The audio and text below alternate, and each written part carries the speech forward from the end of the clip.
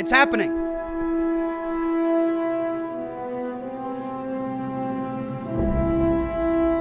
The early version is downloading now. Bethesda just updated Steam with a 116 gigabyte installation or activation package, I guess. So all of us who have it pre-loaded, we now have to download 116 gigs. But it's better than the, what was it? I don't even remember how many gigs we had to download previously. But this means that we're good to go.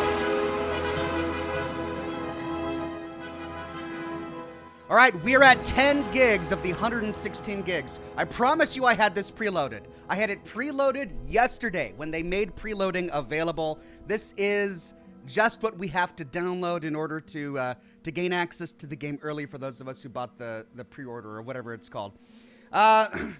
More thoughts on that later. I'm just stoked for Starfield, and I'm so glad that all of you are here with me. I know that reviews have been rolling out for this game, and Twitch streamers got access to it 3 hours ago, which is really annoying as a YouTuber. They didn't come to me and say, hey, we'd like you to have access to it 3 hours earlier.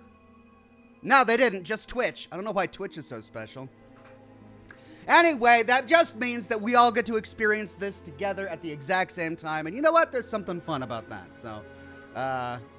So that's what we're going to do. Good to see everybody in the chat today. Alt Grendel, Steve Moyer, Real Withers, Julian Z, Laura Elstad, and it's Alt Grendel with the first super chat today. Says, so are we going straight into the game? Yeah, I don't see any reason why not to. Oh, okay, yeah, because tonight is typically Scotch and Smoke Rings.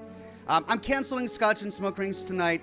I really wish Bethesda hadn't launched their game on my night, because the world needs to understand that Thursdays belong to me. All of them, forever. As long as I'm alive, I get Thursdays. They're mine. Thursday at 7? You can't do anything.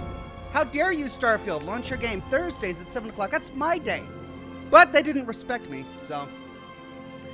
Looks like I gotta stop what I had planned to do Starfield today. Oh, gosh. Yeah, we're gonna be diving right into the game, and, you know, since I typically go through the night here with Scotch and Smoke Rings, I foresee being able to play pretty late into the evening. So who knows? Maybe it'll be a 4-hour broadcast. Maybe it'll be a 5-hour broadcast. Maybe it'll be an 8-hour broadcast. No promises. We'll see exactly how interesting the game is before I make any commitment.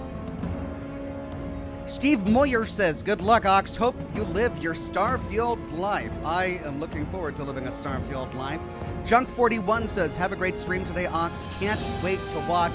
Thank you, Junk41. Can't wait to play and have you guys watch.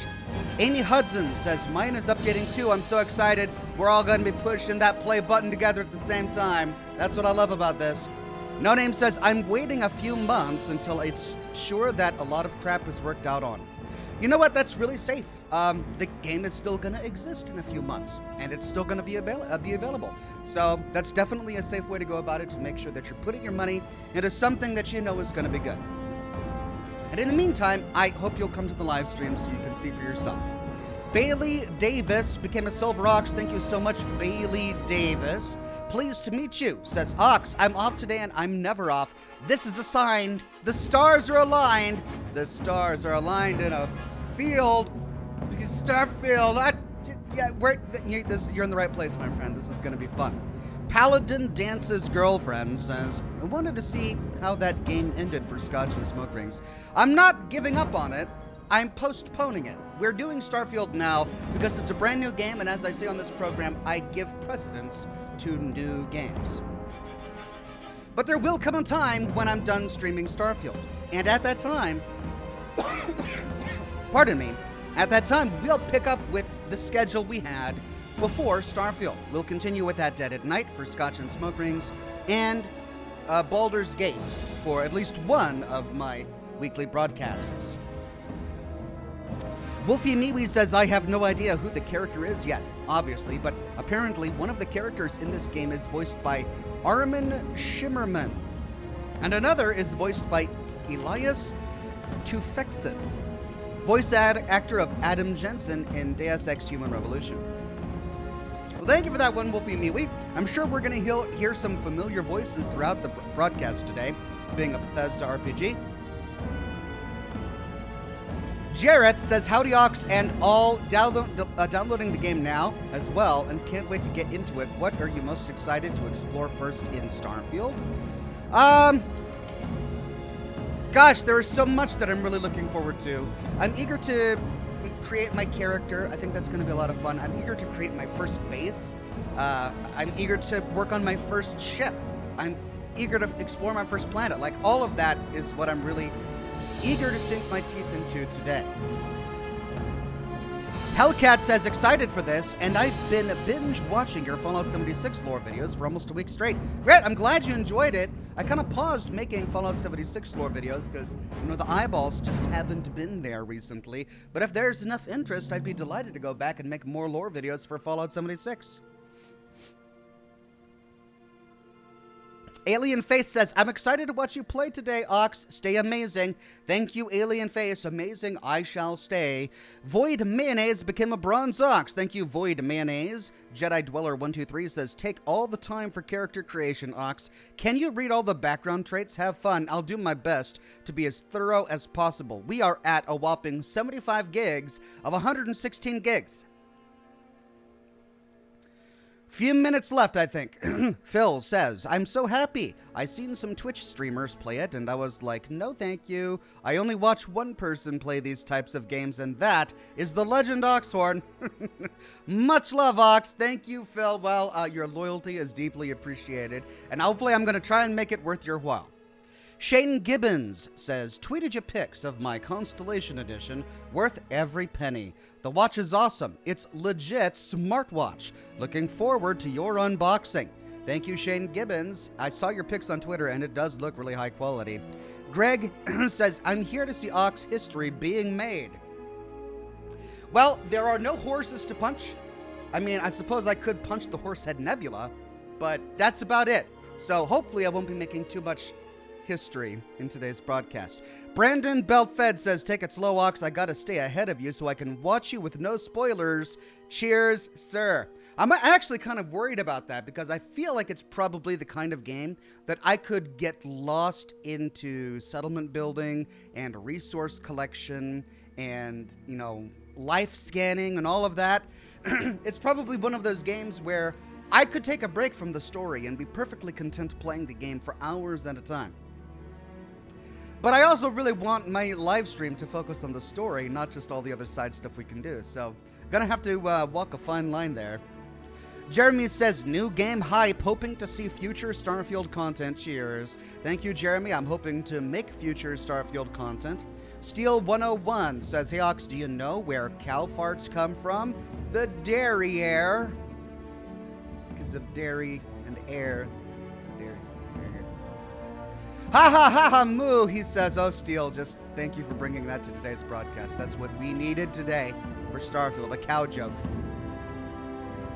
I mean, that's what aliens abduct, right? Cows? So.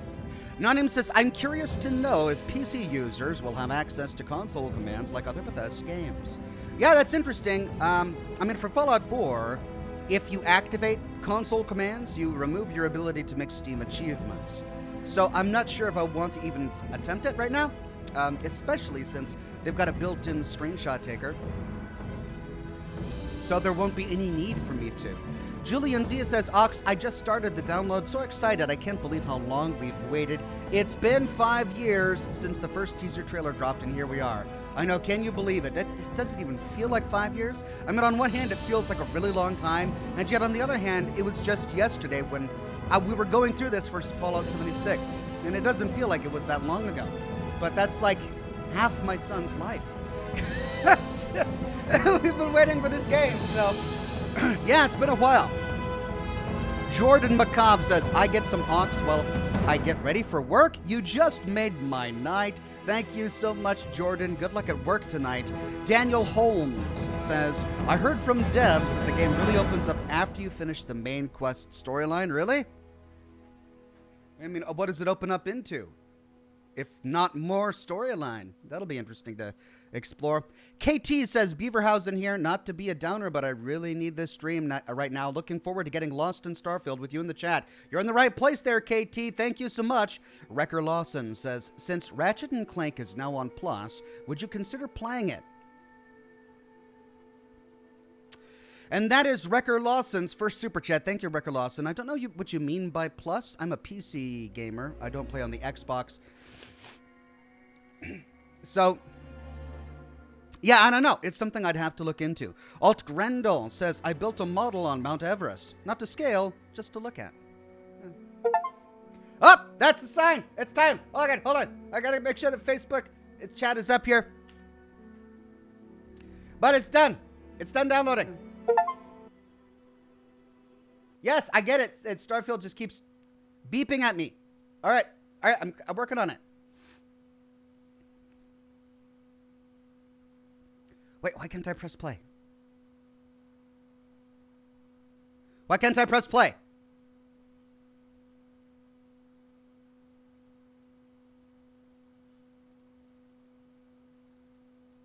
I just downloaded 100 gigabytes. Why can't I press play? Completed at 11:51. It's not playing for me, says Patrick. Yeah, it's not playing for me either. Okay, maybe I need to exit Steam and get back into it. Let's try that.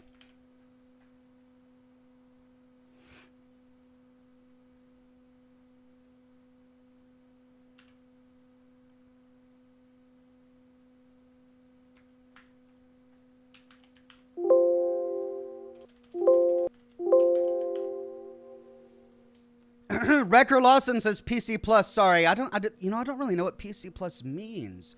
All right, I'm gonna exit Steam, and hopefully that's gonna do whatever needs to be done here.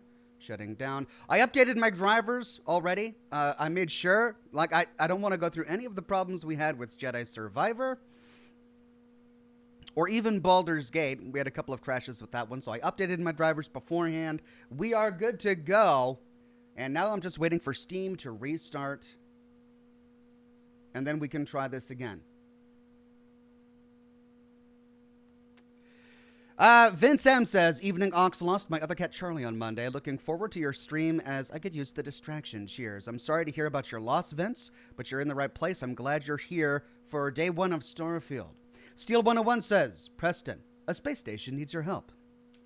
Well, I mean, as much as I love Preston Garvey, I could do without him tonight. Just saying. Okay, Steam, anytime now. Rachel says, don't forget to Twitch stream the inventory management for the Insomniacs. Oh, God. That's the one thing I'm really not looking forward to, the significant amount of time in inventory management that inevitably I'm going to have.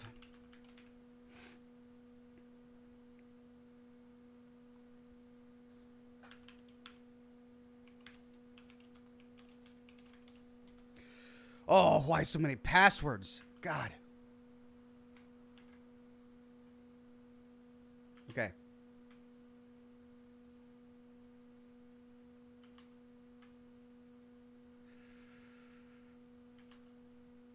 Yes? Yes?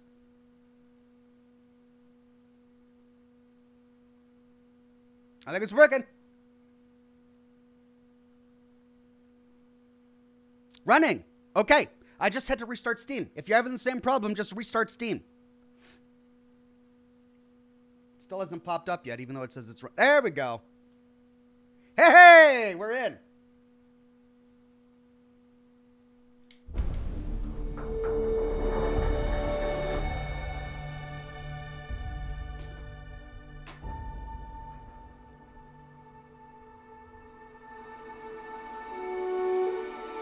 Building shaders, of course. It wouldn't be a game in 2023 if we weren't building shaders, but that's okay. I'm going to crank the music up a little bit because I have a feeling we're going to have some intro sequences that I want to hear at full volume. If it gets too loud, let me know. Bear in mind that I'm probably not going to be able to see all of your super chats especially at the beginning of the game as we're going to be going through cutscenes and getting introduced. I'll do my best to see your super chats, but if I miss you, don't take it personally. I really can't watch all of them right now because a lot of them are coming in. But thank you very much for your super chats and your support.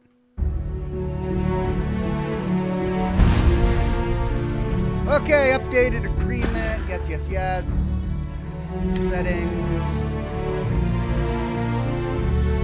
I just want to make sure that subtitles are turned on.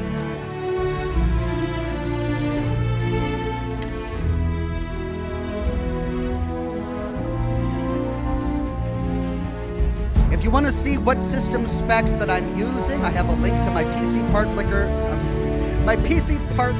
picker list in the description of this video. And so these are my settings right now. This is what it automatically selected.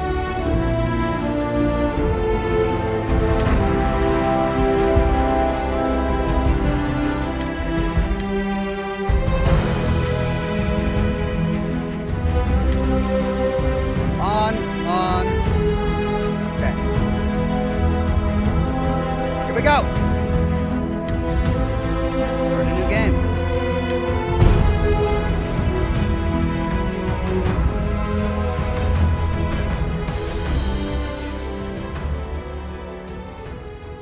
Vortex21 says 4 hours stream with 3 hours of character creation. Yes, you know me.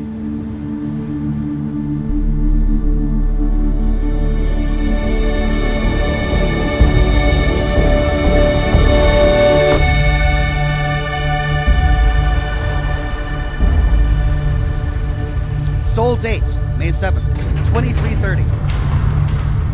Argos Extractors Mining Outpost, Moon of Vectera.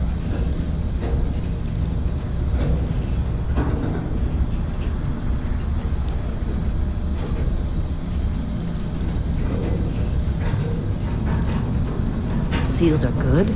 Oxygen's good. Just do what you did last time, and you're fine. Follow my one simple rule. Hella, what's my one simple rule? Listen to Lynn. Boss lady knows best. Exactly. Listen to me. Mining's just like any other job. Go steady, go safe, go home with a pocket full of credits at the end of the day. Yeah, totally. It's just like, I work in the Star Dock. Except with more cave-ins, lasers, and accidental dismemberment. Very helpful. Thank you. You're gonna be fine. Your first outing was solid. And, let's be honest, it ain't exactly astrophysics. That's why I keep him around. Good pep talks. Yeah, and the fact that I can pinpoint a helium deposit from 300 meters. Not untrue. A shame we won't find any down here. But the metal deposits alone should pay for our own helium. Hell, after this, we'll have enough jump fuel to bounce from one end of the settled systems to the next. Hey, more minerals, more money. And so the cycle repeats itself. Just no more unauthorized jumps in the house for room space, okay? He's just a big baby. There are worse lives. You know, most Dusties don't even make it this far. I have a good feeling about you. Group hug now or at the end of the shift? One of these days, Hella, I am going to leave you behind. Promises, promises. Can I move yet? Nope. Nope, can't move.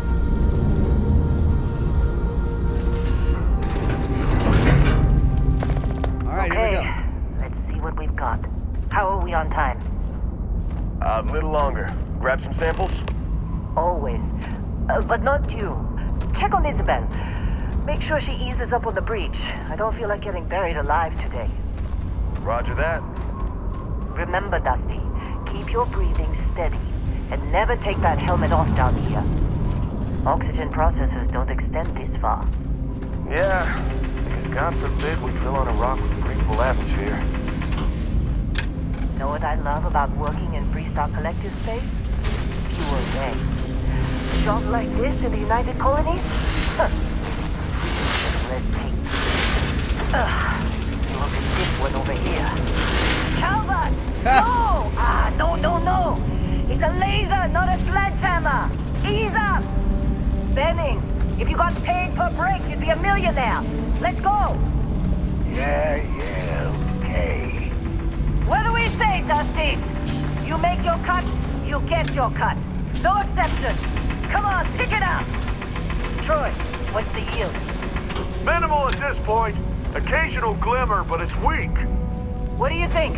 Stay the course? No, ma'am. Juice ain't worth the squeeze. Well, okay then. Let's call this one tapped. Why don't you move over to that big vein we looked at? Yes, ma'am.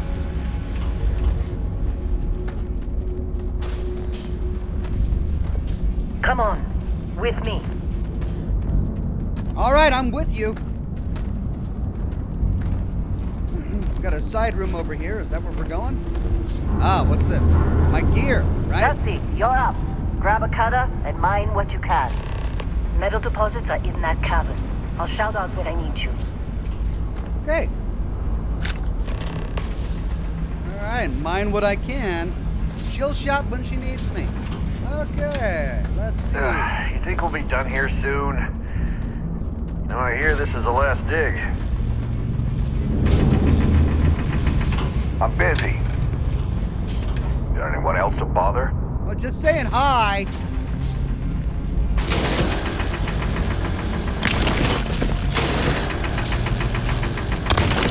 All right, Beryllium. Very nice. How'd they sucker you to join? Fall for the fancy pamphlets? So, they're not terribly pleased to be here.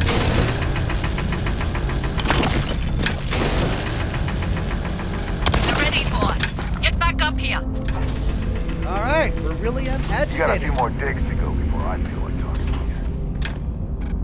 Let's go Come find on. her. It's time. You're with me. All right, Supervisor Lynn. Do I need to put this back?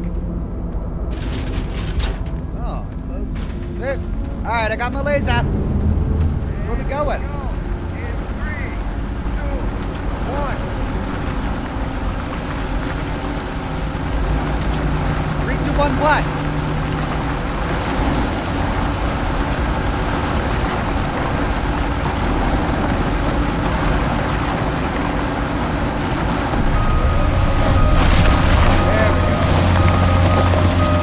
Standard reading a clean break.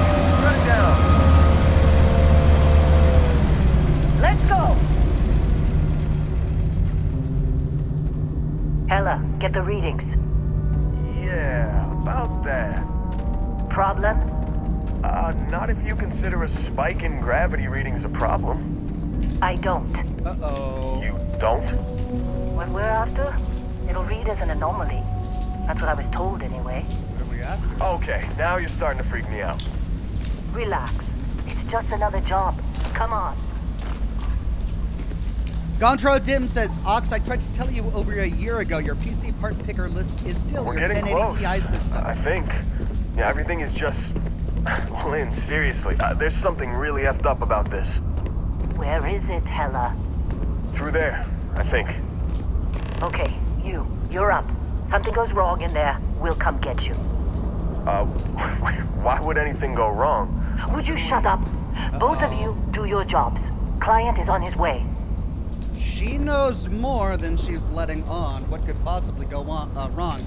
He says, my PC part picker list is still my 1080 Ti system. Been looking forward to this play on, sir. Thank you, Gontro Dim.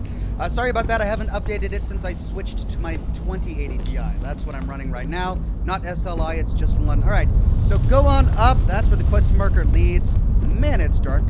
Do I have F for flashlight? T for flashlight? No. All right, well, there's this path down here. I don't know if I'm going to get rewarded for exploring way down here. I realize it's super dark. I think that's probably intentional. All right, there's nothing down here. Let's try and follow the quest marker up there. Whoop.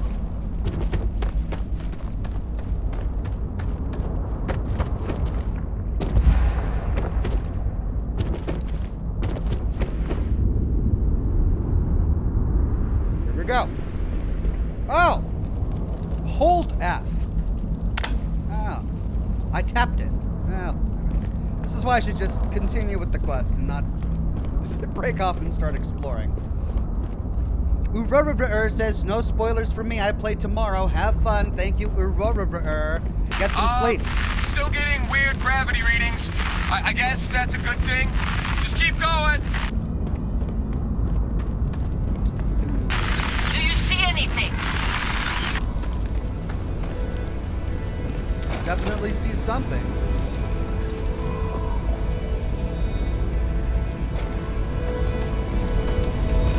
And I hear something. It sounds like music.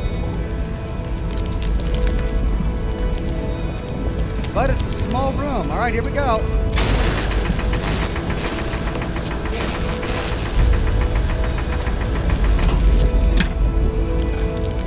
Take the strange object, question mark.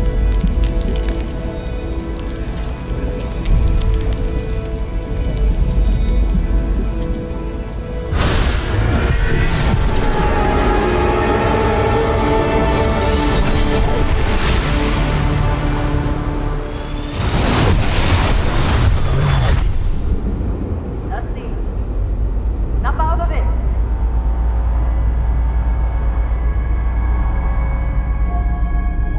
Whoa! How long have we been out? Hey, come on. Come on. Okay, take it easy. You were out cold. No physical damage. Mentally, the jury's still out. You know who you are? New recruit for Argos Extractors? Ring any bells? Any of this look familiar? And here we go, character customization. Okay, so we touched something that we unearthed by mining some crystals, and then something happened. Alright, so it's either space magic or extremely technological alien artifact, like some sort of high-tech thing that can be explained by science, but is so beyond us that we can't do so. I really hope it's not space magic is my only concern. Error 404 gamer not found became a gold ox. Thank you so much, Error 404. Odyssey Haynes, member for 13 months, says, "Hey Ox in chat, long time no see, miss ya too, Odyssey, good to see you." All right, select profile. Okay. So looks like we've got a bunch of presets. We need to choose a preset first. Rachel says Vault 88. Vault Tech Workshop equals ultimate early access.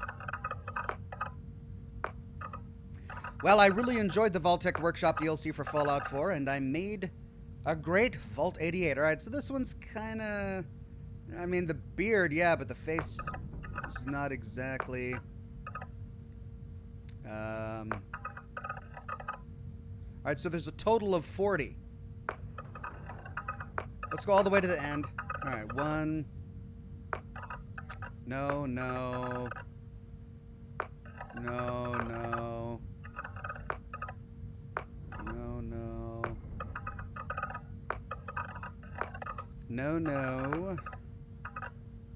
Wow. I must be boring. Everyone is so fancy compared to me. Got slicked up hairdos and... Alright, and then that's back to where we started. Okay, well, I guess I'll choose the guy that kind of closely looked like me. This guy kind of has my face type, 23. Wait, is that a repeat? 24. No, it's just the same hair.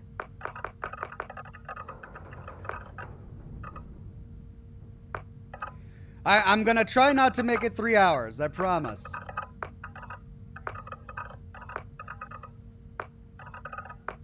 Alright, well, there was a guy who had what I think is pretty similar to my face construction. This guy. Alright, so we'll choose him as someone to start with. Alright, now let's go to body here. Okay, this is familiar. Muscular, thin, heavy. Oh yeah, I'm going heavy. You know it. Booyah! Look at me in a jetpack. Body type 1, body type 2. Okay, so that's male and female. Walk style 1. Walk style 2. Okay, much more feminine walk style. Skin tone. Can I zoom in here? No, I can't zoom in to choose skin tone. Okay, so we start out pretty light and we go dark. A total of 9 skin tones. It doesn't seem like a lot compared to other Bethesda games. Well, I'm pretty light, but I'm not that. I'm like down here, I think. Julian Z says it's okay, Ox. Make it 3 hours. I'm surprised they don't have any background music during the character creation, because I can't do a 3-hour character creation without background music. No Name says, can you make him thick? Oh yeah, I'm making him thick. He's gonna be a thick boy. Oh yeah. Face. Oh, now we can choose this skin tone. Head shapes. Oh, thin, wide, square, or round. I mean, whoa, I definitely don't have a sunken jaw like that. I'm more from her profile.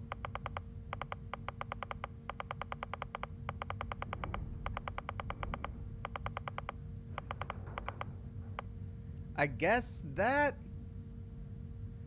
No, this is not... I don't think I'm going to be able to get, like, exactly me. Oh, we can refine.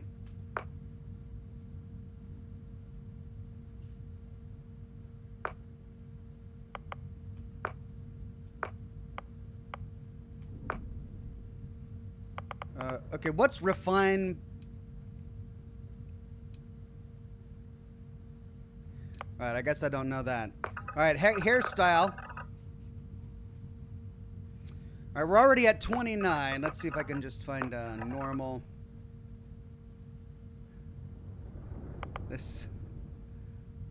I'm used to being able, like...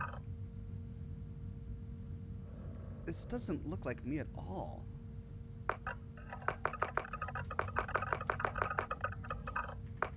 I might need to go back because, you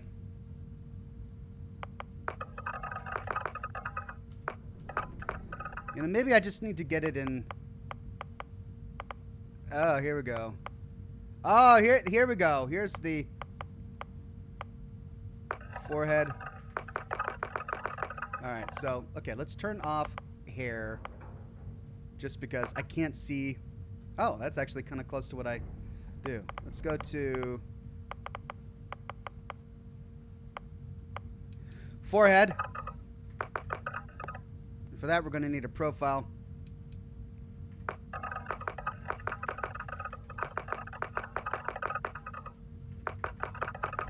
All right, so that doesn't actually change the shape of it. That changes the texture.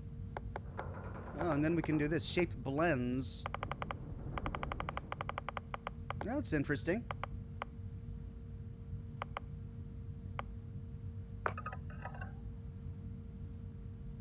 Jeff Day says, it may not be scotch and smoke rings, but I have my cigar and looking forward to watching Ox play. Thank you, my friend. I'm having a really hard time liking what I'm getting. And I think I just need to go back.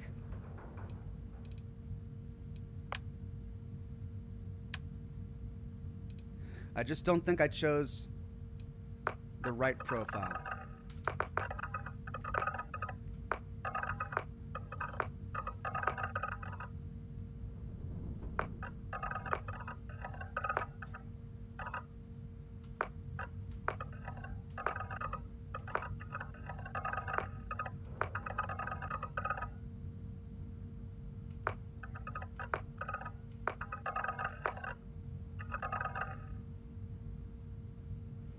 I think that's it.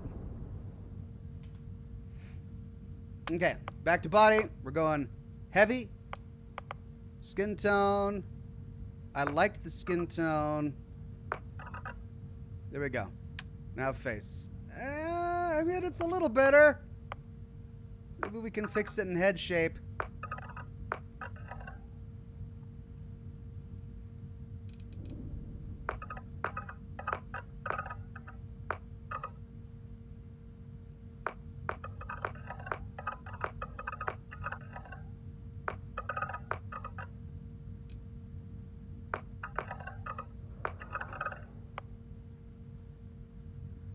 And then from there, we can go thin, square, wide. That's, yeah, that's all right. Okay, before we do hair, which will obscure everything, let's go to forehead. Let's choose what I think is a forehead texture. This is like whether or not we have creases. Okay, it also does skull shape a little bit. Wide. Oh, wow.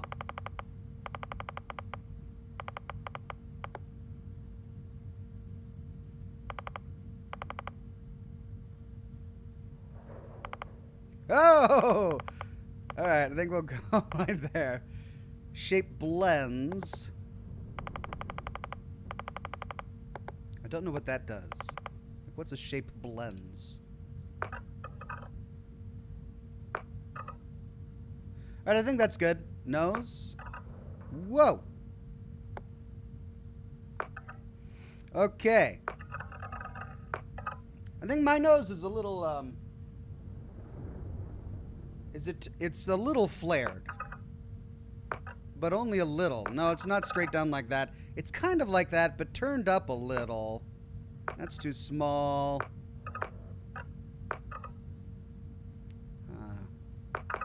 Okay, let's find one that's kind of close and see if we can work with that.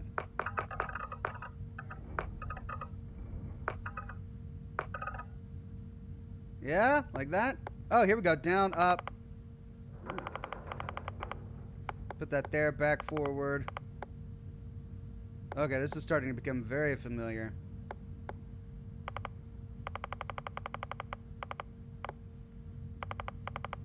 Narrow, wide. Make it a little wider. Nose tip, up and down. Up a little bit. I don't have a huge arch here, but I do have a slight arch. Nostrils up and down. Let's push them up just a little. Nostrils in and out. This one is hard to see.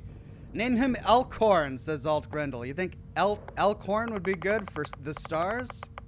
I'm going to push him up. Nostrils wide like that. Range. Ridge, narrow, wide. Okay. All right. Ears.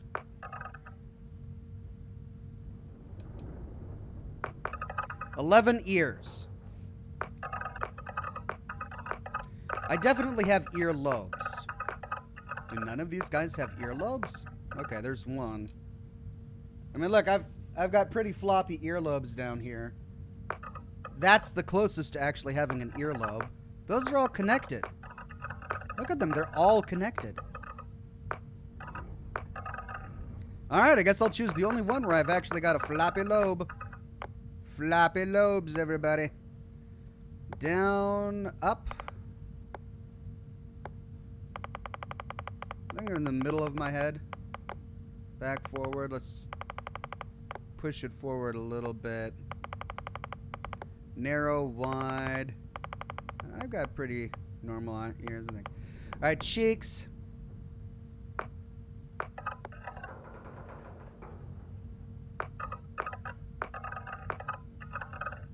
Lucky Babcack says, super excited to watch you play this game. Have fun. Thank you, my friend. And then we got old cheeks. I wish I could push the hair up there a little bit.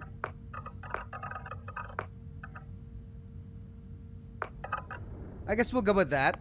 Let's see, what can we do on cheeks? Narrow. Whoa, no, they're not that big. Yikes, them some jowls.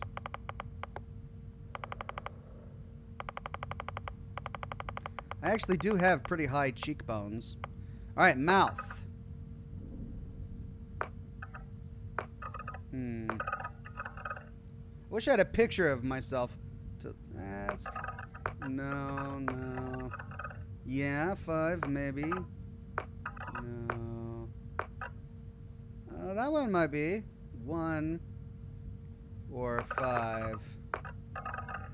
Yeah, I guess I'll go 1.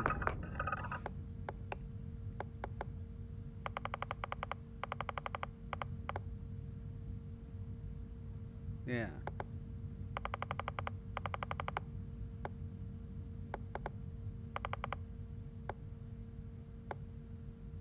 That's a bit out.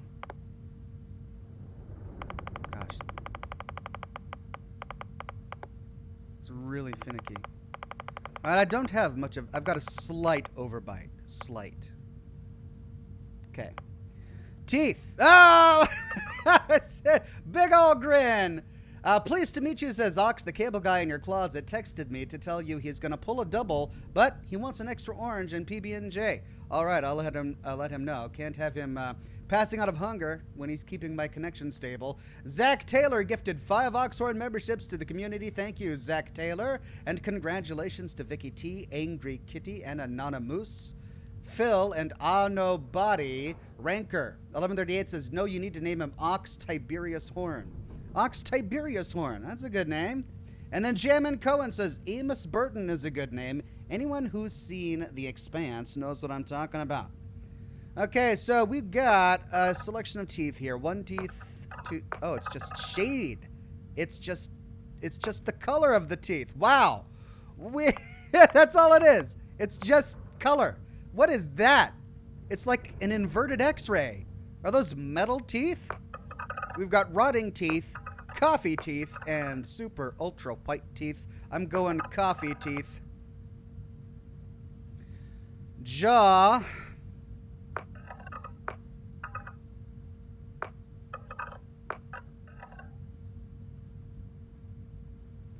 Oh, okay, so the mouse wheel doesn't zoom, but holding right click and scrubbing in and out causes it to zoom.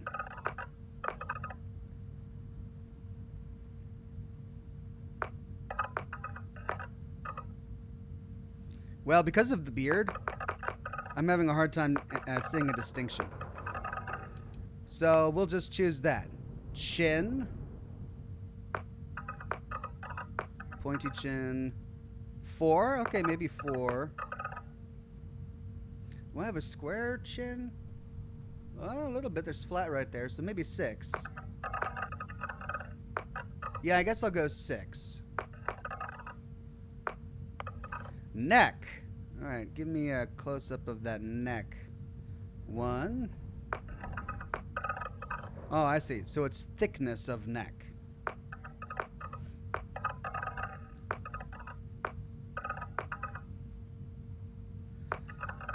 My neck is pretty featureless, really.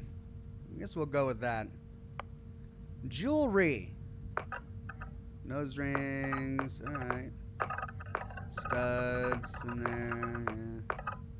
Got some hoops. Lots of hoops. All right. Well, I don't think I need any jewelry. Jewelry color. Dermisthetic. Dermisthetic. Oh, I see. So, imperfections.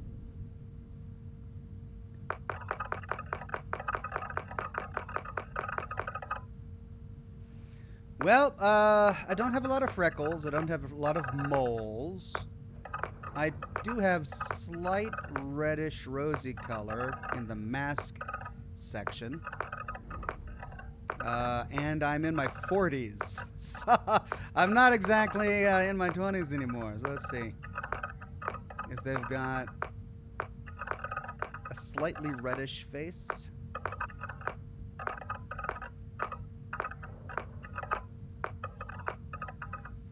Lots of different options, but it's basically intensities of 1. So like this is intensity level 1, and then as we continue, it just increases in intensity. Boom, boom. So 3 different intensities for each imperfection type. Okay. Okay, maybe that's slightly reddish? No, that's not. It's more like sallow and sunken.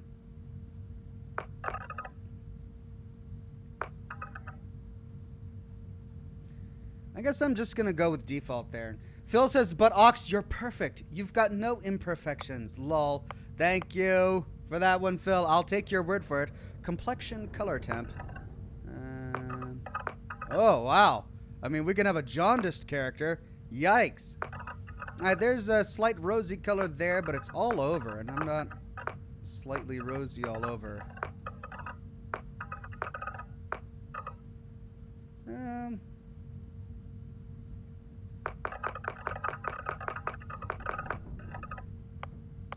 Complexion blemishes.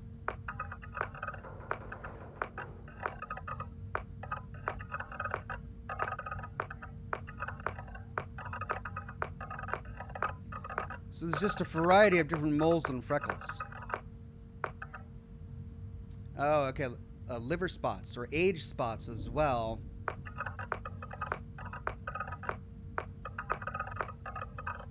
What is that? Is that like lightning damage?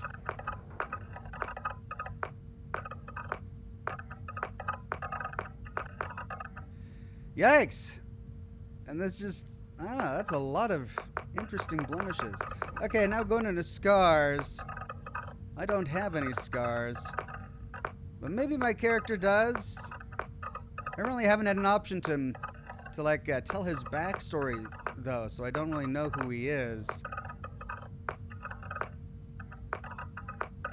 Wow, those are some brutal scars there.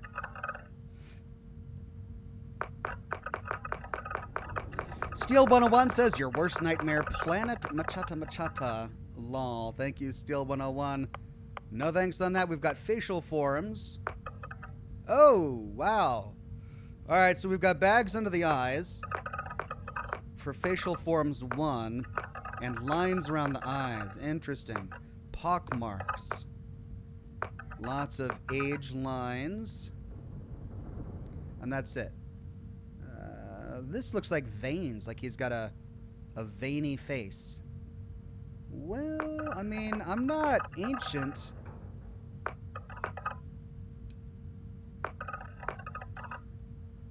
$13? What's going on with 13? I can't even tell what 13 is. Facial forms 2. Okay, more bags under the eyes. I kind of have that going on with the lines going down my upper cheek. Huh, it's the same stuff.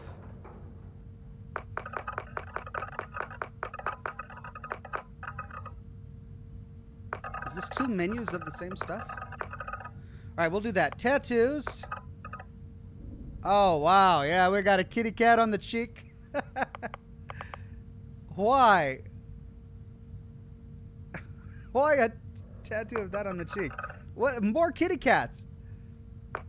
Okay. And then we've got like a digital thing and more digital things. And that's like a dragon? Is that like a Skyrim dragon? We've got some wind with an eagle on the neck. Brilliant. What is that? That is, it's an interesting shape. I want to see some Children of Adam tattoos. Alright, we've got some cool triangles. Always down for cool triangles. Wow. Ah, it's like a skull thing.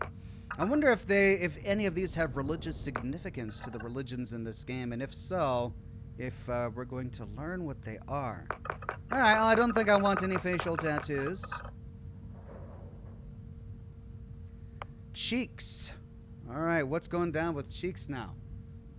Any Meow says, have you considered a Fallout 76 gameplay stream? I mean, I've streamed over 100 hours of Fallout 76, so yes, I'd say I have considered it in the past. Cheeks. Okay, this is giving some red in the cheeks, but in the wrong spot for me. But then we've got, there we go, that's what I wanted right there. Actually, that's a little too high. But it's the closest I'm gonna get. That's kind of me right there. Lipstick base? No, I think we'll skip the lipstick base there. Lipstick accents. Nope, gonna give those a pass as well. I know I'm boring. Eyeshadow. No, I'm not gonna put in the eyeshadow there. Eyeshadow lower. No, again, we're gonna skip that. Alright, eyeliner, and then dirt. Well, I am a miner, I guess. I work for a mining company, but I mean, is my character going to have this dirt forever? Or does it go away when you take showers in the game? I guess we'll just skip dirt for now. All right, well, we've done all of the structure of the face. Now let's work on hair.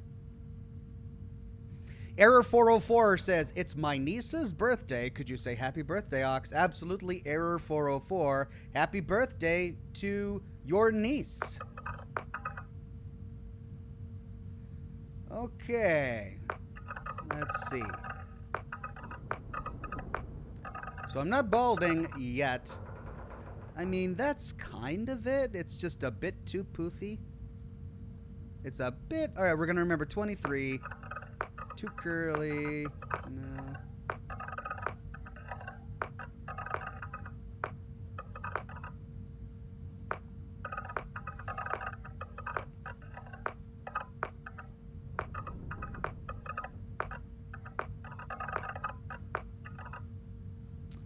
Let's go back to 1. Can I drag this? I can't drag it.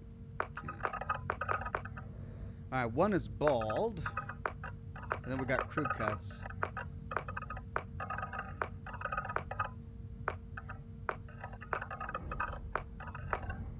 All right, and then that's all of them. I guess I was 23. All right, I'll go with it. It's just, look at it. It's just really long on top. Hair color, 12. That's a little too... Whoa, that's some vibrant hair colors. All right, I need a warm brownish color. This is sort of like a dark brown. All right, it's not going to be a reddish brown. It's more like... that's a bit too blonde. Malchris says, thank you, Oxhorn, for all the entertainment and the great community. Shout out to all. Thank you, Malchris. And then that's getting way too black. I mean, that's close right there. That's too light. I guess that's too grayish. It's... And that's way too red. I wish I could change the intensity, like if there was an intensity slider on the redness. All right, well, I guess we'll go with that. Yeah, that's close enough. That's close enough. Facial hair. All right. This is what I want. Give me... Oh, beautiful. Beautiful. Look at that. That's close, but it's a bit too curly. I've got a wavy beard, not a real curly one. But that's really the only full beard option. Oh, man, without the beard, look at my... That's quite a jaw. It's probably a really good thing that I'm giving this poor guy... Look at that. Oh, God. Is this what I look like under my beard? I hope not. I haven't shaved it in like 25 years, so it's been a while. I hope... Does my jaw look like that? Oh, man, I'm learning things about myself here. All right, let's get... This is... That's a killer mustache. I like it, but it's a bit too neat. All right, now I'm going to have to match... I'm going to have to match my hair color because... Actually, my beard is starting to gray. I wonder if I can do a slightly gray beard. Slightly gray. Not like super gray, because it's not... Oh, man, I just... It's like... It's either everything or nothing. I just want something that's slightly gray, not full-on gray. I want it to be recognizably brown, but with bits of gray in it. All right, so that's old man beard. I mean, no, that doesn't look like my beard at all.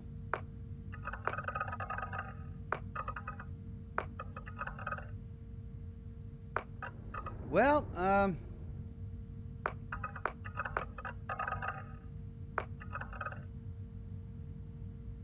yeah, they don't really have a graying option, so I guess we're going to go with that.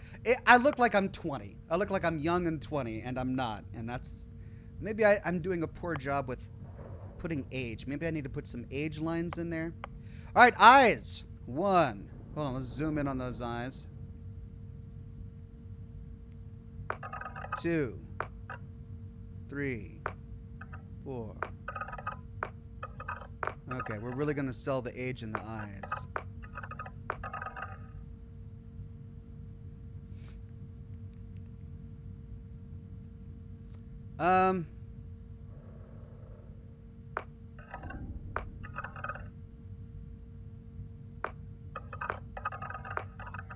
I mean, they're a great difference. Like, they really changed the character of the guy.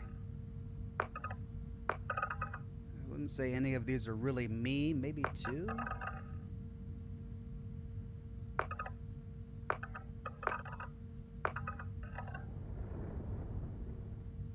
Maybe 5.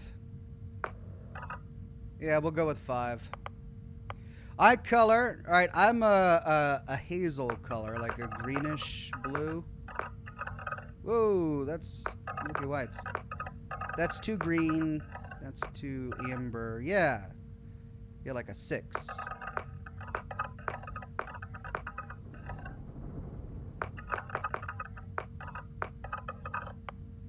Eyebrows. Okay. I can get that line out of the eyebrows now. My eyebrows kind of go up to an arch and then a sharp turn to the right. Let's see if they've got something like that. Oh, that's almost right there. That's almost there.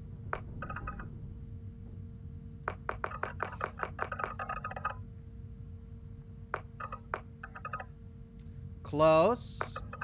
No. And they are bushy. Like I got some eyebrow strands are really long. Okay. I'm thinking 9. 9 is pretty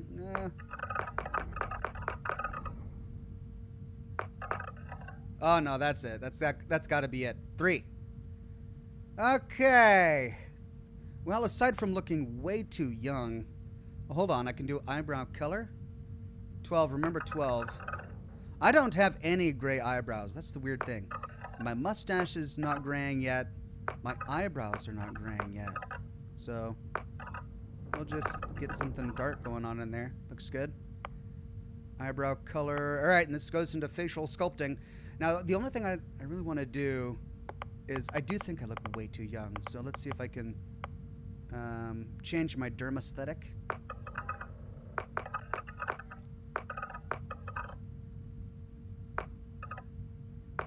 Yeah, let's just...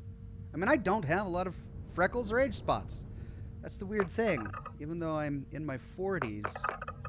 So I wonder how you can denote age without just, you know, plastering a bunch of freckles on there. All right, I remember those.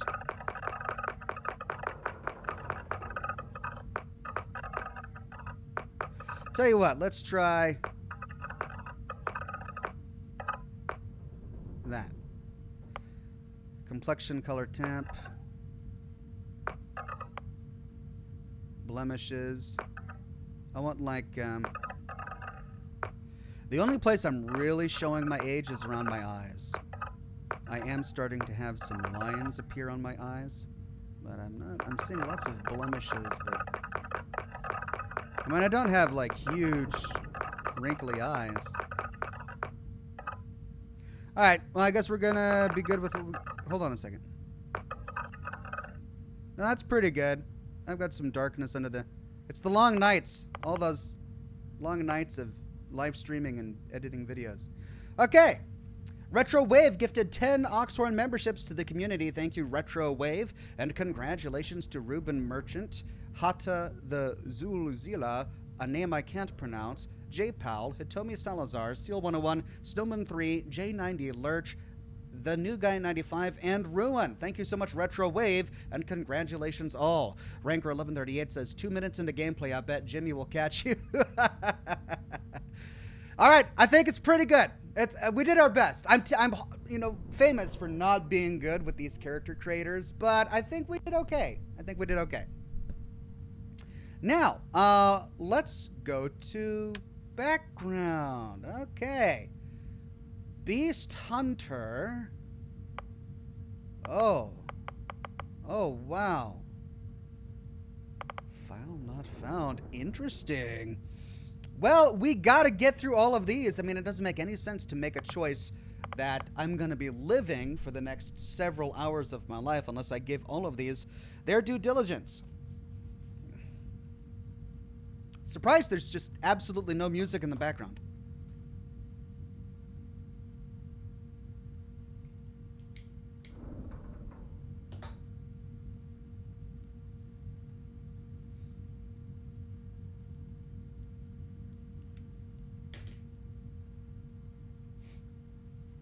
And Uncle Matt just gifted 10 Oxhorn memberships to the community. Thank you, Uncle Matt, and congratulations to Sithgasm, Emperor Cleon, Alexa, Tyler Rowley, Marty Mick Your Flies Down. Oh, wait, no, that was... The next one is Canuck82, Christina Sierra, Shane Gibbons, that guy in the kilt detailing, K. McD, and the Twisty Straw. And Stina became a Silver Ox. Thank you so much, Stina. All right, we'll start with Beast Hunter. From the Ashta of Aquila to the pteromorphs that plague the whole of the settled systems, hostile alien life abounds. You've learned the skills to track them, find them, and take them down. Starting skills: fitness. In space, the greatest commodity is oxygen, and the increased lung capacity gained by a regular physical fitness regimen is essential to survival. Ballistics. Centuries of conflict have proven that when it comes to threat elimination, few things stack up to the reliable power of high-speed projectiles. I'm actually really liking this so far. And then gastronomy. Access to brand new worlds means access to brand new ingredients, and there is almost no limit to the delicious foods and drinks a talented chef can prepare. Gotta say, I'm not really big on cooking in games, but so far, Beast Hunter is pretty interesting. Greg just gifted 5 Oxhorn memberships to the community. Congratulations to Fabian Bernard Krause, Hawk, Janice Cox, Mike Wright, and AM1053, and then Phil gifted a membership to the community. Congratulations to Ben C. Thanks, everybody. And Marty McYourFliesdown says, hey, Ox, I think Industrialist is best. Well, let's go through them all. Bouncer. You've worked the line at the toughest clubs in the settled systems. Back then, you learned that most non-lethal confrontations can be solved one of two ways: a strong right hook or a more strongly secured door. Starting skills: boxing. Once considered a sport of kings, boxing is still practiced as a recreational competitive activity, but its combat applications can't be denied. Security. While the standardized digital locking mechanism is renowned for its security, any code can be broken with the proper training. Alright, so that's like a hacking perk. Fitness. In space, the greatest... Oh, we read that. Okay, so they start to repeat. Ah, okay, so they don't all have different ones. Some of them are going to share. Then there's Bounty Hunter. Wherever there are wanted individuals, there are those who profit from their capture. And your quarry knows that in the vastness of space they can run, but they can't hide. We've got piloting. As more people journey into space, the number of those certified to effectively pilot various types of spacecraft has increased dramatically. Targeting control systems. Missile weapons are favored because they can lock onto an enemy ship, but an intimate knowledge of tracking systems can make them even more effective. And boost pack training. Ooh, I definitely want that. Specialized training and innovations in personal mobility systems have allowed for unfettered exploration on alien worlds. All right, so far, I mean, Beast Hunter looks good, but Bounty Hunter really looks good. Chef, while the unrefined masses scarfed down chunks by the shipload, you catered to those with a more discerning palate. In your kitchen, countless alien species became true culinary masterpieces. Gastronomy, which we already read. Dueling, considered by many to be a lost art, close attacks with a melee weapon can often be deadlier than ranged combat when carried out by a skilled practitioner. And scavenging. There are those who can find just about anything, and their success is usually dependent on knowing how and where to look. Combat medic, leave it to human beings to fight over something as infinite as outer space. That's where you come in. You've never been afraid to take on the enemy, but you'd much rather take care of your friends. Pistol certification, considering the popularity of the personal sidearm in the settled systems, familiarity with such weaponry is often considered essential. Medicine, only through advancements in medical training and technology has humanity been able to withstand the galaxy's many dangers. And wellness, by embracing an active lifestyle and good nutrition habits, one may improve their overall sense of health and even gain prolonged life expectancy. Cyber Runner. From Neon to New Atlantis, the megacores stand as monuments of power, prestige, and profit. Oh, so we've got a cyberpunk thing going on here. You've worked both for and against them on the inside and out, often sacrificing conscience for credits. We've got stealth. For a combatant who values discretion above all else, the ability to approach a target while undetected and kill with a silenced weapon is as terrifying as it is effective. Security, which we've already read, and theft, while not entirely honorable and certainly not legal, it is nonetheless occasionally necessary to discreetly remove property from someone's person. Alright, so Cyber Runner is more of like a thief build. Cyberneticist, robots, mere toys.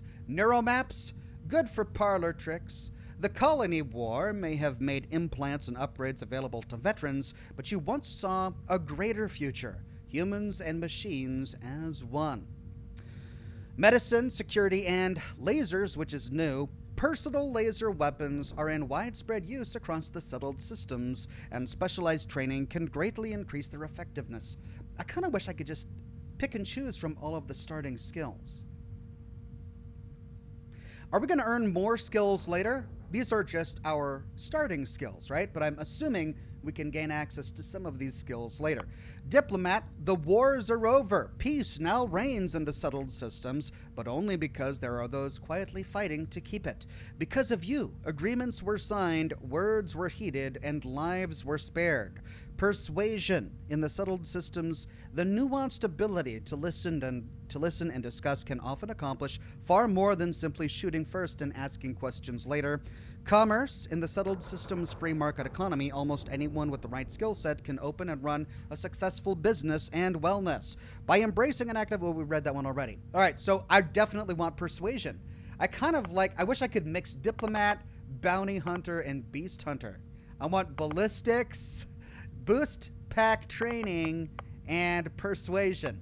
Then we've got Explorer. They said exploration is a lost art. You didn't listen. As the major factions argued over the space they desperately tried to control, you were busy uncovering the wonders of the settled systems. We've got lasers, then astrodynamics.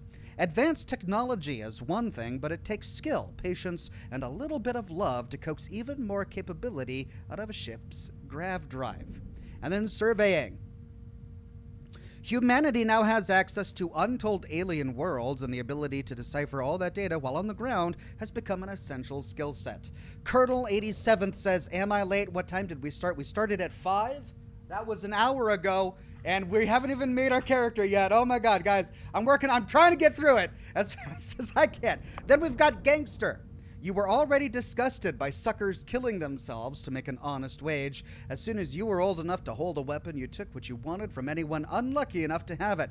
We've got shotgun certification, boxing, and theft. Then Homesteader, the discovery of the settled systems, many oxygen-rich planets and moons, meant humans could live just about anywhere if they had the know-how.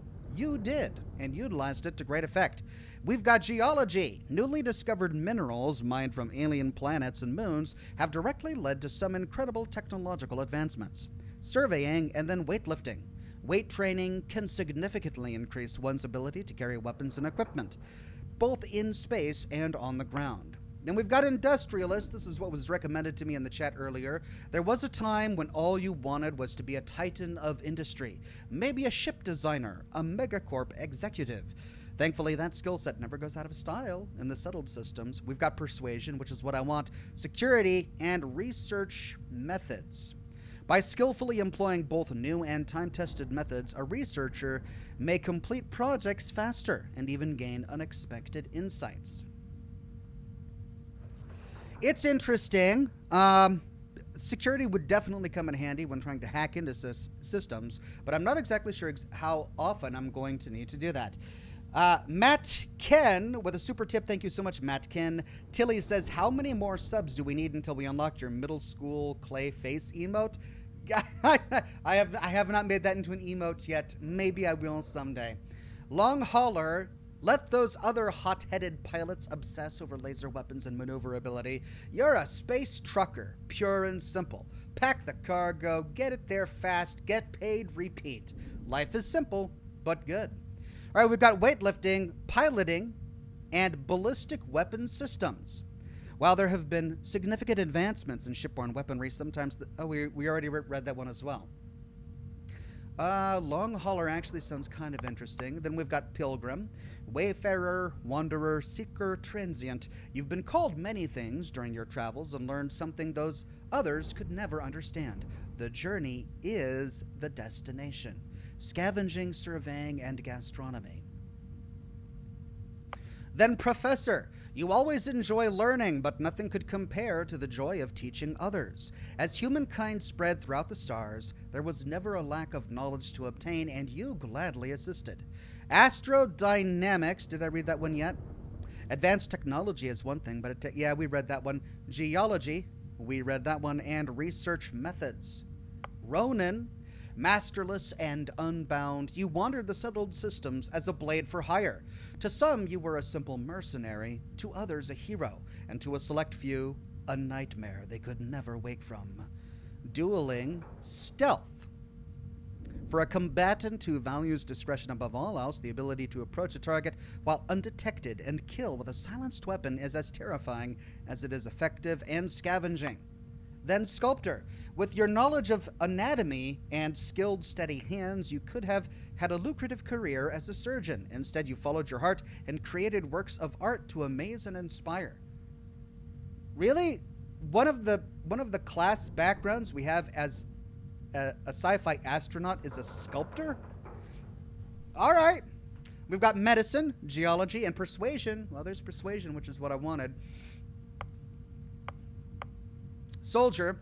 The settled systems is no stranger to warfare, and if there's one thing armed conflict relies on, it's trained warriors with guns and guts. You had both. Simple, bloody work, and you were great at it. We've got fitness, ballistics, and boost pack training. Hey! Oh my god, this is like 3 of the major ones that I wanted. Well, I definitely wanted boost pack training. I definitely wanted ballistics. Well, but I would also like persuasion. Well, let's keep going and see. Soldier is really good. I like Soldier. Space Scoundrel. Good? Bad? Whose right is it to say? If there's anything you've learned while traipsing through the galaxy, it's this. Space may look black, but it's really one big shade of gray. Ooh. Pistol certification, piloting, and persuasion. That one's pretty cool, too.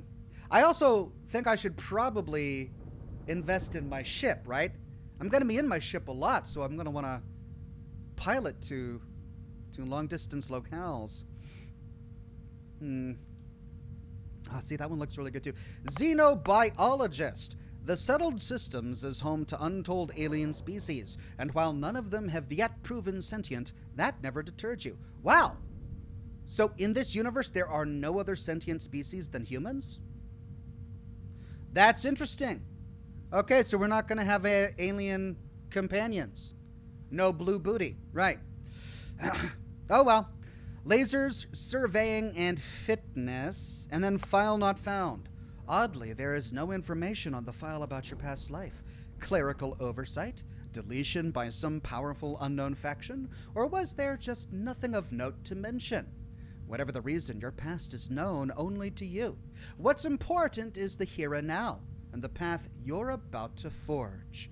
We've got wellness, ballistics, and piloting. This is really interesting. I really like this. I gotta say, the downside to this is I find myself tempted to choose my background based on the starting skills that I get rather than the description. I have a feeling that I'll be able to choose more skills that, better complement my character, but I'm really tempted to make this choice based on the starting skills. Well, what kind of background do I want? See, fitness and ballistics is what immediately stood out to me with Beast Hunter. Bounty Hunter has all of these wonderful spaceship piloting skills. Well, I think no matter what, we definitely need boost pack training. So it's either Bounty Hunter or Soldier. Really. Fitness, ballistics, and this is almost exactly what I wanted. I guess I'm gonna go with Soldier. Greg says, try file not found and see if it lets you custom pick your background. Well, no, it automatically gives us our starting skills, right? So this is a list of backgrounds over here to the right, and each background has an associated starting skill. The file not found one simply means that we have no background, but these are the 3 starting skills that we get. And we can now move on to traits, which are optional. Alien DNA. You volunteered for a controversial experiment that combines alien and human DNA. As a result, you start with increased health and oxygen, but healing and food items aren't as effective. Okay, so these are the optional pros and cons things. Interesting. Then there's Dream Home. You own a luxurious, customizable house on a peaceful planet.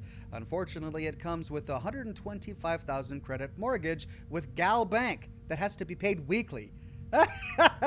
No, thanks. I'm going to make my ship my home. Empath, you are deeply connected to the feelings of others. Performing actions for companion likes. Performing actions your companion likes will result in a temporary increase in combat effectiveness, but performing actions they don't like will have the precise opposite effect. I haven't decided if I even really want to run with companions yet. Extrovert, you're a people person. Exerting yourself uses less oxygen when adventuring with human companions, but more when venturing alone. Cannot be combined with introvert. Interesting. Oh, man. See, that's the problem. I haven't decided if I want to run with companions or not. And what if there's a quest that comes out where they make it so you can't have companions during that quest?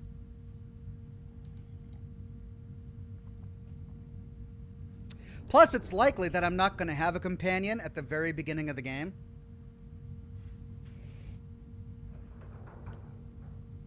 And it only works with human companions, I see. This is probably a really deadly one to choose at the very beginning because it probably takes a while before we find our first human companion. But after I find my first human companion, I'll probably cycle through lots of human companions, meaning I'll always have one, and then this trait, would be really useful. Freestar Collective Settler, you gain access to special Freestar Collective dialogue options and better rewards from some missions given by the faction, but crime bounty towards other factions is greatly increased. Can't be combined with any other faction allegiance trait. What? Oh, okay, this is going to have to be for a second playthrough. I would love to have a faction allegiance trait, but I don't know anything about the factions yet. I have no idea which ones I like or don't like. So I guess I'm not going to choose any of these right now. Hero worshipped, you've earned the attention of an annoying, adoring fan, oh no, who will show up randomly and jabber at you incessantly. On the plus side, he'll join your ship's crew and give you gifts. Yeah. Introvert, you really need your alone time. Exerting yourself uses less oxygen when adventuring alone, but more when adventuring with other human companions. No, I don't think I'll do that. Kid stuff.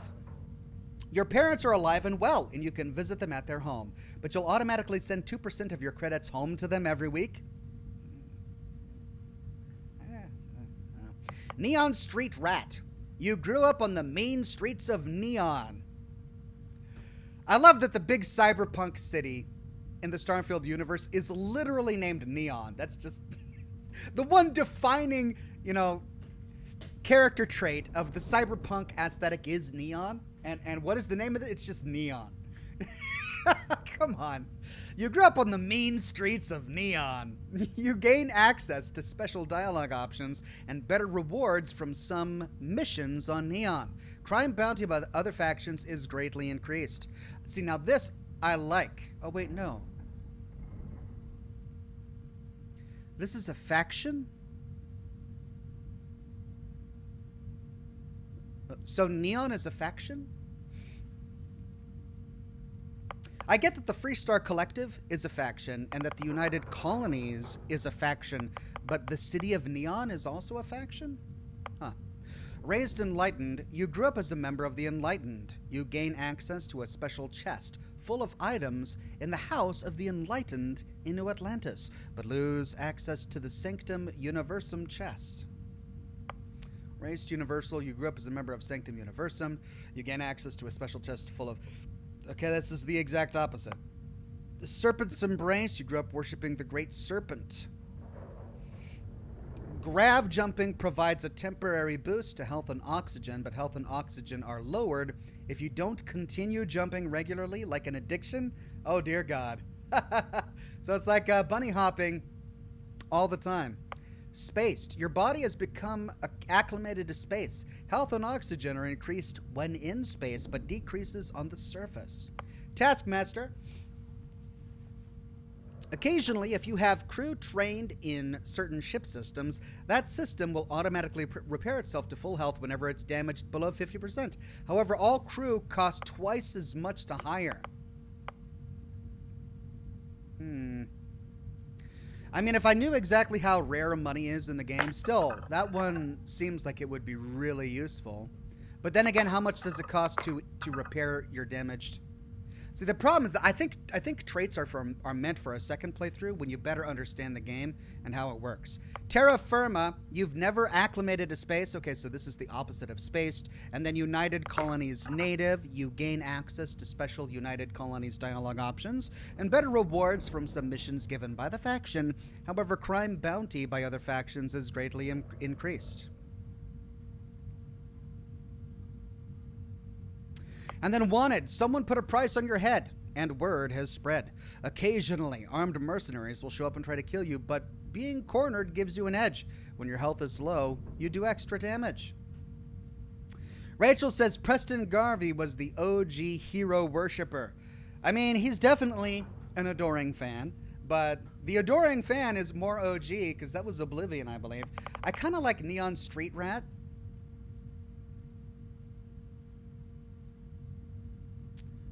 Crime bounty. Okay, so that means that if I commit a crime for another faction, if I commit a crime against another faction, they can put bounties on my heads, and that's greater.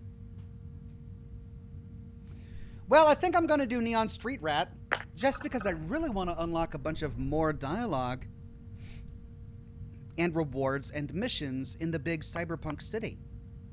I wish they had like one for Atlantis. Oh, is this it? You get access to a special... Oh, that's just a chest full of items.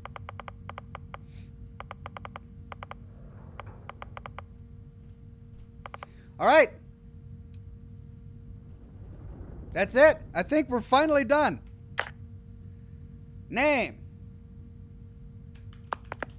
Just gonna make it simple. I mean, I could call him Spacehorn. Ox Space, Star Ox, kind of like Star Fox, but Star Ox. Hey. I'll just do Oxhorn.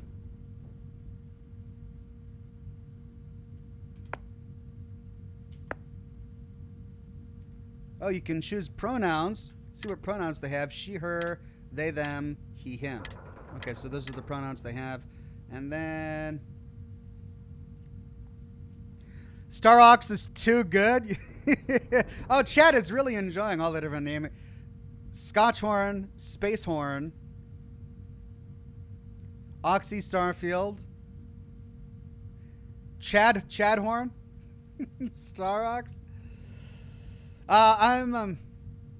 Star Ox is really fun, huh? Nah, I'm just gonna go with Oxhorn.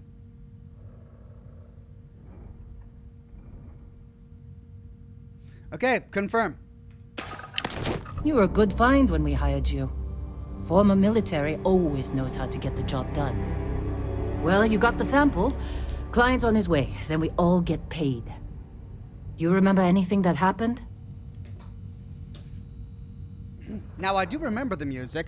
The light was really interesting because we actually had a fade to black before the fade to white. I don't know if you noticed that, but they dipped to black before it dipped to white, which is really unusual for cutscenes like this. So that was kind of odd. It was incredible, like a dream or a vision. Everything's blank after I went into that tunnel. Say something. Oh, they're going to do this? Really? Come on. I'm reading all the options. You're going to harass me. They're going to harass me the entire game when I do this. Ah. There was this light and music. Huh. Well, you passed out, that's for sure. Everything else, probably just your brain playing tricks. Either way, we got what we were looking for. All this trouble for that stupid thing? Sure don't look like much. Never mind what it looks like. It's worth more than this mine has pulled in all month. Will be... Speak of the devil. Press mouse 3 to switch between first and third person. Ooh. Yeah, don't like that. Our Minor. Constellation contact is on approach. Wait, the Explorers group? I thought they were kind of a joke. Not a joke. You're just too young to know better. Hey, I'm just saying they got a reputation. Whoa. Hell, I bet You half the crew don't here look doesn't even good. believe they really exist. Half the crew doesn't believe Earth exists, but it's still there. Same with Constellation. Yeah, come on. Exploring space? Who does that anymore? Ain't the space we've already got complicated enough? Not to them, apparently. Adam. Lynn sure seems to like you. Guess she would know, being the boss and all. Oh my god, it's happening all over again. Adam Burrows says, Starox, Spacehorn, the Galactic Cavalier. Alright, she's gonna wait for us there. We can look around here. Just trying to get through my shift. What? Ah, I'm working. You alright? Need some coffee or something? Got a packet around here somewhere. Hey, a bitten sandwich. Restores 4 health. Can I eat that? Hey, that was my sandwich! He react to it. He just says, oh man. Hey, that was my sandwich. Is there any lore around here? I'm glad they're just waiting for me. I can look around. Nuka Tom says, here's to you, spaceman. Can't wait to see the world for myself and fly around in the vast ocean of stars. But I'm even more excited to see it through your eyes with chat to be the chaotic cluster of voices in the back of your mind. And happy early Labor Day weekend. Thank you, Nuka Tom. I'm just as excited as you. Hey, we got a yellow flight dart. Can I shoot it? Can I throw? Oh, I could laser it. I'm gonna do that. You fitting in okay? Mining Genetic- crews ain't the friendliest, but they're good folks. Genetic sample bottle. I don't even know if I need any of this, but could you? You just locked me in. Oh no. Did I just? Ah, thank God. Is that duct tape? Oh, if Fallout has taught me anything, it's that I need duct tape. Yeah, give me that duct tape. Notebook here. Wow, you can loot a lot of stuff. Should I be looting all of these notepads and paper? This is probably just looking at me. Ooh, look, a geode sculpture. Nice. I hope that didn't belong to anybody. Hey, can I read the terminal? Shifts Tablet. seem to be getting longer. That's Argos for you. Squeeze every credit they can. Okay. All right, well, ooh, a lemon. I looted the tablet. How do I... That's my inventory. How do I... Wow. Okay.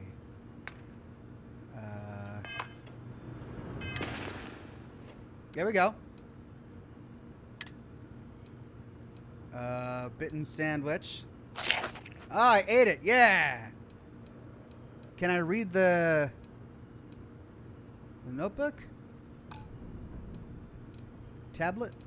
Here, tablet. Can I read the tablet? Inspect. Nope. Alright, so a tablet can't actually be read. I want to read my first terminal. A soil box. Supervisor's log number 2. Supervisor's log supplemental. Still day 2 of Argos Extractor's Vectera dig. Restart collective claim ID Beta 7548 Alpha. As far as anyone knows, this is just another ore run. Vectera's got enough mid-level veins to keep everyone working and not asking questions. I've told Hella everything he needs to know, which is pretty much everything I know. This is another one of Barrett's special orders. He made good with the payment for Kazal, even if it was a bust. This time, I'm not so sure. This place is giving me the willies. I think we're going to find something. I just have no idea what it could be, or why Barrett might want it. But those sweet Constellation credits mean we dig our holes and keep our mouths shut. And I'm okay with that. Hopefully, between Barrett's mysterious thing and the ore itself, we'll be done with this rock in 5 days, when the transport is supposed to come back for extraction. Alright, so these are the holotapes of the game.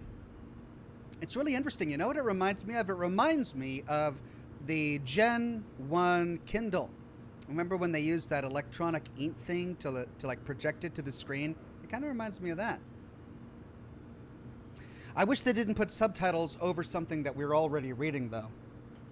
But cool, there's our first holotape. A cutter crate. I got another cutter. All right. Sorry, guys, I'm just looting the entire place. A desktop globe sculpture, yeah. Can I get some Not cards? interested. Whatever it is. I'm gonna loot all the playing cards. The New Vegas player in me is really excited. Glad when we're off this rock.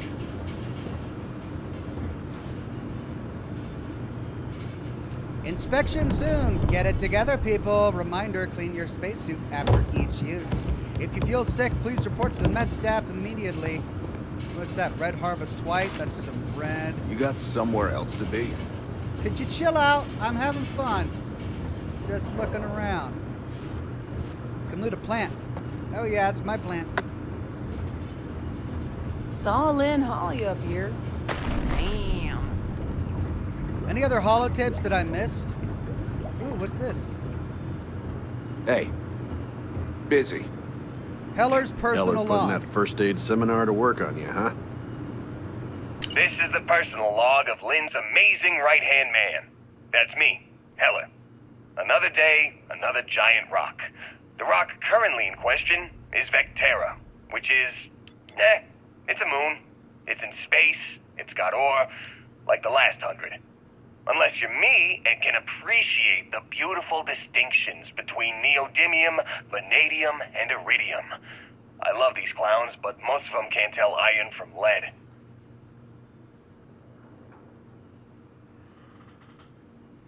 All right, well, we found another holotape. Wandering Paladin says, if Fallout 4 has taught me anything, loot all junk. Greg says, lore! Sarge Games says, hey, Ox and Oxettes, just got home from my weekly 2,500-mile trip and wanted to say hi and hope you're all well. Thank you, Sarge. Hope you're well, too. Snack pack. Tweezers, ping pong ball. Personal groomer. This has been a good run. You lucked out being picked up for this one. Wow, there's just all sorts of weird scrap. Space undersuit? Cheddar snack crackers. Right slipper, left slipper. Well, that's 2 right slippers. Why 2 right slippers? Oh, there's our first glitch. This poor guy's got 2 right slippers.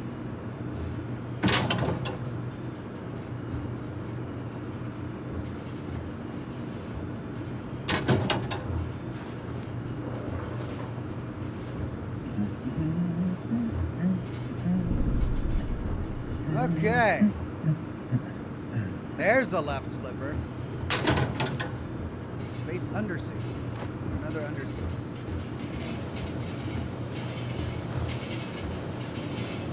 Oh man, you don't see your reflection.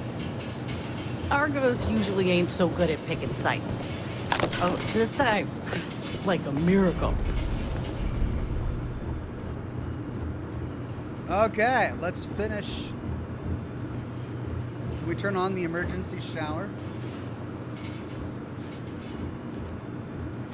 Injector. I'm busy. Is there anyone else to bother? Pill bottles. Out of order. Door.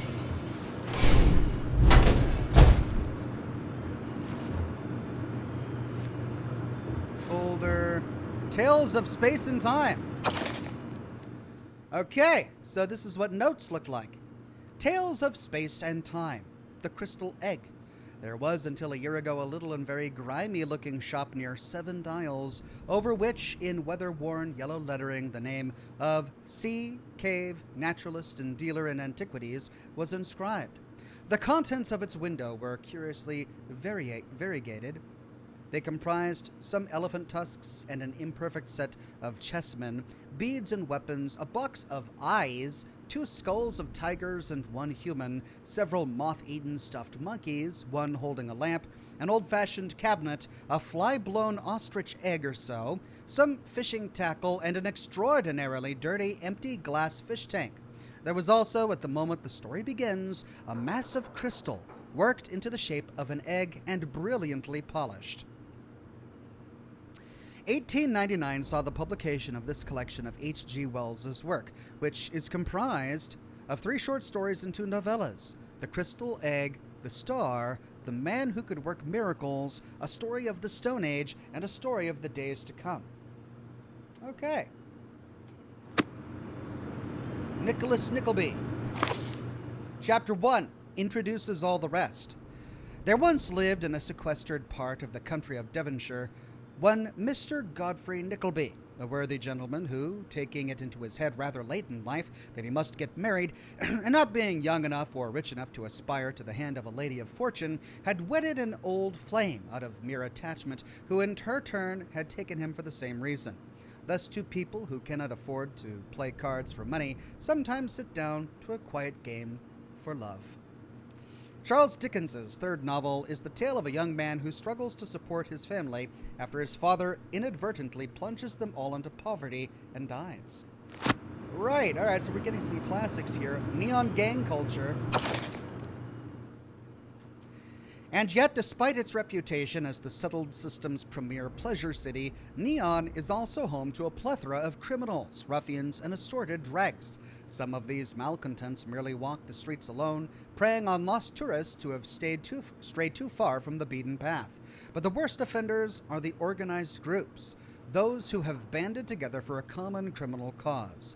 The worst offender is, of course, the Seokgu Syndicate, a crime syndicate bold enough to publicly flaunt their name and rumored to be affiliated with or even directly controlled by Neon Mayor Benjamin Bayou. And then, of course, there are the smaller yet no less dangerous street gangs, the Ebbside Strikers and the Disciples. As with most gangs, their members pride themselves on being quote-unquote family, but the only blood they're interested in is what they can spill in the streets. Carl Lupino's book is an examination of neon gang culture, is an in-depth look at the various neon gangs and criminal organizations, focusing on the Seokgu Syndicate, Ebbside Strikers, and Disciples. He did not have the cooperation of those he wrote about and was warned not to publish his work. Shortly after the book was released, Lupino disappeared and hasn't been heard from since. That's amazing. I hope we have a quest to find him.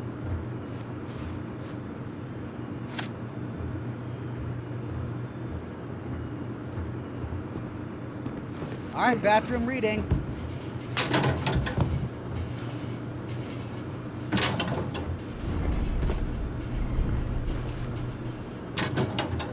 Yes, I am opening every locker. Sue me.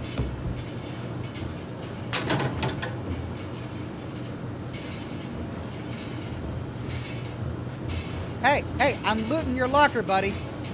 Granola mix. That's my granola mix. Out of the way, I want the more granola mix. Some milk.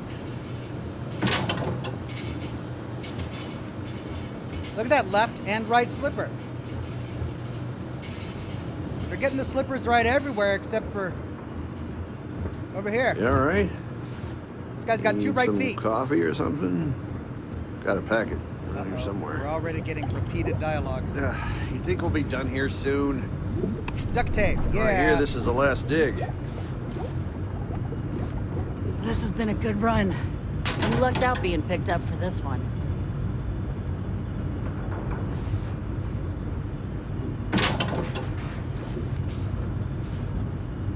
How many space undersuits do I need? Probably not a lot. Got more vacuum tape. Tread sticks. Hey, 172 money. Oh yeah. Notepad. Is there anything on it? Nope.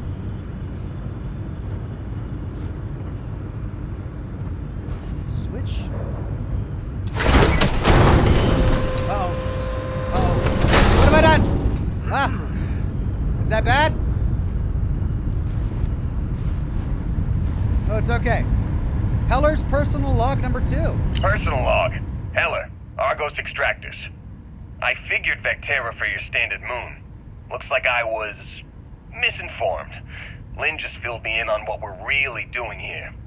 Looks like Lynn's got another, what's the word she used? Discreet contract with that Barrett guy. He says there's something special here, and he's paying top dollar for us to find it, rip it out, and deliver it, no questions asked. I have, of course, been honoring this arrangement by asking Lynn a ton of questions. Ha! She's playing it close to her sweaty old vest, as usual. But a guy does have to wonder, what the hell does special even mean in this case? We're on a moon, in the middle of nowhere. Either this guy wants to make jewelry from some rare space diamonds, or there's some kind of ancient alien death weapon buried here. If it's diamonds, I'm totally stealing one to give to Jennifer, or Carlos, or Naya. And if it's a death weapon, I get to shoot it first. Those are my terms. All right, I think I like Heller. Ghost Boner says maybe the mismatched slippers aren't for wearing. They're emergency tactical chanclas. We'll go with that. Emergency tactical chanclas. Door locked. No digipicks. There's something in there. All right, I need to find a key or digipicks. Credits. The old packed tofu. So we can see inside the box before we loot it. That's so great. Oh my god. I can't tell you how great that is. Okay, so where's the key? Gosh, it's dark. Argos Extractors Mining Outpost. Can I leave now? I should probably finish the quest first. Alright, what's this? This is somebody's body. Diagnostics. Oh, that's me. That's my body. I got zapped, remember? Alright, then we explored this room, right? Did we? Oh, I'm getting so turned around. I think we explored this room. Argos usually ain't so good No, at we picking didn't. sites. Oh, this time, like a miracle. Ao-chan says, I just got here. How's space treating you so far, Ox? It's going great, but I basically just started. Supervisor's log number 1. Supervisor's log. It's day 2 of Argos Extractors Vectera dig. Freestar Collective Claim ID Beta 7548 Alpha. Site setup was fairly painless. New record for us. 18 hours, including the elevator. The prefabs are starting to show their age, though. Time to rebudget for new equipment. Again. The crew is good. Spirits are high enough. Heller is a pain in my ass, as always. And completely indispensable. What's the saying? The problem is, I love him, and he knows it. Calvert remains the weak link. He just can't train away stupid. But she's got a daughter on Mars or someplace and needs the cred, so she gets one more chance. If she does wash out in the end, we've still got the Dusty. And there's definitely some promise there. That's me. Alright, Chad is saying to use the bolt cutters in that last room to try and break into that locked door. You got a few more digs to go before I feel like talking to you. 0 wire. Okay, I mean, I wonder if we can actually do that.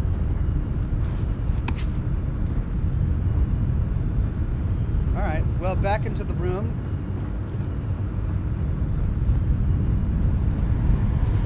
Bolt cutter.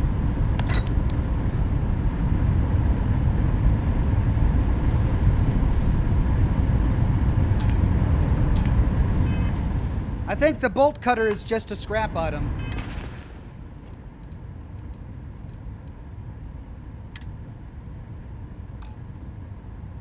Yeah, I can't equip it.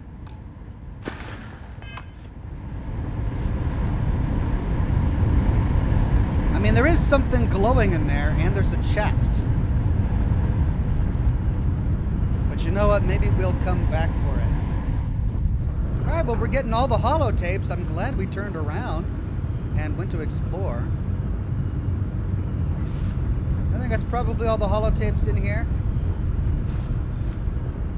Yeah.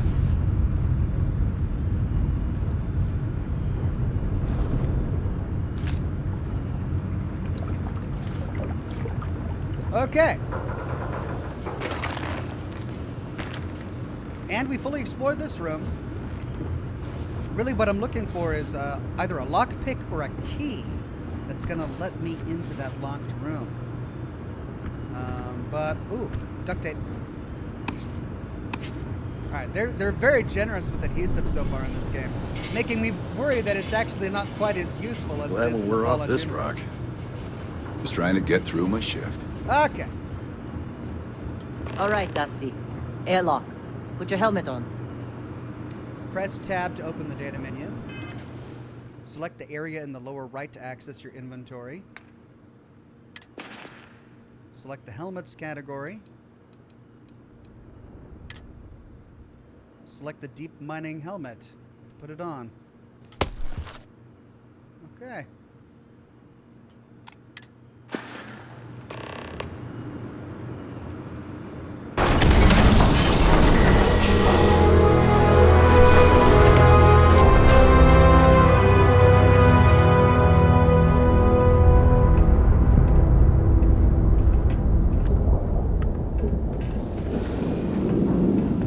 Take care of yourself out there.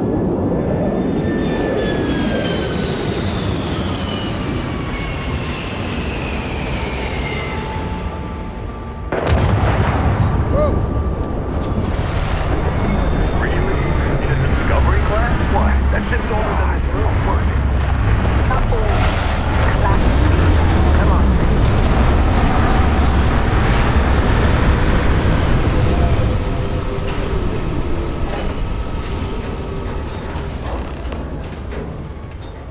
Well, there's the client.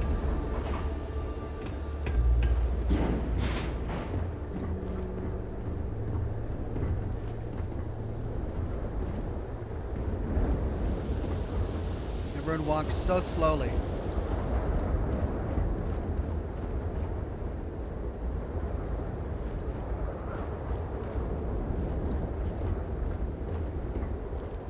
Barrett?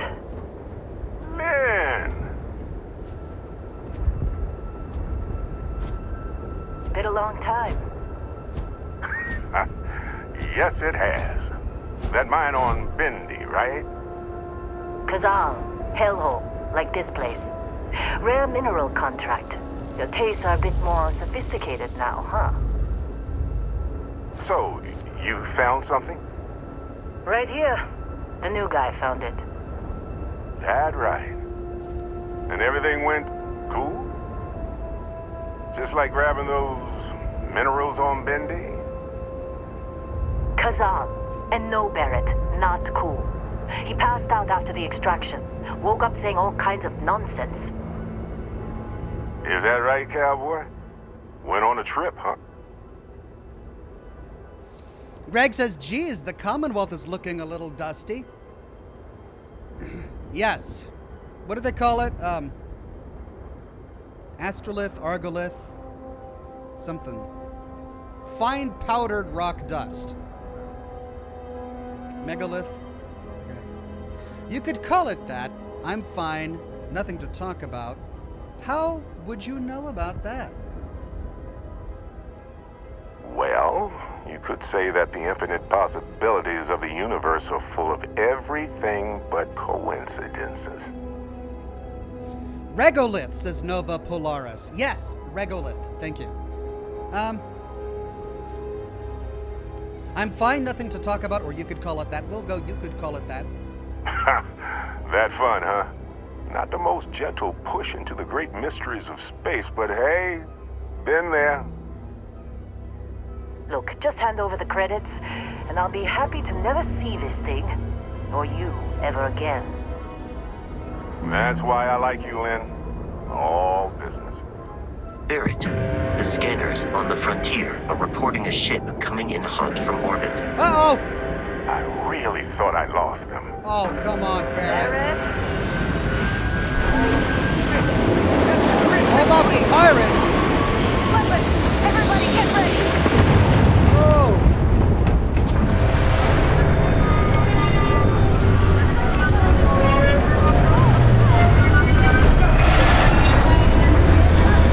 How do I switch weapons? How do I switch weapons? I currently have the cutter. Cutter weapons. Eon. 4 energy damage, 11 physical damage. Okay, take cover. Take cover.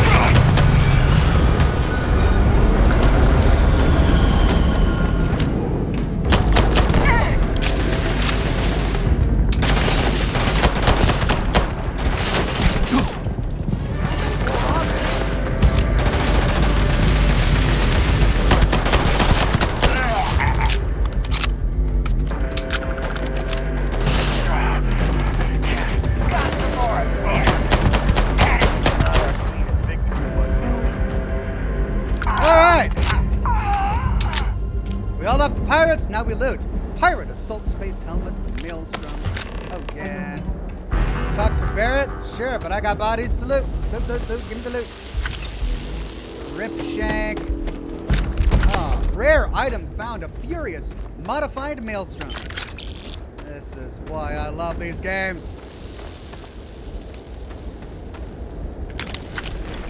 Oh no, one of the miners died. Oh man.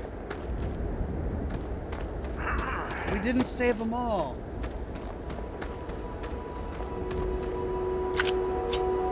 And there's the first bit of clipping. You know, it's been pretty good so far. The game felt really solid, and that's a minor amount of clipping.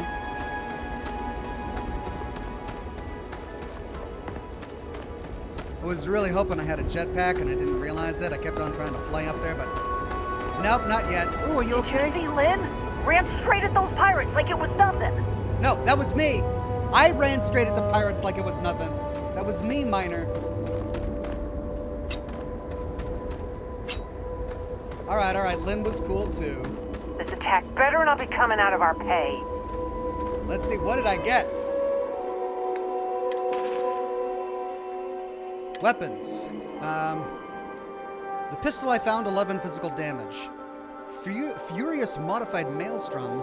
It's only got 4 physical damage, but I'm guessing that the fire rate, yeah, it's 150. So it's 3 times the fire rate.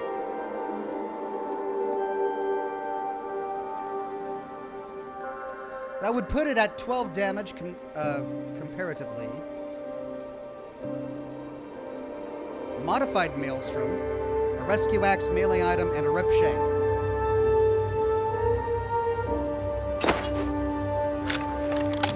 I can't have a melee weapon equipped as well. All right, let's favorite. Let's make this. God.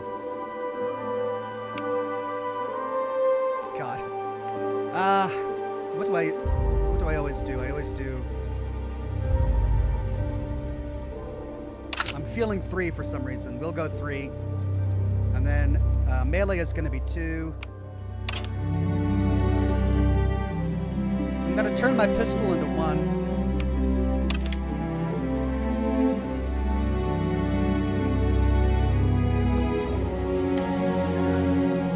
Alright, the deep mining spacesuit actually has a greater DR than the pirate assault spacesuit.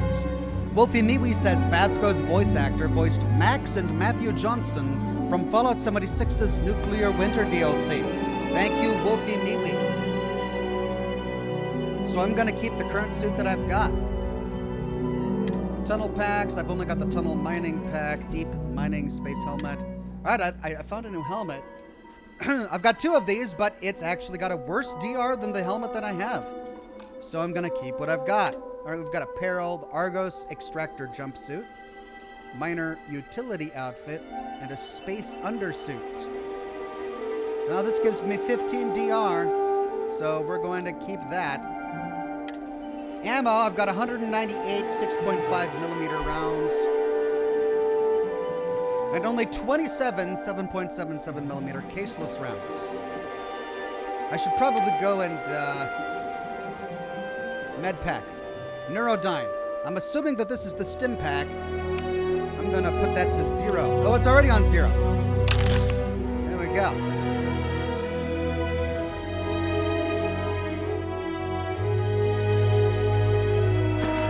Okay.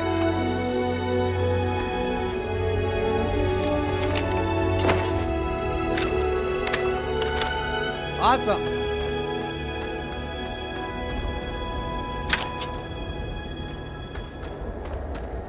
Can't believe the Crimson Fleet hit us. So we've got another pod over here, Argus Extractors. Can we get in there? Broken switch. Ah! Well, that's what I get for touching a broken switch. Minor hard hat and outfit. I got a new outfit already. Let's see, it's minor hard hat and outfit. Minor, that's it. Okay. Interesting. So I'm guessing these are casual outfits for when I take my armor off. All right, well, let's go talk to Lynn. I think that's how we advance the quest. And I think we looted everything. That's where we came from. Where did Barrett go? Well, there's Barrett. Of course Barrett was being followed. Every time. Alt Brindle said music's a little loud, all right? Thank you for letting me know. Let's go to audio, music. It's already at 70%. Let's drop that down to 60%.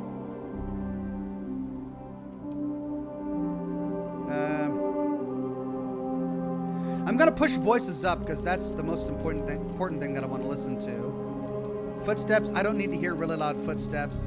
I'll put that down to 60. I'll put other footsteps to 80 so I can hear people coming. All right. Now that was some fine work under pressure. You dug up the artifact, right? That means you saw it. The visions? You're coming with me to Constellation. You're part of this now. Whoa, hello. I have a life already, guy. Maybe I don't want to come with you. You're giving me orders already? All right, we've got 4 options. If they can tell me what this artifact of yours is, I'm in. If you take me off this damn moon, sign me up. Whoa, wait, I didn't ask for any of this. Or what is Constellation anyway? Well, let's do that. Let's say, what is Constellation anyway? Zartu says, Oxhorn, pretty sure there was a digipick, a lockpick, in one of the lockers near the 2 left slippers. Okay, Zartu, I'll go back and check. You ever stare up at the stars at night wondering what's out there? Well, that's us. That's where we go. Well, wait, I didn't ask for any of this. Hey, I wasn't gonna bring it up, but we don't exactly know what the artifact might have done to your head, and Constellation is really the only group qualified to help. Oh no, Barrett. No. You think you're just going to take off after the mess you caused? All right. I guess I did just put you all on the Crimson Fleet hit list. How about I stay and I send your Dusty here in my place?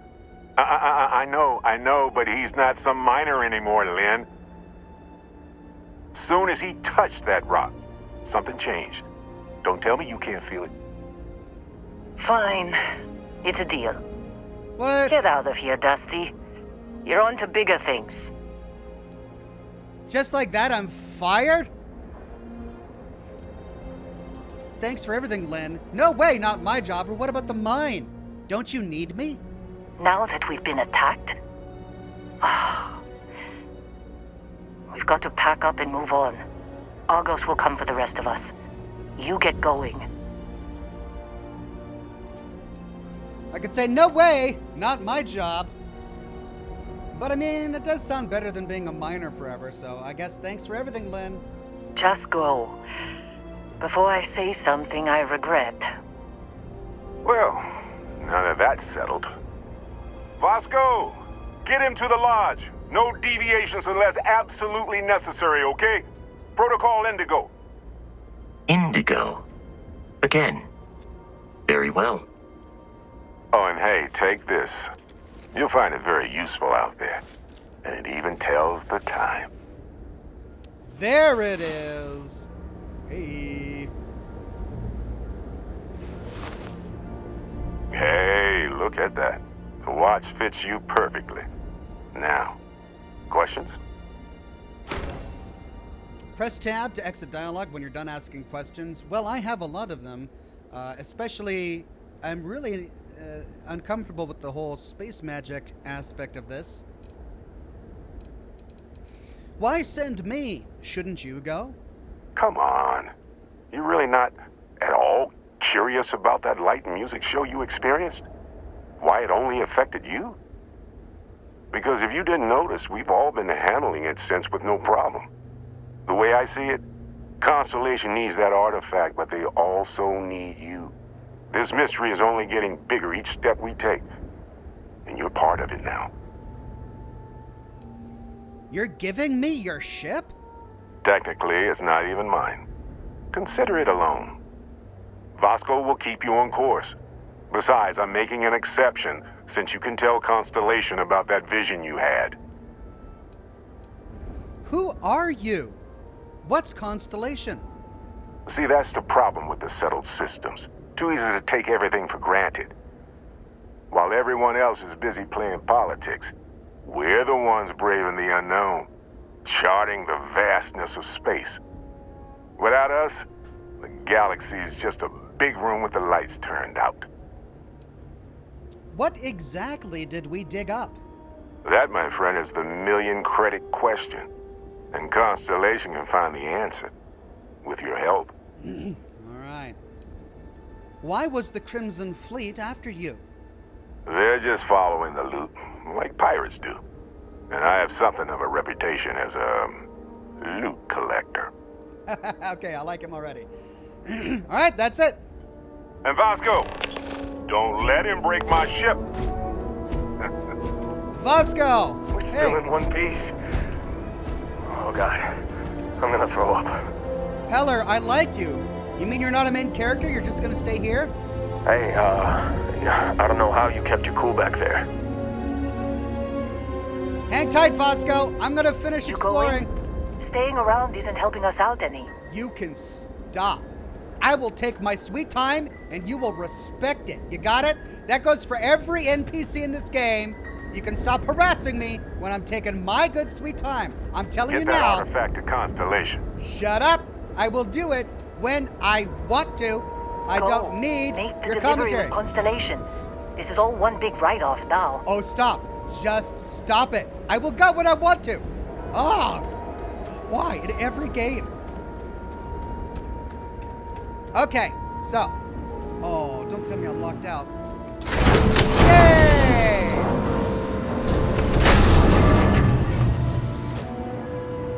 All right, so check the locker You in one piece? Good. with the Me? two left slippers, right? I'm just gonna pass out as soon as my heart stops racing. If I can find it again. Where was it? Were you in that dust-up? You know you don't get paid extra for bravery, right? All right, there's the two right slippers.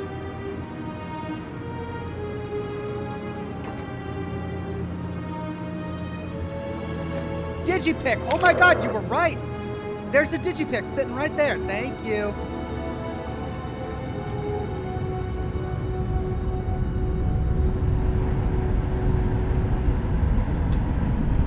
This lock is too difficult. Come on, I found a Digipick. Oh man, it's like the cryolator all over again. Rachel says, you need to get back to Fort Atlas, Initiate. I am scarred. I am scarred by the Steel Rain and Steel Dawn DLC to Fallout 76. I am so tired of them telling me to get back to Fort Atlas. They can stop, and I don't want these guys doing it here.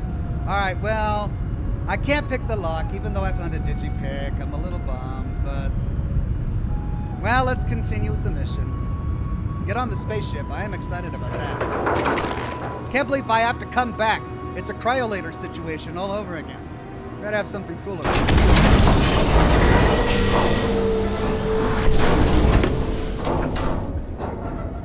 Oh, is there a mech right here?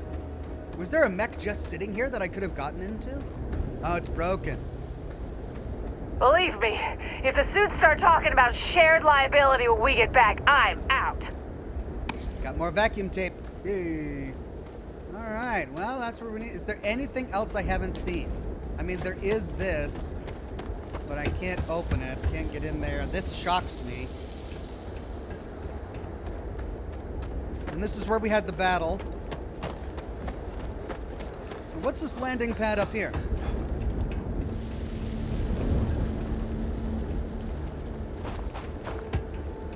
Give me like a master lockpick or something. ISO-centered magnet. It's the second one we've found. We got very interesting random junk items in this game. Can we walk off? Can we just walk off? What's that? A nickel deposit. Oh. I guess I need to add my cutter to a... Okay, let's turn that to a 4.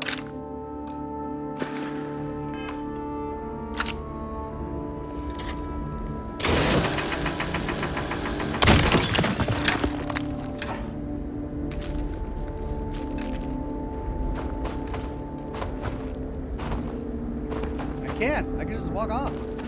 How far can I go? Don't give me an invisible ball.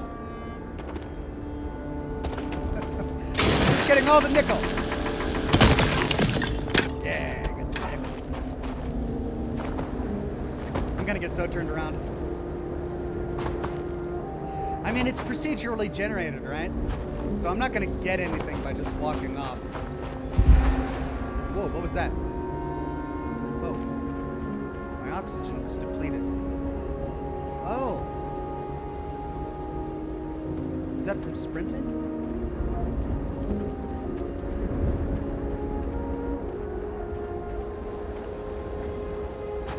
Yeah, okay, that's from sprinting. Yeah, I thought I was gonna have infinite sprint, but I guess not. All right. Well, it looks like I can just keep on going, which is really cool that they give me that option. At least I could do it if I wanted to. I could just run off into the mountains if I wanted to. But we won't. Let's go back to the ship. Sprinting and being encumbered uses oxygen. Am I encumbered already? I mean, I did go kind of hog wild in there. Mass, 110 out of 135. I'm not encumbered yet, but I'm close to it. Looks like sprinting consumes oxygen. And when I run out of oxygen, I start generating CO2. What's this? That's water. Interesting. See, this is the thing. I can get lost in these little details of just exploring. What's that? Oh, it looks bad. It looks poisonous. What do? I get close?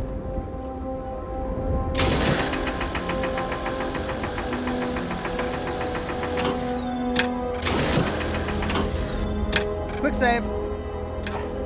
Jump on it. Radioactive gas. All right, yeah. Back.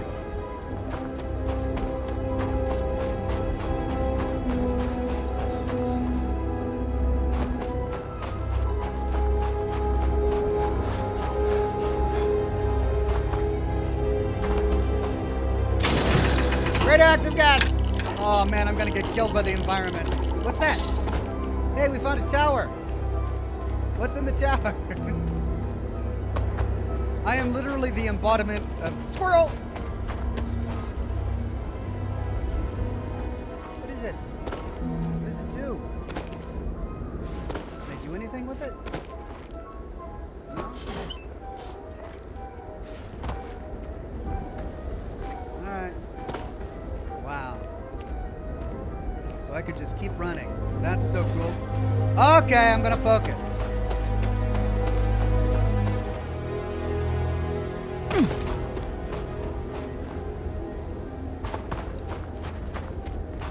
Why does my cigar keep going out? Oh, I'm generating CO2. So I generate CO2 if I continue to run when I'm out of oxygen that I lose from sprinting.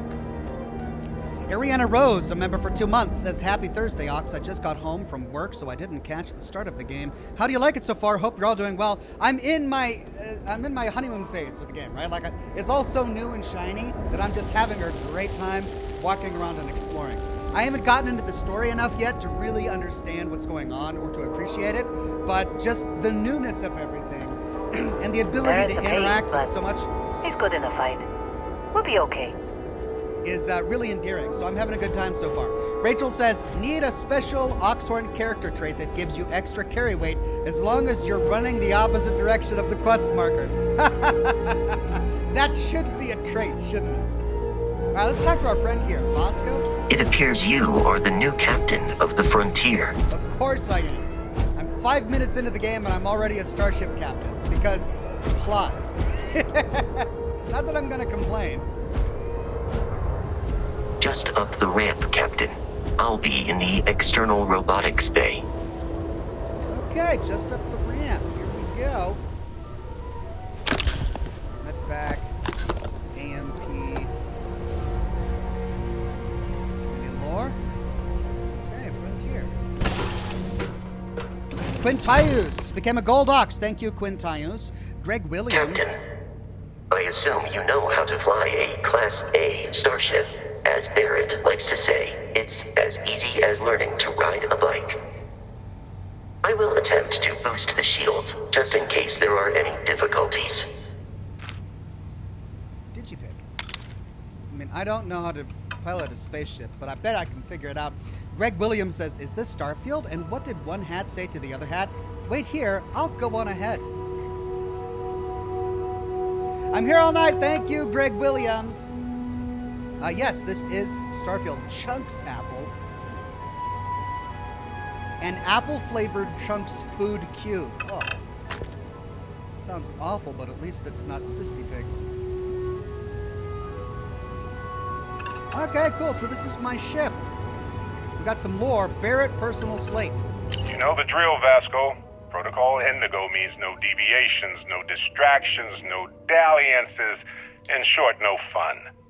Unless, as strictly defined by Sarah, said deviations, distractions, and dalliances are completely necessary in getting this fine vessel, the Discovery-class Starship Frontier, back home in one piece.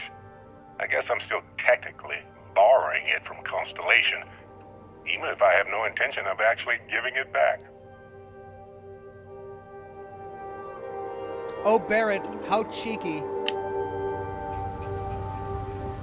We've got a Nova mug. What's this? A research station. The research lab lets you discover new crafting recipes by completing research projects. Each research project requires materials in order to make progress. The materials needed can range from raw minerals extracted from planets to organic substances extracted from alien creatures and plant life, to manufactured components that can be made at an industrial workbench. Pharmacology available projects to performance enhancement. Wow, it's Jet. It's literally Jet. Look at that. Performance enhancement and then medical treatment. Heal paste. Oh my gosh, that's about as generic a name for an item in a game that you can possibly come up. All right, we need to come up with something that heals you in space. I know. Heal paste. paste it on and it heals you. It's heal paste. Progress 0%. Let's see, what do I need? I need aluminum, amino acids, and antimicrobial. Alright, then we've got food. Old Earth Cuisine 1. It looks like meatloaf. Is that meatloaf? Yeah. Beverage development. Oh, great. Mustard in a pouch. Mmm.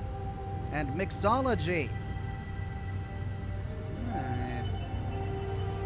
Then there's manufacturing. I need iron, sealant, adaptive frame, and zero wire. Okay. Alright, is it possible for me to track project? Oh, look at that. Okay. Resource extraction blocked. I need outpost engineering rank 1. Decoration share. Track it. Horticulture, I need outpost engineering and botany. Domestication, I need outpost engineering and zoology. Power generation, outpost engineering. Robots, I need zero wire, aluminum, and beryllium.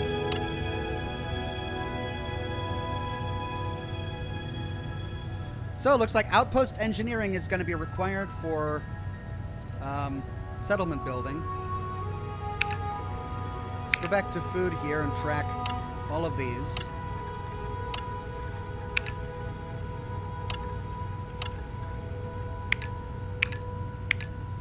Helmet mods. Tungsten, cosmetic, and polymer.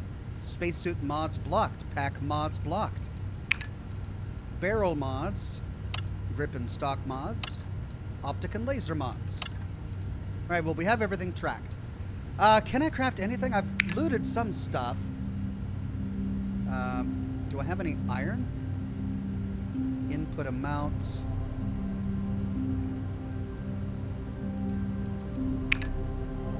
Inventory 2, required 2, input.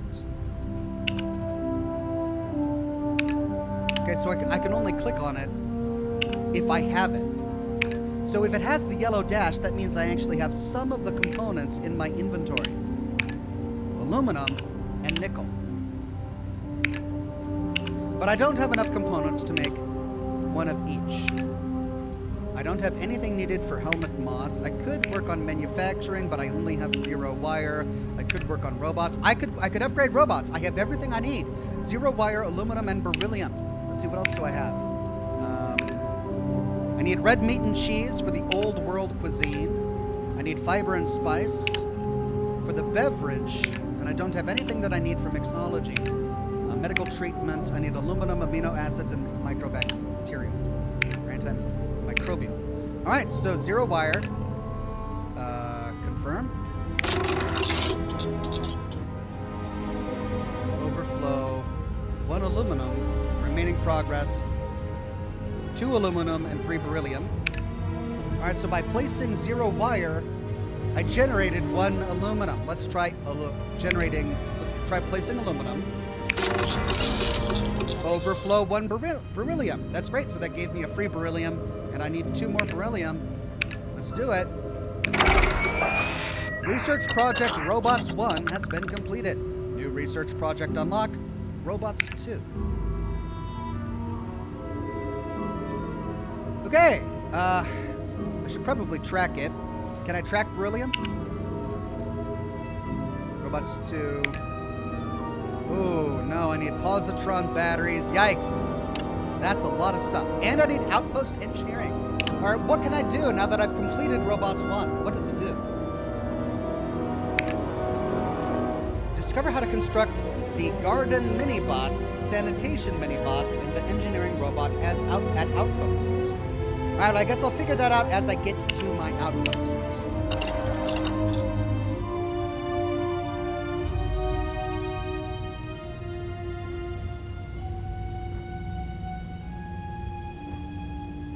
Okay. Oh, I'd kill for some chunks right now. First stop when I get home. But I really need to get better about packing snacks for these long hauls. Some rhubarb boom pop. Maybe some cereal. Irvin always always made the best trail mix. Added in little marshmallows for stars. I miss that.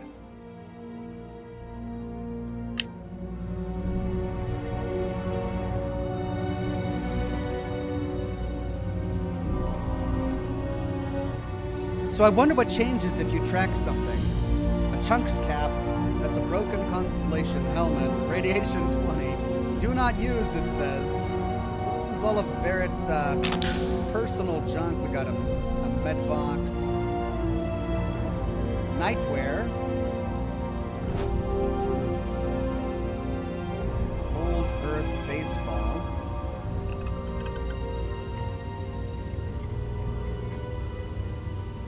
Ah, okay. Red Harvest White.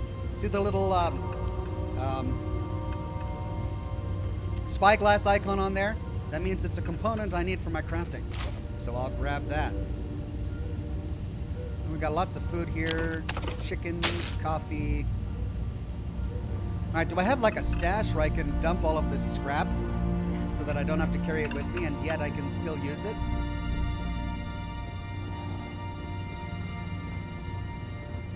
Well, nothing that I can find so far. Okay, hatch.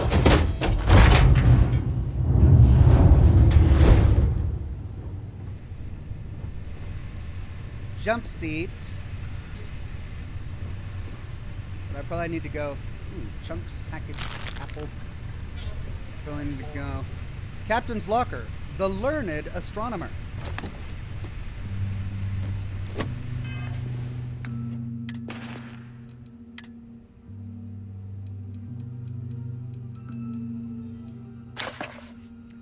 When I heard the learned astronomer, when the proofs, the figures were ranged in columns before me, when I was shown the charts and diagrams to add, divide, and measure them, when I, sitting, heard the astronomer, where he lectured with much applause in the lecture room, how soon unaccountable I became tired and sick, till rising and gliding, out I wandered off by myself, in the mystical moist night air, and from time to time looked up in perfect silence at the stars. Walt Whitman's When I Heard the Learned Astronomer, while only one stanza, neatly encapsulates the author's disdain for the scientific overanalysis of nature's beauty.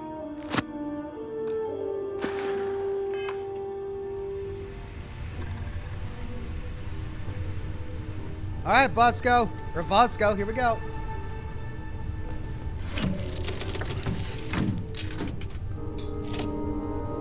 Shield's ready. The rest is up to you. Oh, great.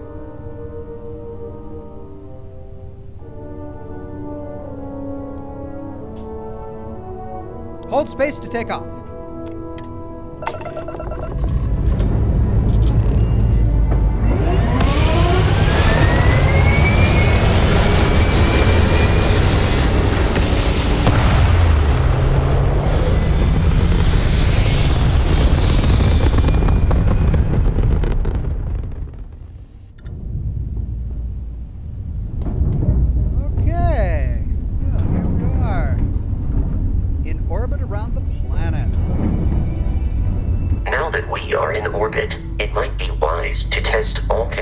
And systems to ensure they are not on the verge of catastrophic failure.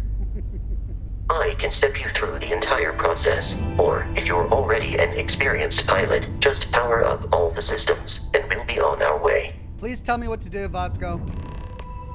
Okay, optional power up all the systems, learn to fly. Hold left Alt and use WASD to switch between systems and allocate power. You can skip the ship tutorial by powering up all systems, including the grav drive. All right, left Alt.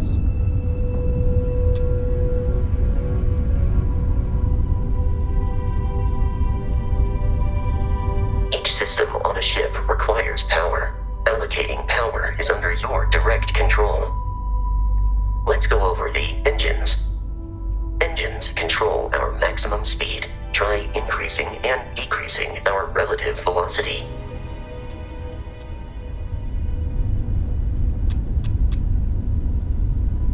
A ship's engine has a sweet spot for better handling during turns. draw your attention to the HUD, you'll notice a speed indicator in the lower left with a gauge that goes up and down as you adjust the throttle. Try to center the gauge so that it lines up with the center of the vertical bars to its right.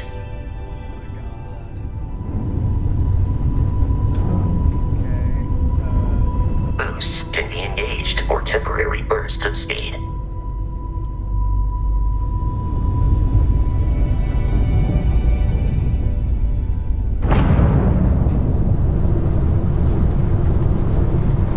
Let's turn our attention to the shields. Try adjusting power to the shields. Notice more power increases their strength. Shields protect the ship from hull damage. Without a hull, they'll be vaporized. Shield health is displayed in the lower right. Hull damage is below it. Okay. Alright, so I've got shields off. I've got engine on You've max. proven an adequate pilot. Are you familiar with ship combat tactics? Because that's a Crimson Fleet ship bringing its weapons to bear.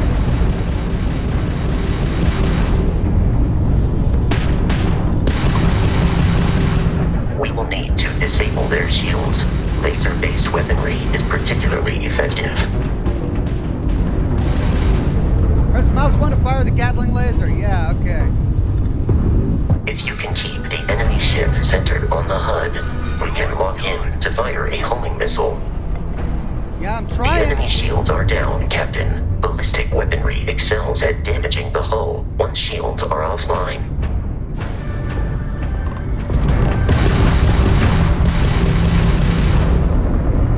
That's all you got?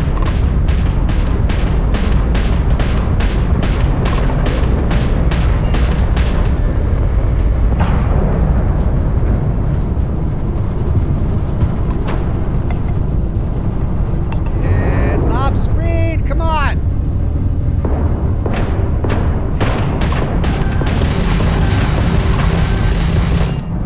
Your ship's hull integrity is low. If it drops to 0, your ship will explode.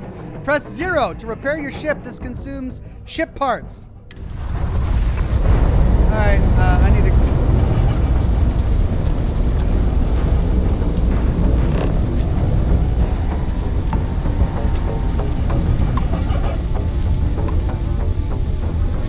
This ain't over.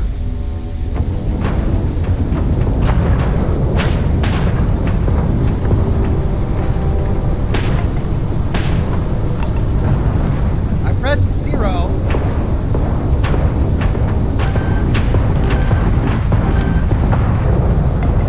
Why can't I keep him in frame? It's just, no matter what I do, he's off frame. Let's end this. Yes, okay. I'm just spinning in circles now.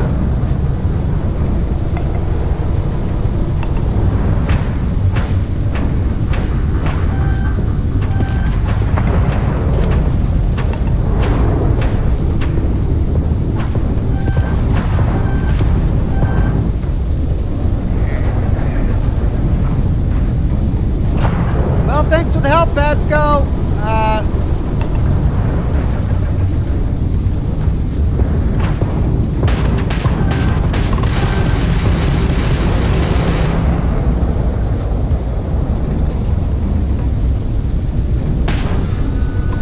Is that you, Barry?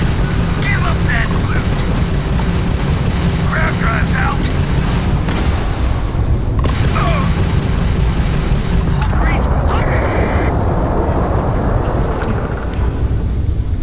Congratulations on surviving your first Starship assault, Captain.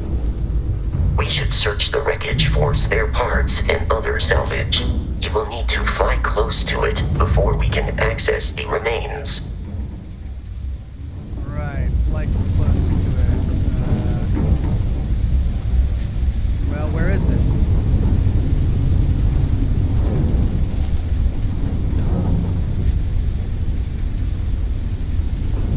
Okay. Getting close to it. Okay, got 3 copper. So I don't have any 2 space. more Crimson Fleet ships are jumping into our location, Captain. Really?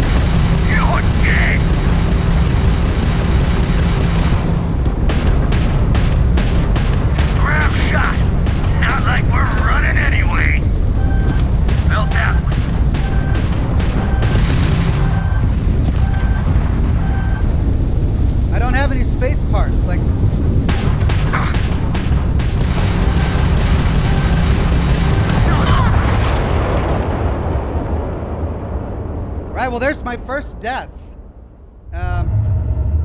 Press O, not 0. Oh, it looked like 0. I was pressing 0. Okay, so... Now that we are in orbit, it might be wise to test all controls and systems to ensure they are not on the verge of catastrophic failure. I can step you through the entire process, or if you're already an experienced pilot, just power up all the systems, and we'll be on our way. Okay, let's try this again. So I've got everything set to engine. Shields are all the way down. Each system on a ship requires power. Allocating power is under your direct control. Let's go over the engines. Engines control our maximum speed. Try increasing and decreasing our relative velocity. Okay, decrease velocity, increase velocity. A ship's engine has a sweet spot for better handling during turns. Draw your attention to the HUD. You'll notice a speed indicator in the lower left with a gauge that goes up and down as you adjust the throttle. Try to center the gauge so that it lines up with the center of the vertical bars to its right. Okay, got that. Boosts can be engaged for temporary bursts of speed.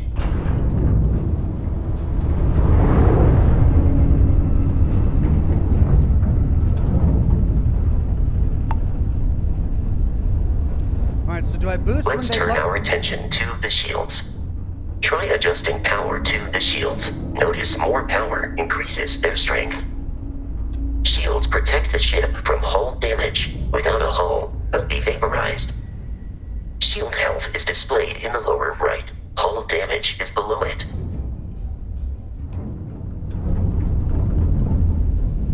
Okay, I've maximized shields. I've got 3 into engine. And now I'm about to be attacked. You've proven an adequate pilot. Are you familiar with ship combat tactics? Because that's a Crimson Fleet ship bringing its weapons to bear. Grabs in the red! We will need to disable their shields. Laser-based weaponry is particularly effective. Okay.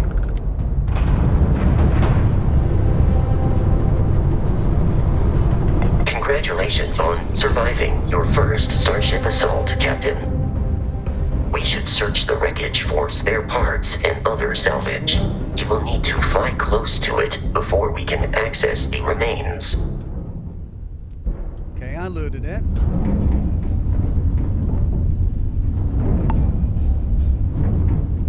Now give me the 2 more. I looted it. I looted the items already. Continue with the tutorial. Oh dear God, it's not going to continue, is it? I already looted. 2 more Crimson Fleet ships are jumping into our location, Captain.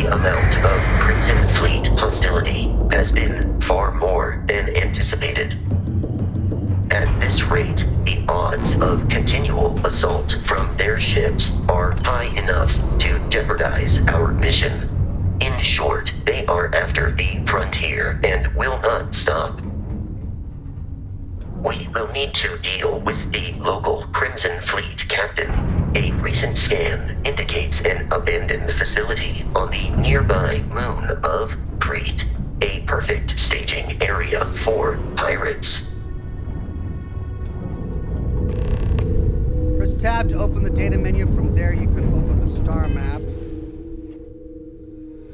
Okay. Star map. Travel between the stars. Zoom out to see the entire star system. Zoom out again to see all of the stars in the settled system. Plot a course by selecting the star system you want to travel to. Your ship can only jump so many light years at once, so distant star systems may require you to jump to a closer star first. Okay. This is Vectra, Argos Extractors Mining Depot, spaceship debris. Did I not get the spaceship debris? Right.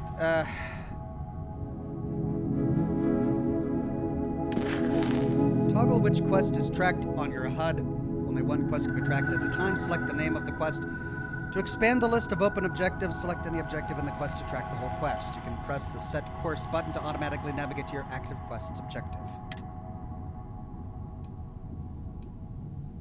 Deal with the Crimson Fleet check. Travel to Crete.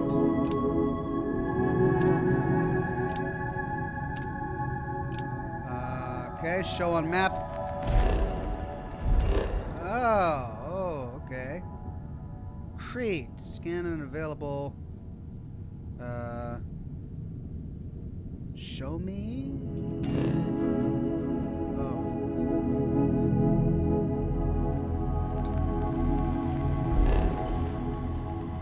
Oh, okay.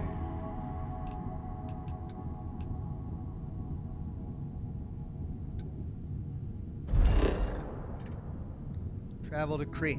Okay.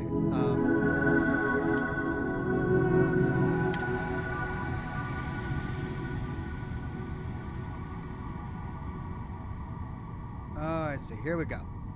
Crete Research Lab. Yes. Travel X.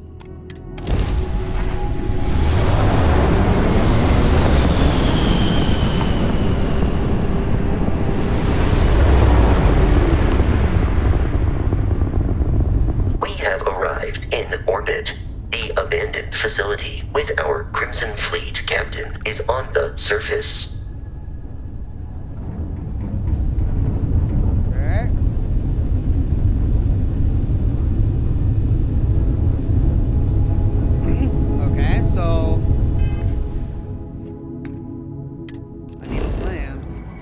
Planet view of the star map gives you information about the environment, lets you scan the planet for resources, and helps you discover key landing sites.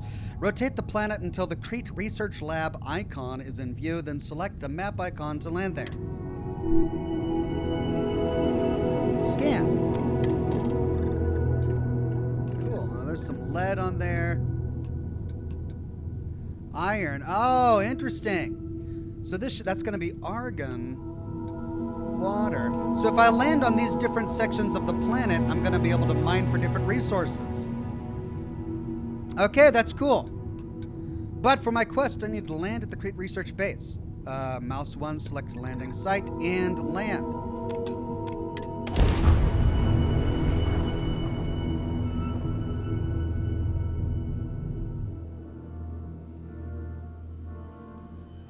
I mean, that's, I'm familiar. That's a little familiar. It reminds me a little bit about resource scanning in Mass Effect. From here on out, Captain.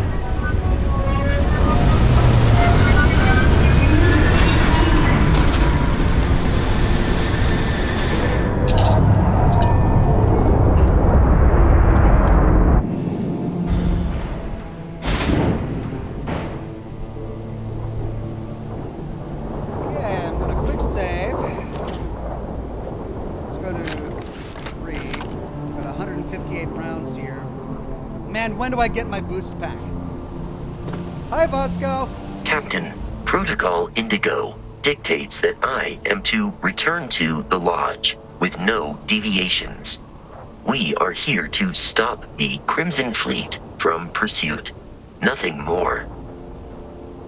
Why is the Crimson Fleet captain after Barrett? I have often asked Barrett that same question at various times, and about various individuals that wanted to cause us harm. The most likely answer is that Barrett personally insulted him, typically by continuing to live, usually after escaping from certain death, and often with an object multiple people wanted. Just who are you and Barrett? What's Constellation? Constellation is an explorers society founded over 50 years ago with the mission of seeking out the unknown. Members often engage in expeditions in small groups, typically 1 or 2 people, or like Barrett and myself, 1 person and 1 robot. The membership is intentionally limited and small. Should you join Constellation yourself, you will be the 10th active member. Pretty small cadre there. Why is Barrett trusting me with his ship?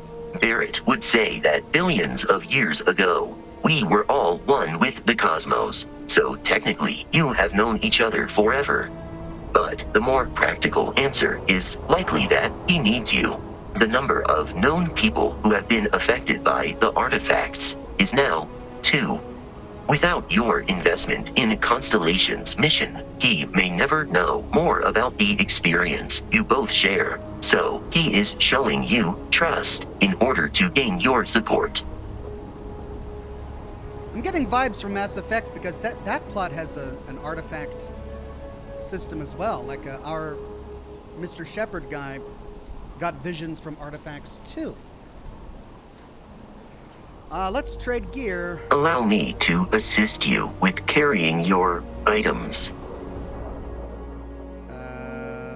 Laser cartridge, that's all he's got now. Alright, Chad is saying that I need to deposit all my gear in the ship before I go. Alright, I need to figure out how to do that, because yeah, you're right. I can't be carrying around everything that I've loaded so far. So let's figure this out. How do we deposit items? Barrett, personal slate number 2. Well, hey there, irate pirates. Looks like you finally did it. Boarded my ship, scrapped my bot, ripped those beautiful brown eyes out of my adorably cherubic face, and then you discovered the guy you had pegged as a treasure hunter doesn't actually have any treasure. Not anymore. It's true. I may have had a pricey trinket or two when I evaded your sorry asses at Kumazi, but brother had to buy fuel. So you get nothing, except my ghost. Because I am gonna haunt your asses till the end of your days. Which, for a Crimson Fleet pirate, is about, what, another week? Chinthor says, just here, 90 minutes in, face choice just done. Pretty much. I've just started the plot. Greg says, if you can, you should try to do the Shady Sands shuffle with an NPC at some point. I'd love to. But we gotta focus on depositing all our scrap. And I don't know how to do that just yet. I mean, here's our work. Well, that's a research station. Can I... Weaponry... We're already scanning for all of this. And all of this is blocked.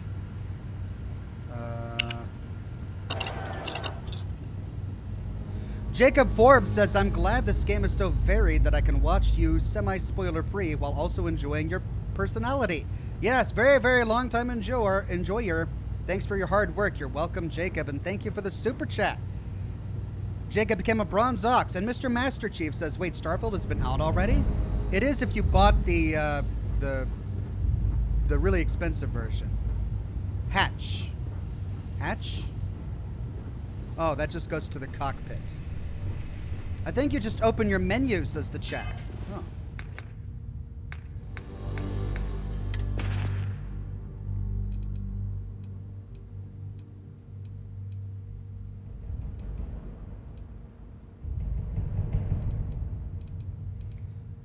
Miscellaneous.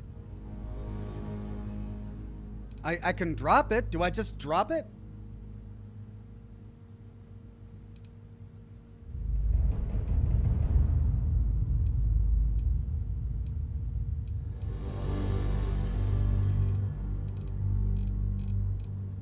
Sort, inspect, drop, back. That's it.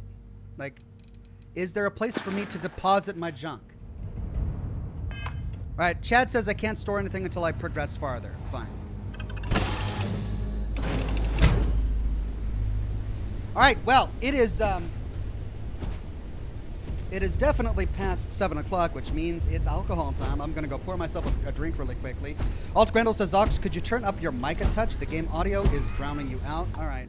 My mic is already turned up as high as it can go, so all I can do is decrease the audio to make my voice sound louder. So I'll tell you what, let's put music at 50%. We already had it at 60, and it seemed overpowering. Let's put effects at 60%. Let's put voice at, let's say, 85%. We'll put footsteps other at 60%. At 60%. Footsteps player on 50%. And keep voice as the next highest. That should do us. Okay, 2 minutes, actually less than that. I'm gonna pour myself a drink. I'll be right back.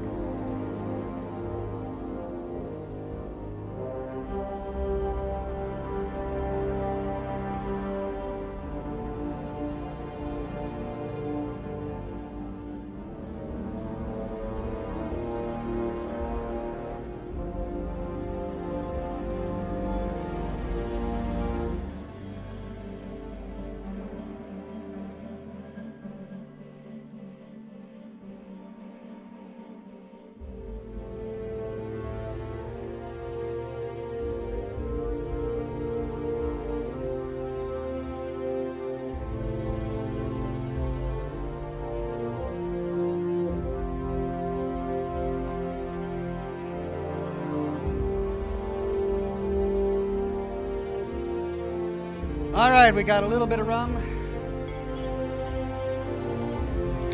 little bit of Coke. Whoa.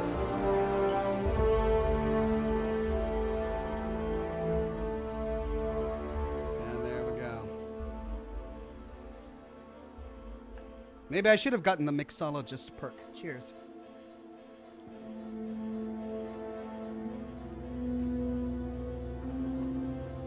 Ah. Hits the spot. All right, I think we're ready.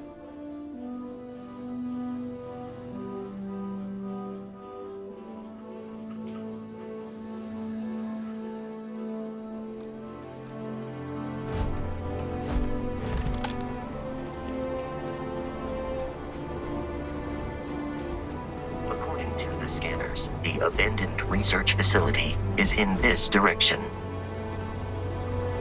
Thanks. I see it on my HUD, but you follow me, all right?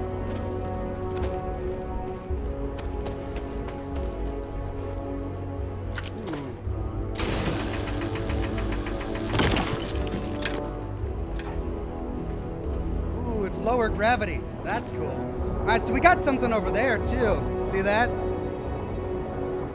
Something over there, and that's the research facility over there.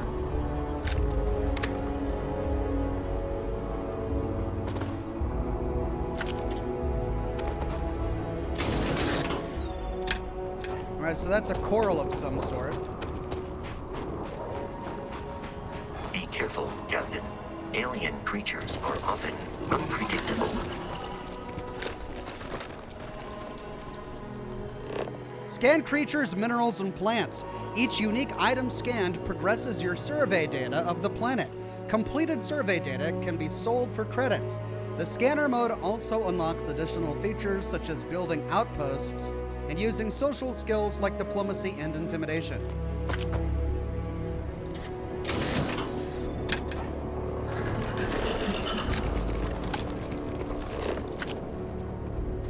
Okay, so there's my scanner.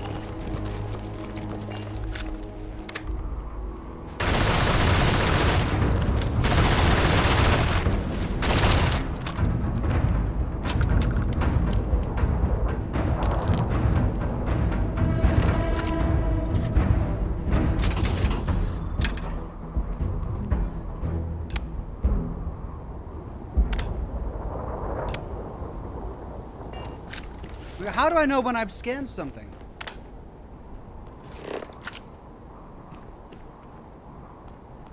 %13 scanned. Oh, do I just go over the whole body?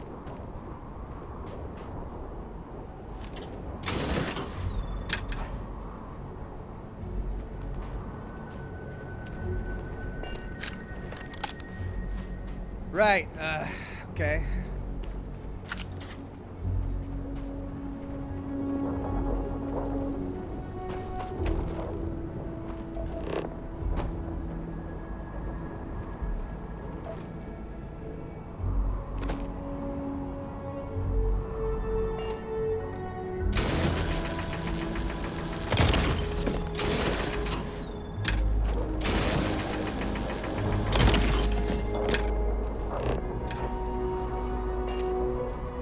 All right, so I just open up the scanner, I guess, and it automatically does it.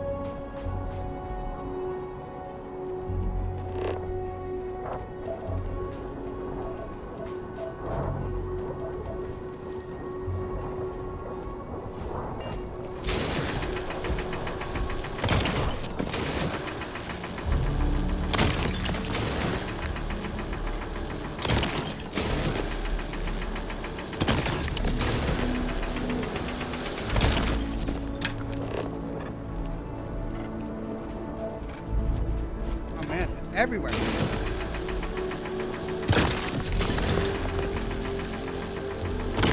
I'll definitely be walking away with enough iron.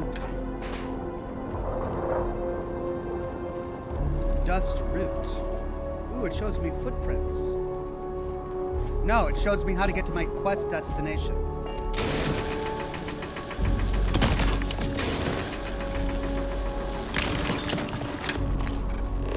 Dust root.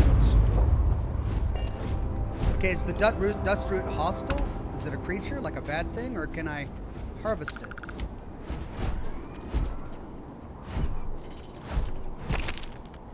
Okay, I guess I harvested it. Cool.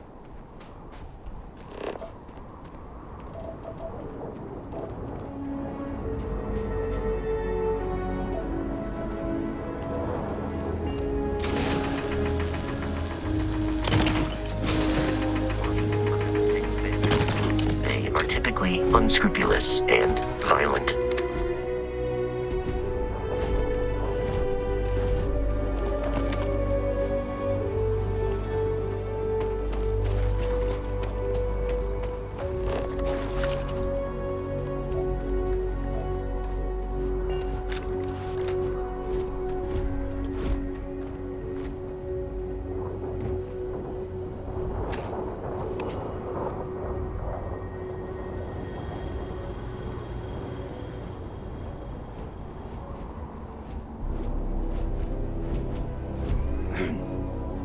I really need to get a handle on space combat.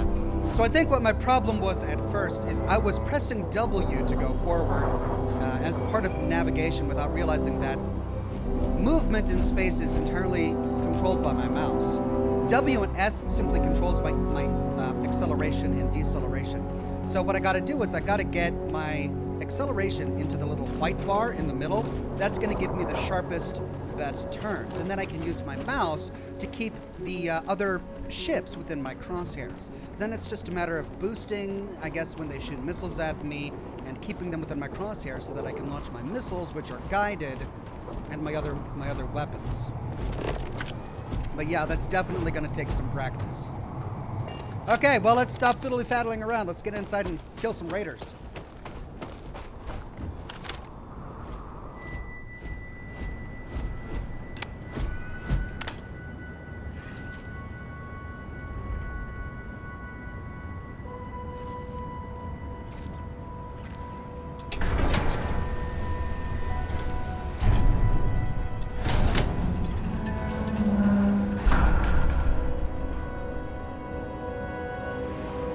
The music reminded me of Star Trek for a minute there. It almost sounded like it went ding, ding, ding, ding. There, right? Definitely inspired by Star Trek. I'm really enjoying the music, by the way. He always does a great job. Ion Zul, just amazing stuff. All right. Art Pixel says, if it's solid blue, it is scanned, but need more scan to get all info. If it's green, all info is gathered. What do you mean needs more scan to get all info? Oh, that I need to scan other creatures within that group to get more info? Okay.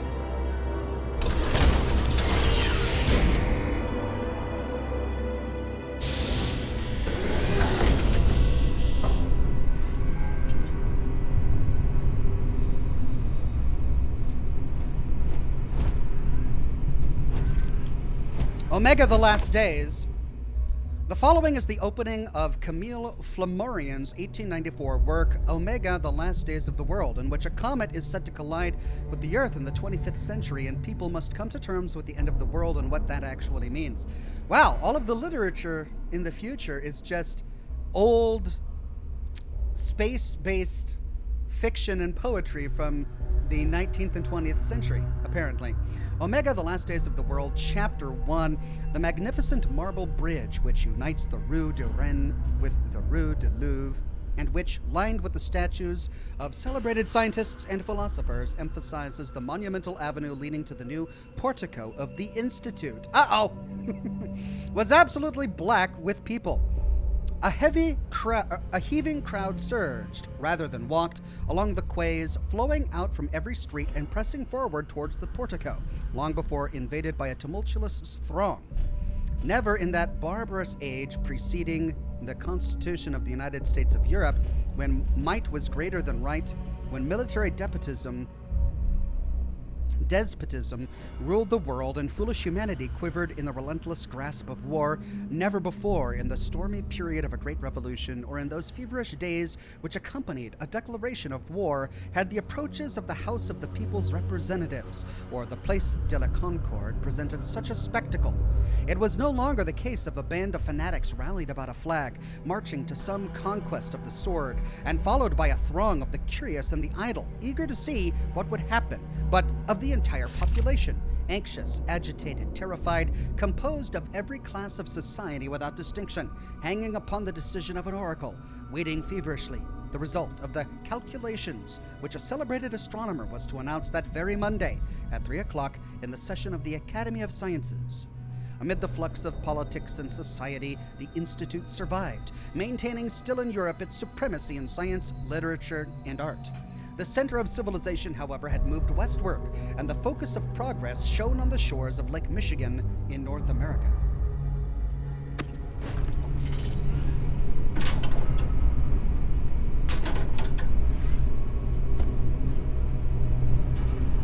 Curious. These are United Colonies markings, but we are in Freestar Collective space. It then stands to reason that this was once a secret UC facility. Secret UC facility. Interesting lore.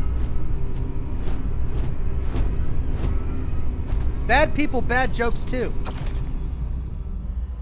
Oh god, here we go. You guys are gonna love this. Why did the chicken cross the road? Huh? What's a chicken? Knock knock. Who's there? Planet 2. If I throw a party, will you help me plan it? Okay. Ecliptic mercenary says to a woman, I've been hired to kill you, and I always get the job done. Woman says, can't we talk about this, son?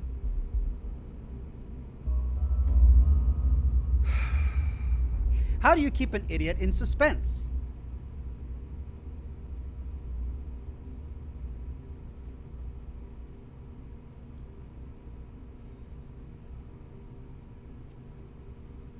How do you get a Freestar Collective hick out of a tree? Wave. Louis Lupper's Bad People, Bad Jokes Volume 2 is the follow-up to his original work, and just like its predecessor, has become a cult hit. I mean, well, okay. If that goes for humor in this galaxy, we're all in trouble. Solar Frontiers game. Starlocked board game. I shouldn't be looting all of this crap, should I? I really shouldn't. Reminder. Run.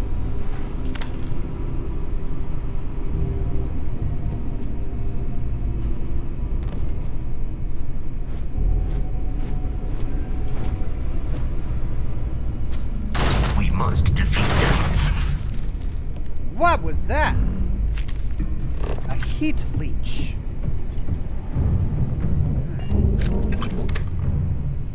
Ew. That's disgusting. Okay, we got a terminal here, but we can't really do anything with it. Red Rover, come over. Holy cow, the endless documents in this game. An excerpt from Lubrov Song's novel, Red Rover, Come Over, an alternative history where autonomous robotic rovers gained sentience, replicated, and colonized Mars before humans form colonies. Larissa just smiled. The machine continued to blink its lights and emit faint whines as its servos whirled, unsure of how to proceed. But machine communication was Larissa's specialty. She flicked the buttons on her universal comm unit. Its LEDs blinked rapidly in response to her movements. It's okay, she signaled through the device. I won't hurt you. But if we've any hope of getting out of this cave, we'll need to work together. Larissa hadn't expected her day to go like this, trapped in a disused mining tunnel under the surface of Mars with a frightened and potentially hostile maintenance robot, but her espionage training had prepared her for similar situations. The machine clicked and beeped in response. I trust you. It wasn't a direct translation. As precise as machine binary language was, there was still a lot of room for misinterpretation when translated to her native tongue. It was close enough. The robot seemed to relax. Its glowing aperture expanded to let more light in as it gazed at her, taking in any information it could glean from her. And then it extended one of its many clamps in her direction. Shouldn't that be glean, not gleam? Clamps in her direction. She took hold and, with a firm yet gentle tug, pulled the small robot out from under the rubble. There we go. That's better, isn't it? She asked, clicking out her message in her comm unit. Now, if you can lead me out of this tunnel and back to my dropship, I can call for backup that could help your fellow machines fight back against your oppressors. The robot seemed to nod in understanding and began to wheel its way down the rocky corridor, stopping every so often to let Larissa catch up.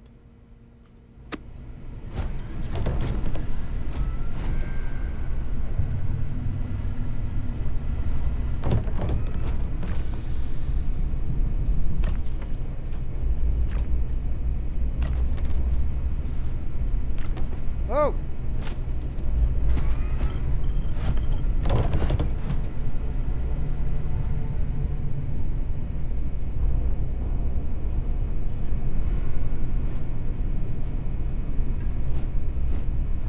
Tilly says, Ox, I think you might have missed Gontro Dim's super chat. Sorry about that. I will likely miss many super chats during today's broadcast, but I'll do my best to read them all. Scrolling all the way up, I don't see Gontro Dim's other super chat. I read one that he did previously, but I don't see any new.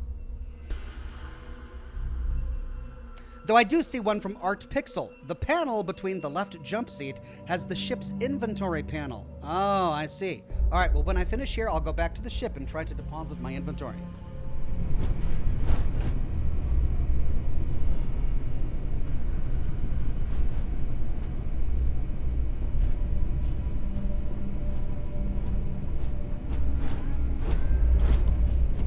My life, chunk by chunk.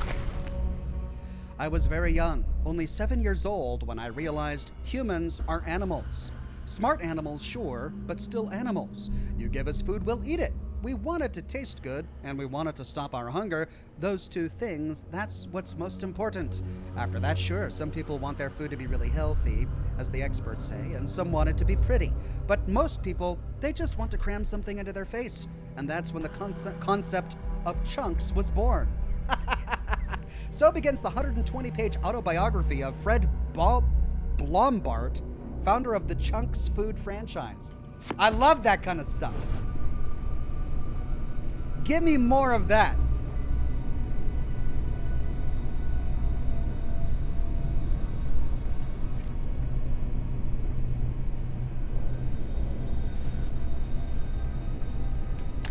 Credstick. Digipix.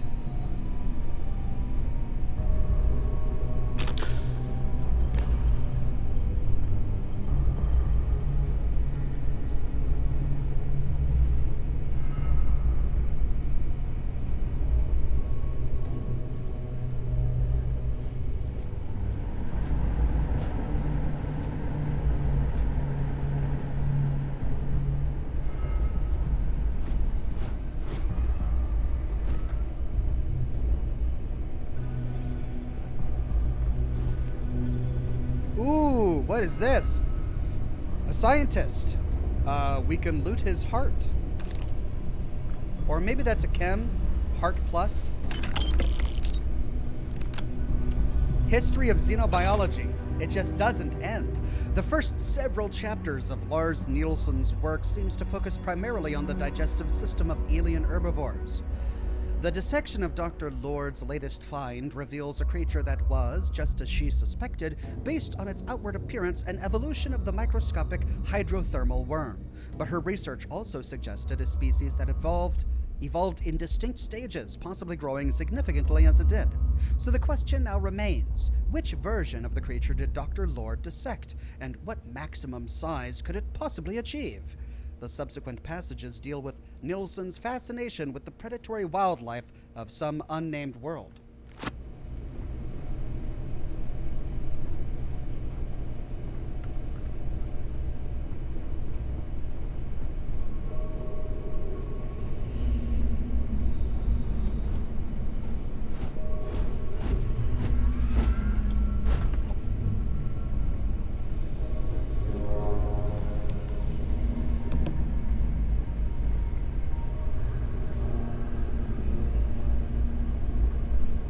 So far, no raiders. Are they already dead? Or are they all hiding in the back?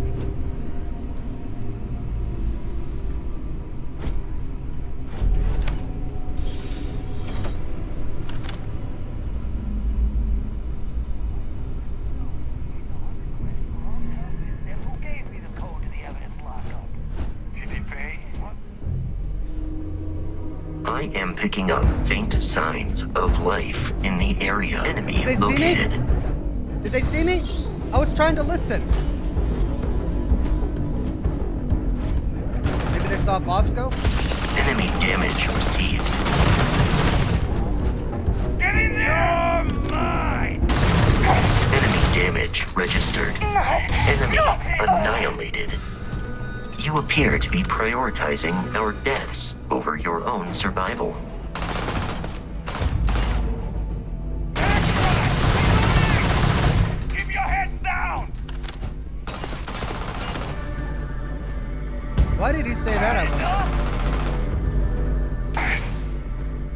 I am aiming for your center of mass. Let's do this! Idiot! Well, now look at you! It would be wise to search the enemy's remains for valuables. Thank you, Vasco.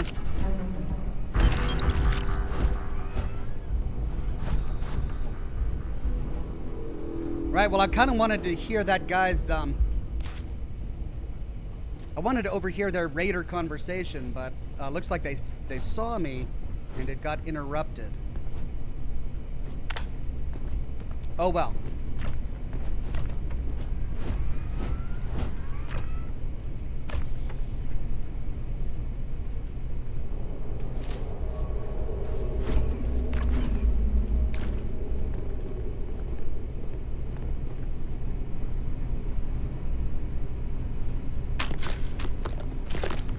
Right, how's my health at? It's doing okay. Let's go ahead and take a stim pack there.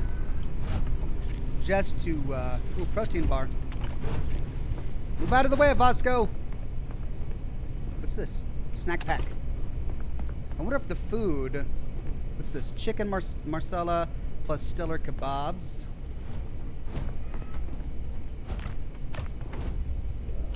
Drink pack beer. Padre is in the chat. Good to see you, Padre, with a very generous super chat. Says, Evening Ox, what do you call a short comedian? A little funny. Tall people and short people should never date. Long distance relationships never work out. Are you going to be doing a bunch of short jokes again? Like, didn't you do a bunch of short jokes a while ago? To the point where it was almost really insulting? Okay, yeah, just bring them on. I love them. What do you call short people? Padre, you gotta stop. You gotta stop with all the short people jokes. What do you call short people on a merry-go-round? A midget spinner? Really? Padre, come on. I don't think that's politically correct anymore. I don't think we're allowed to say that word.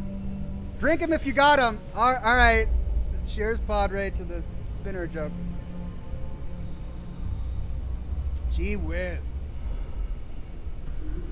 Just trying to get me in trouble is what you're doing.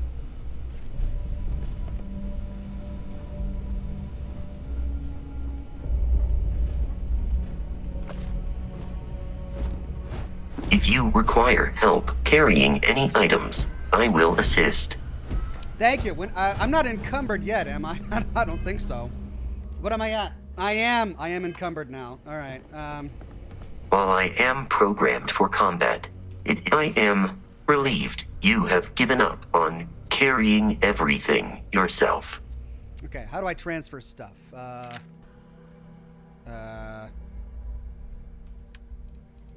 Okay, let's go to miscellaneous.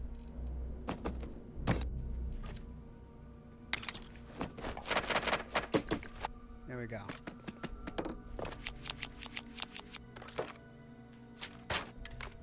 Okay.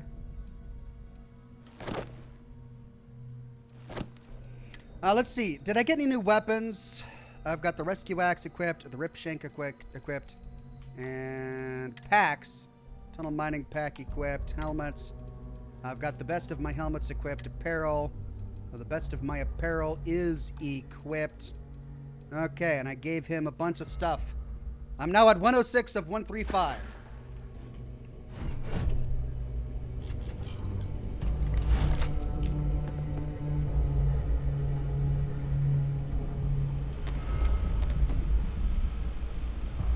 Vending machine, 75 credits. Boom, pop. Your watch beeps faster as your suit runs out of protection? What? What does that mean? What do you mean my suit is running out of protection? I've got the space helmet on. Argos jumpsuit, thermal, corrosive, airborne, and radiation. Maybe I need to have airborne and radiation on? Okay, let's put that on. Is that right? Okay, well, that was a weird message that I got. The Pickwork Papers. The posthumous papers of the Pickwork Club, Chapter 1. the Pickwickians. The first ray of light which illumines the gloom and converts into a dazzling brilliancy that obscurity in which the earlier history of the public career of the immortal Pickwick would appear to be involved is derived from the perusal of the following entity in the transactions of the Pickwick Club, which the editor of these papers feels the highest pleasure in laying before his readers as a proof of the careful attention,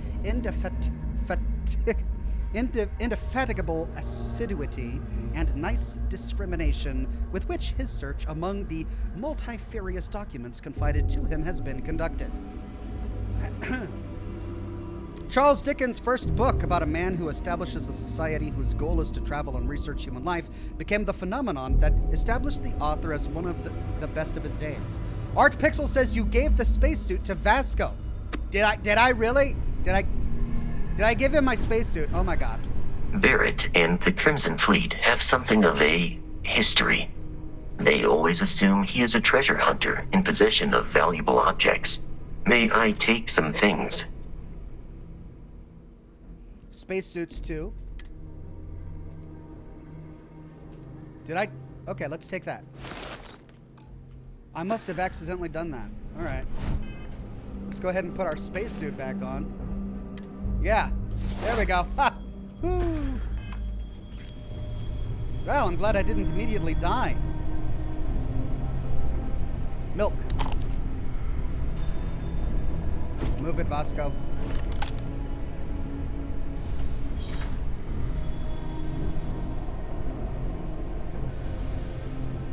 Vince M says, why did the short chef quit his job at the casino? The stakes were too high. The stakes were too high. Short chef. What kind of biscuit does a short person prefer? Why are you guys doing all of the short jokes?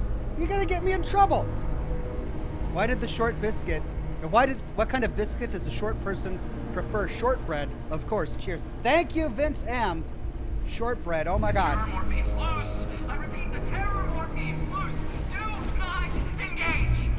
If you can reach... Oh, man! That was the best!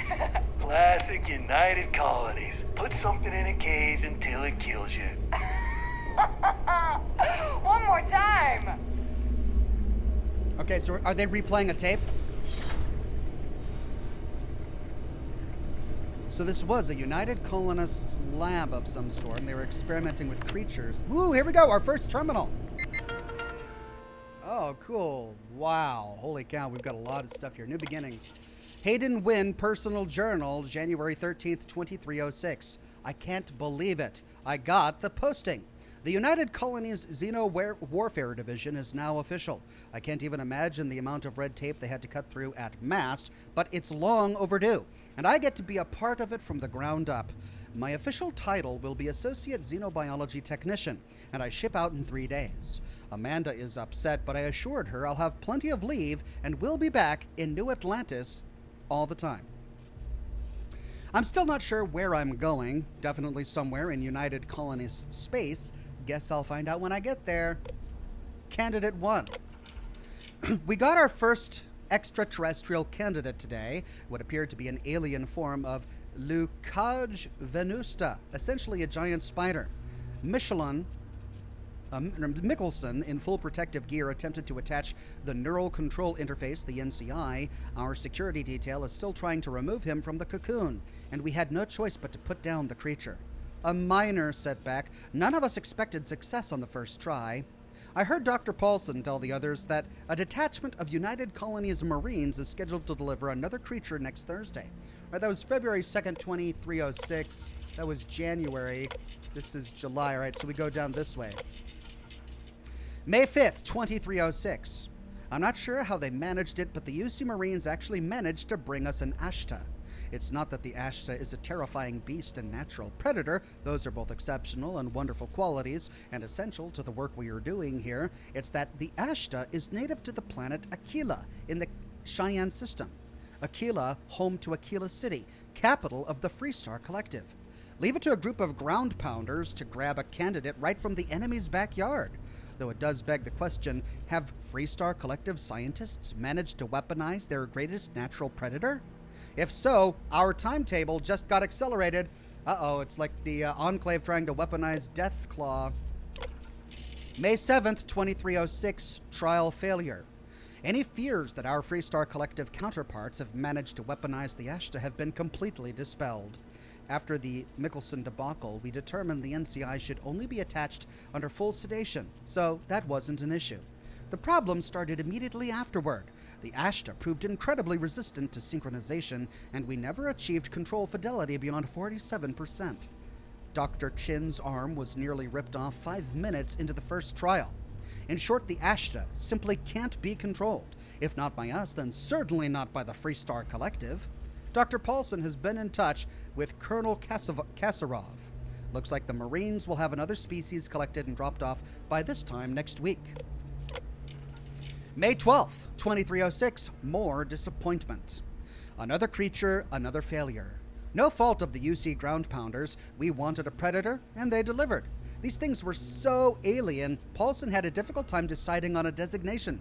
Opted for Reptens Veninum.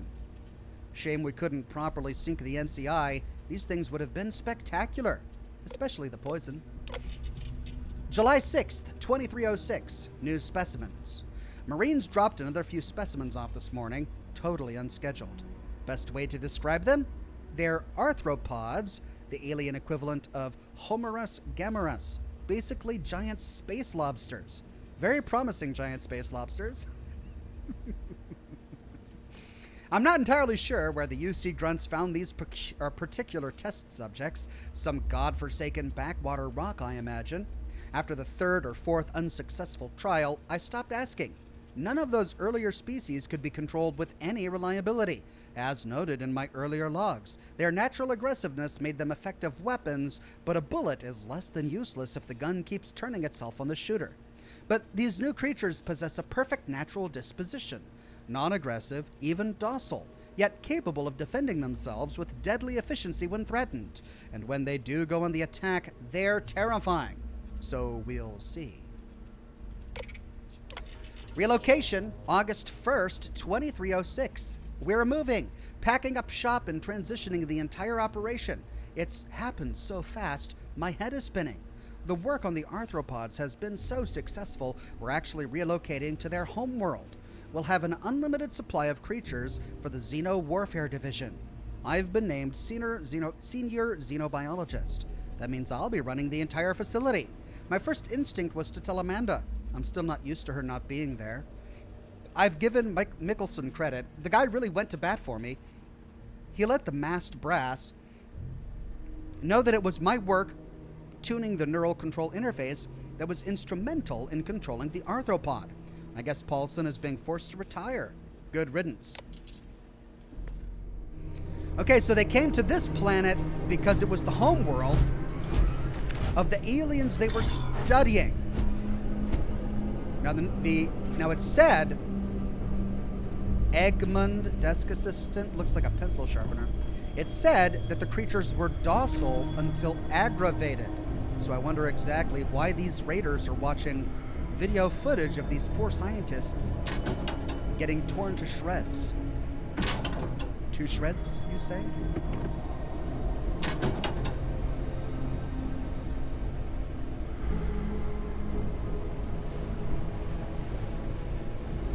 Okay.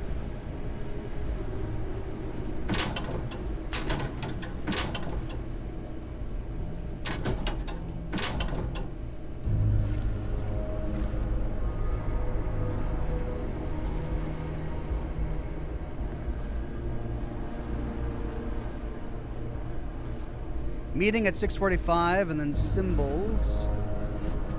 A safe! Hey, novice lock. No digipicks. I put all my digipicks on Captain, Bosco. we should continue. How can I be of assistance?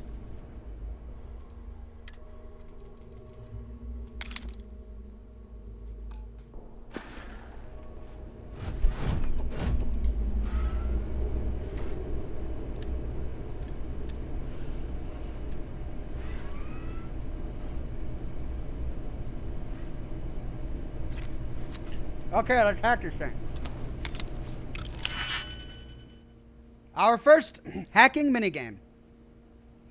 Fill in all open slots in every layer to open the lock. Select a key and rotate it until it lines up with the gaps in the security layer. Slot the key to fill in the gaps. Each key can only be used once.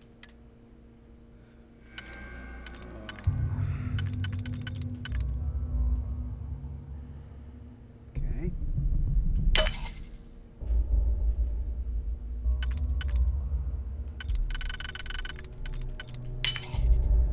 Oh.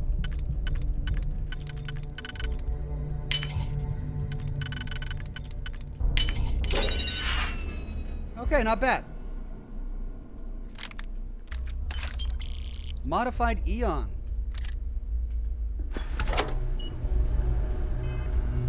$11 physical damage.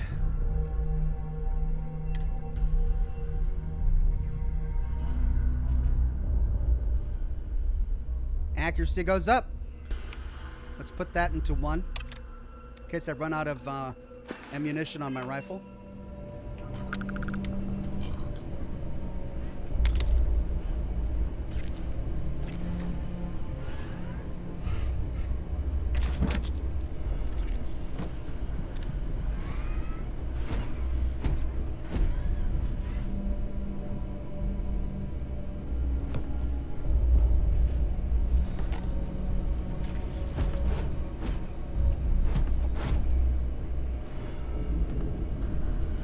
Okay, so we read the terminal.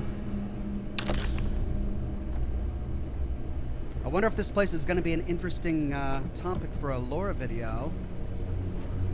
I'm going to have to make sure I inspect absolutely everything.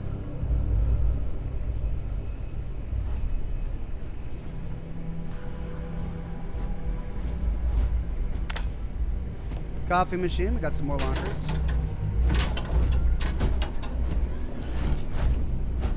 Bosco is just getting way too close.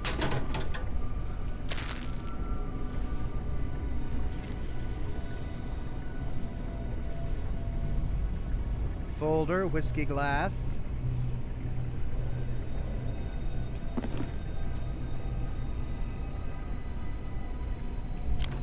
Lots of battle meals. I wonder if I should be consuming them when I'm not in combat to restore my health.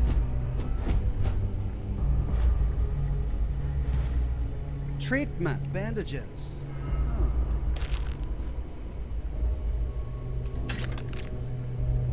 What's this? Oh, it's a weapon locker. Oh. Eon, I've already got one. Grendel.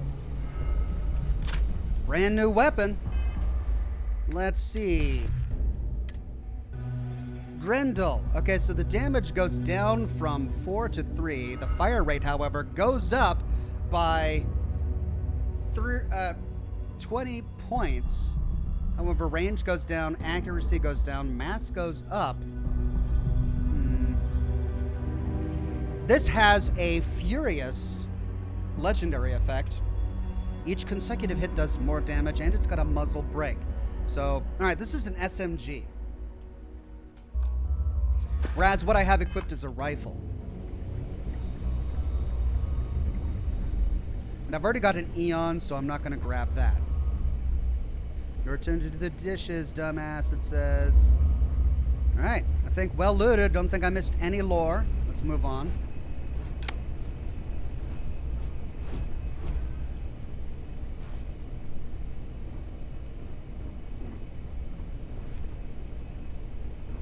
Blocked.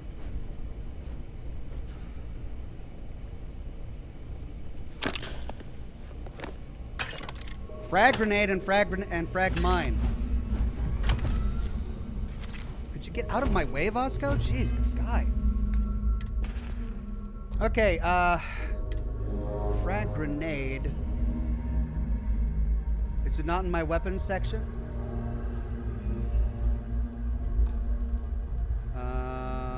There we go. Throwables.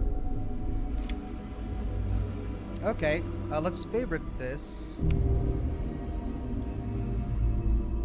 Is it currently already slotted? What's the middle one? Is that like middle mouse or something?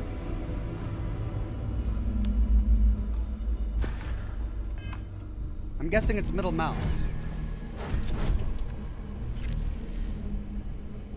The heck? Huh? Nope, it's not. It's G.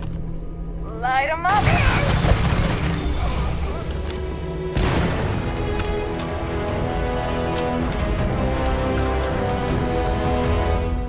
All right, level up.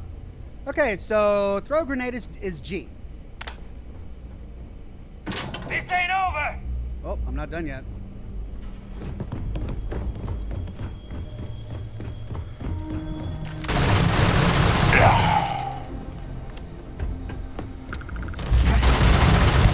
I can't see!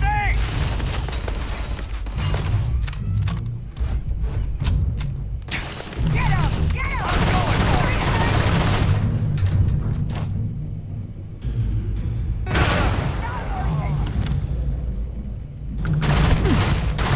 I am not picking up the enemy on my scanner.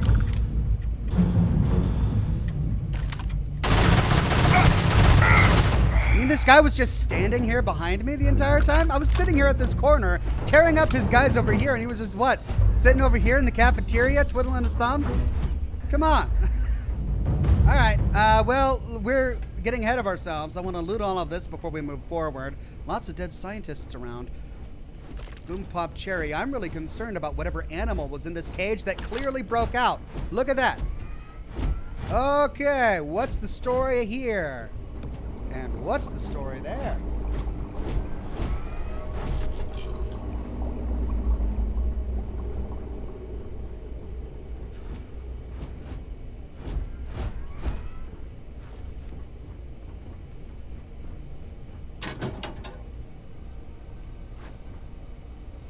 A hazmat suit. That'll be handy, I'm sure.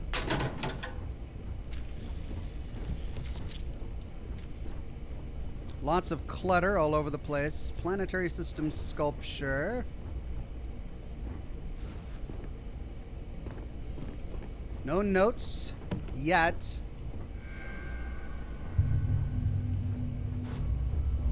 All right, let's see. What happened here? Oh, can we get in there? Yeah. Up! Poison! Poison! Microbial contamination. Did you see that? All right, so don't stand in the nasty water. New weapon, pirate assault rifle.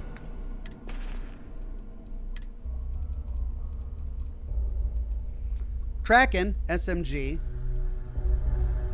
I thought I just picked up, no, it must have been a suit.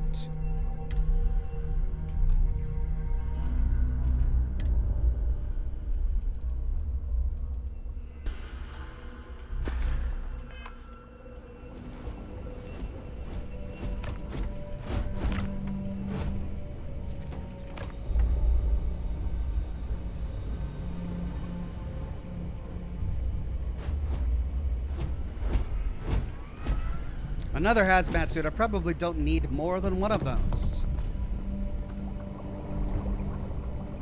What's this? It's hard to read.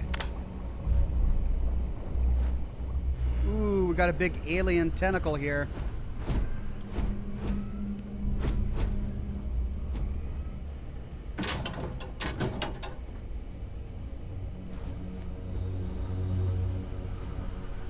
All right, slowly making our way through. Did we loot this body? Credits and a digipick.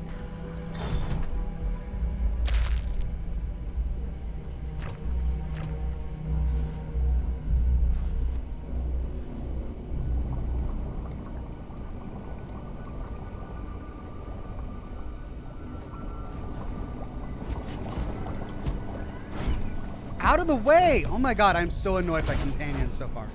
He just stands right on top of what I want to look at. And when I'm reading something, he just crowds me. This dude is way too close. I wish I could command him to back up a little bit. Weapon case. The Rattler. More heal paste. And another computer. Let's take a look at the Rattler real quick here. It's a pistol. 11 physical damage. Let's compare that to the Eon. Fire rate 50. Fire rate here. Let's put this. Accuracy goes up, rounds go down, mass goes down. 107. 40. I'll take the accuracy though. Let's put this on 1. Then let's get back to our furious modified maelstrom.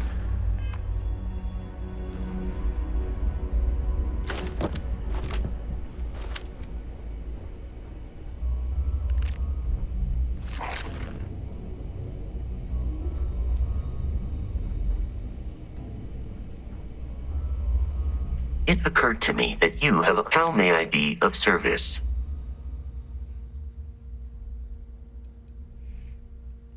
Okay, let's store all of that. No, this is Vasco. Where's my inventory?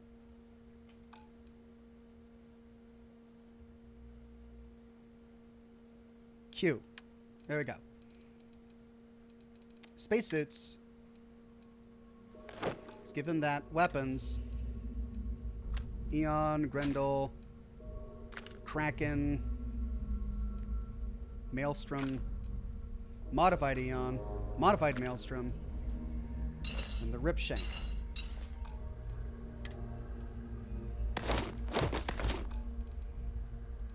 Can I scrap down other weapons and stuff? Resources. Nice. I'll keep this for now.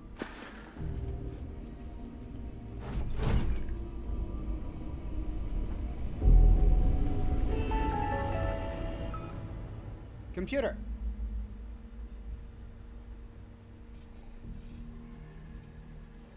Project Pet Shop. Hayden Wynn, Senior Xenobiologist, Crete Research Facility, Project Log, February 11th, 2307. My staff and I just arrived this morning, and I'm not surprised to find the facility completely operational.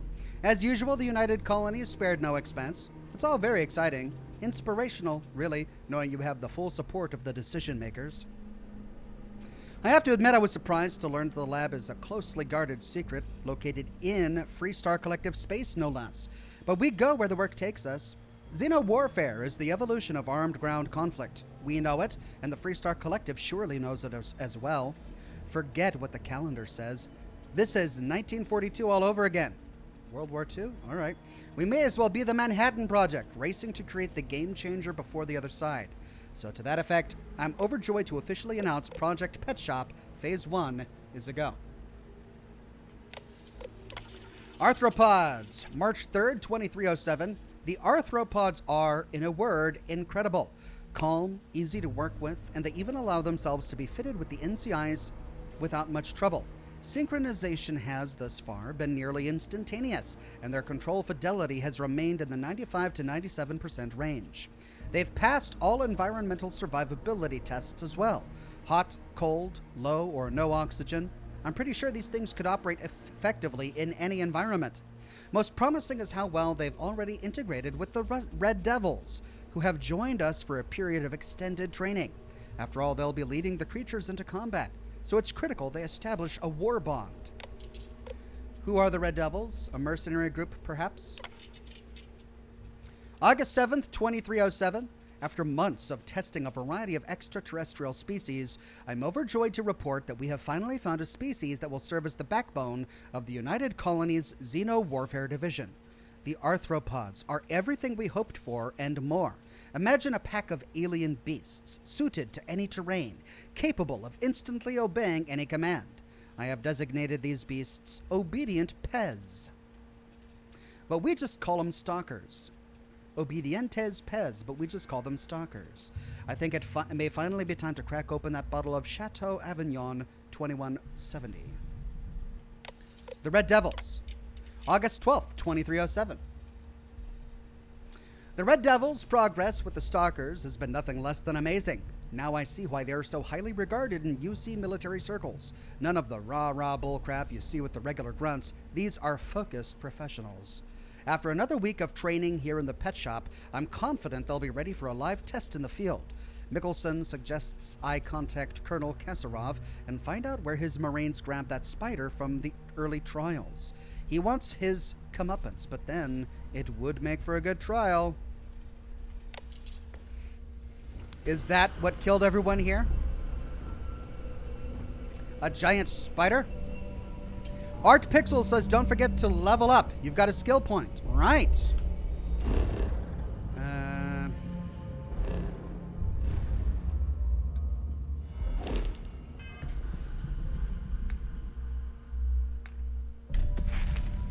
You received 1 skill point to spend every time you level up. Each skill also unlocks a challenge. Complete the challenge and then spend a skill point to rank up the skill.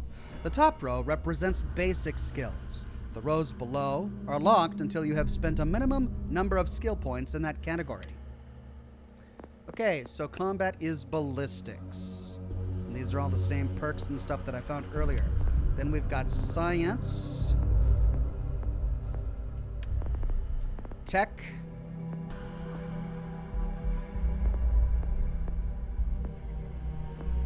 so all of these are locked. Targeting control system, science, combat, social, and physical. Well, I want to be able to pass dialogue checks, so I'm going to go ahead and immediately get persuasion.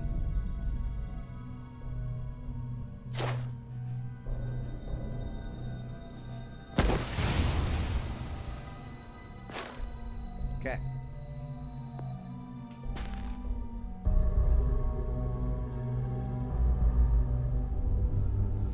That cigar is out. Let me grab another one really quickly.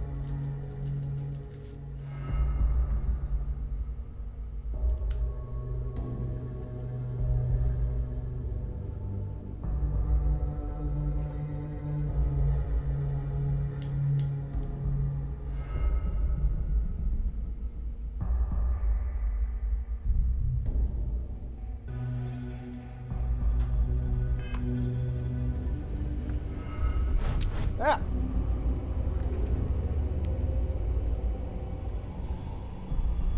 Careless with my cigar, and I got ash all over my shirt.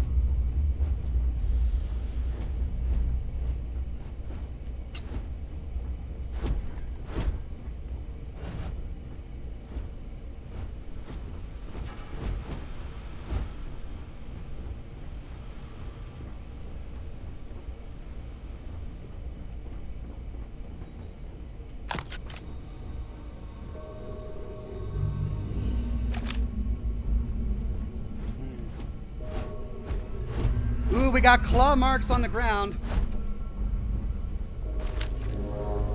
Oh, look at that. Ooh, a weapon crate. Equinox.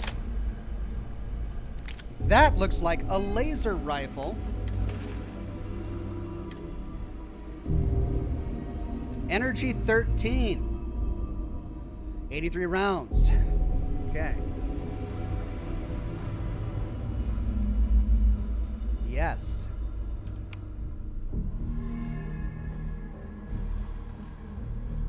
I'm gonna make this 4. I'm gonna make the cutter 5.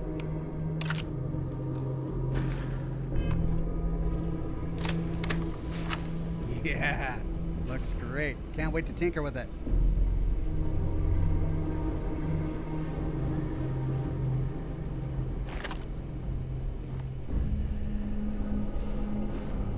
Alright, so we got some sort of tentacle worm, like the kind that attacked us when we first got here, being observed in here.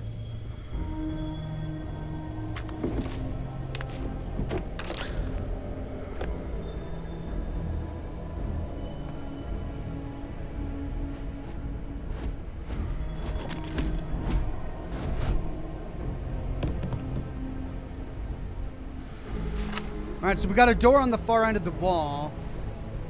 And that's where our quest marker is sending us. We've got broken glass. There was a big fracas here. Look at this. Ships. Oh, the line cereal. Ships of the line cereal. I guess I'm not going to keep looting weapons off these guys if I don't know if I can scrap them yet. We've got a maelstrom already, right? Yep.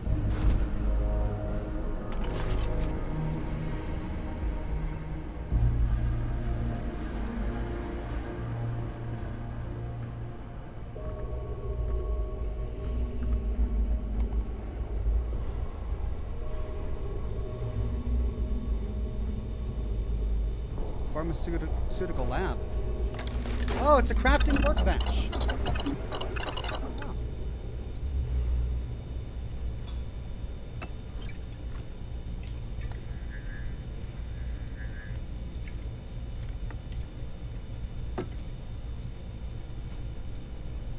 Okay, so it's like a chemistry station. I can't make antibiotics as I need membrane. I can make bandages. I've got fiber and sealant. Cool.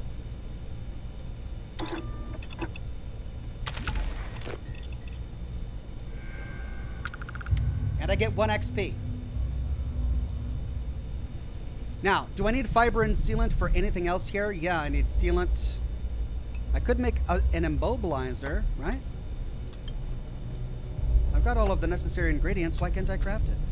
Maybe I need to get different perks.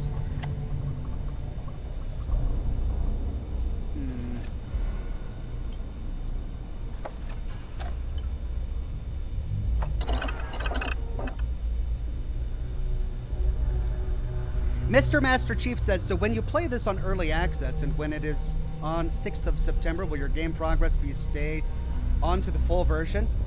This isn't really early access. Basically, the game is published and released. They're just keeping people from accessing it now unless you pay the $99, essentially. So it's a published full game, and all they're going to do is unlock it for everybody on the 5th or the 6th, I believe. If you don't pay the $99. PC Gaming Goodies says space games never show the effects of time dilation, like in the movie Interstellar. Starfield is no exception, I'm told. Hope we'll see it one day. Well, I mean, it's kind of difficult to deal with time dilation in a game where you really need to be able to move over great quantities of space. Anna's Geldic?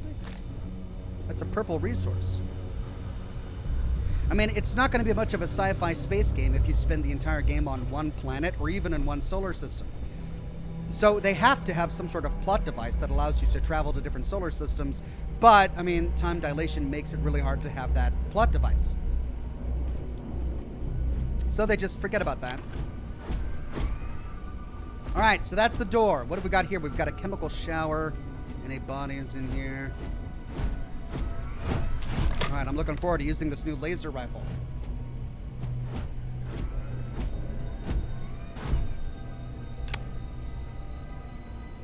Listen up. We got someone trying to jump our skull. Hold them off here while Brogan sets up on the roof.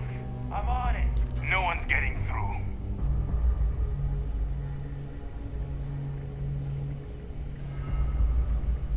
So Brogan is setting up on the roof. That means I've got a sniper.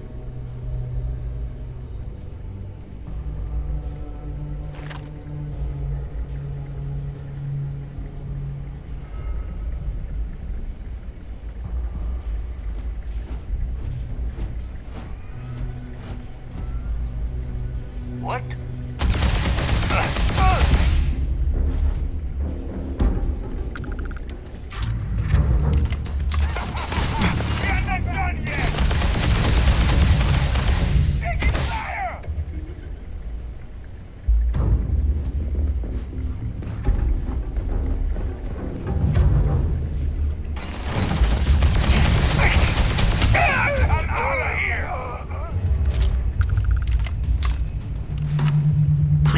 Avoid getting shot. You might die. Yes, Marco.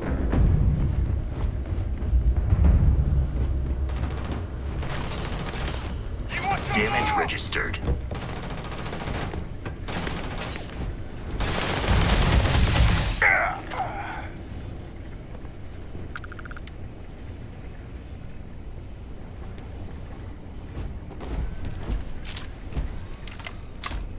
Okay, Bosco's on the roof, and we just cleared this. I tell you what I want to do really quick is see exactly how food items help you. Aid. Let's go to Bomb Pop Cherry. Yeah. Restores 5 health. Crackers. Oh yeah, cheese. I need that. Chocolate labs. Chunks of apple. So this is a great way to save on stim packs. Drink beer. Plus 50 damage resistance for 3 minutes. Negative 10% O2 recovery for 3 minutes. Okay, so that functions like a chem. Spiced worms. Ew. Oh. Well, that's better than cysty pigs, but still. Gross. Granola mix, heal paste. Treats burns and frostbite. Okay, I should probably save that. Heart Plus. 20% health regen for 2 minutes. 200% damage resistance for 2 minutes. It's Med X. Very nice. I should probably put this on my hotbar. Let's make that...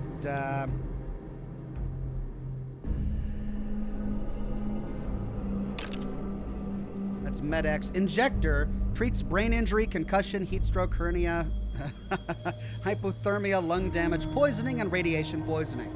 All right, so if I get irradiated, that's Rad-X, really. Lemon, let's use that.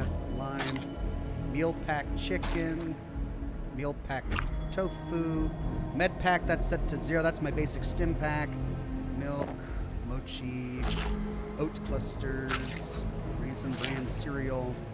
All right, I need to save that because those are mixable ingredients. Ships over the line cereal. Look at that. That's cool. Gummy bugs! Oh, yeah. I mean, we've got gummy worms in our own universe, so I suppose I shouldn't be surprised. All right, let's see. What else can I amp?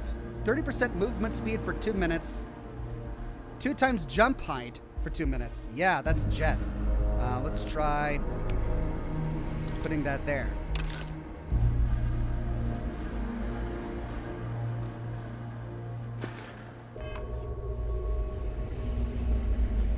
All right. Well, we just cleared another big place, so we got to get to looting. Oh, where did we even come from? I think we came from here? No, it's some other lab. Toxin. Well, I don't need it right now, but I'll probably need it later.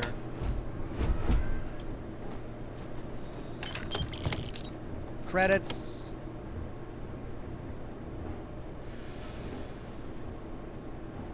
Desktop digiframe. Full food spiced worms. Yeah.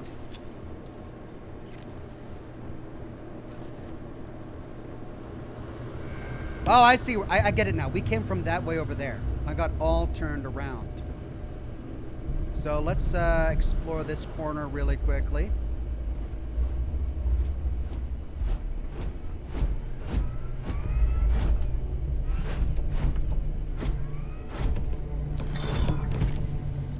What was that?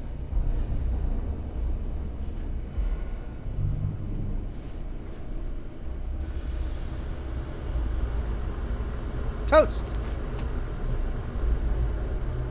I love how there was just a knife sticking in the toast. Alright, so bunch of labs on this floor. Let's go through them one by one. Sealant. That's what I need for crafting.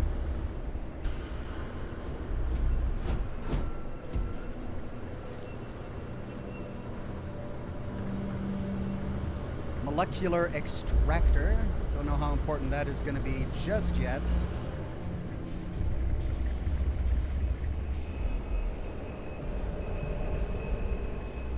Wow, this is a detailed and interesting dungeon. Lots of goodies. Uh-oh. Bloody footprints going that way. Lab 1.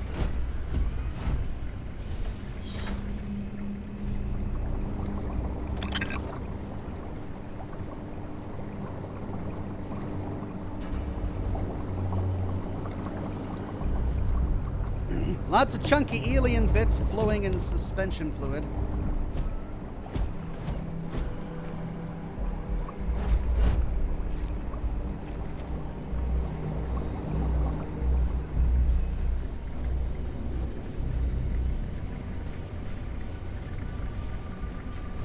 Okay, and I believe we've come full circle. We came from this direction, I believe.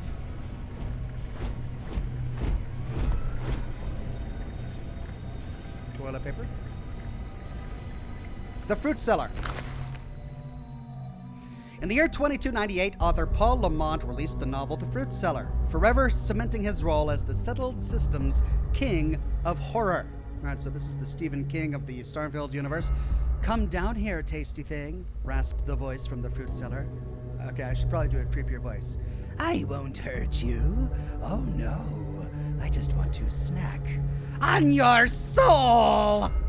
Clearly heard the voice. Oh, Carly heard the voice in the cabin, but also in her head. She reached over to slam the trapdoor shut, but something stopped her. Some kind of internal force or urge. Yes, she said, as if in a trance. My soul is delicious and will be yours. Delightful.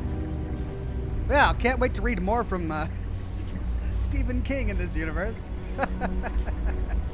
Okay. I got a lab over here, testing 1. Ooh, another lock to pick. I'm just glad it's not timed. I can't tell you how much I hate timed things like this. They're just so annoying. Okay, well, we're gonna shimmy. Nope. Oh, right. And then shimmy. I'm dead.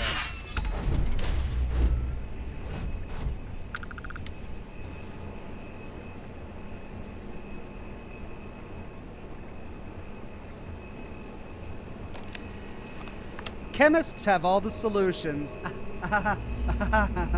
Oh, that's a good one. Chemistry humor.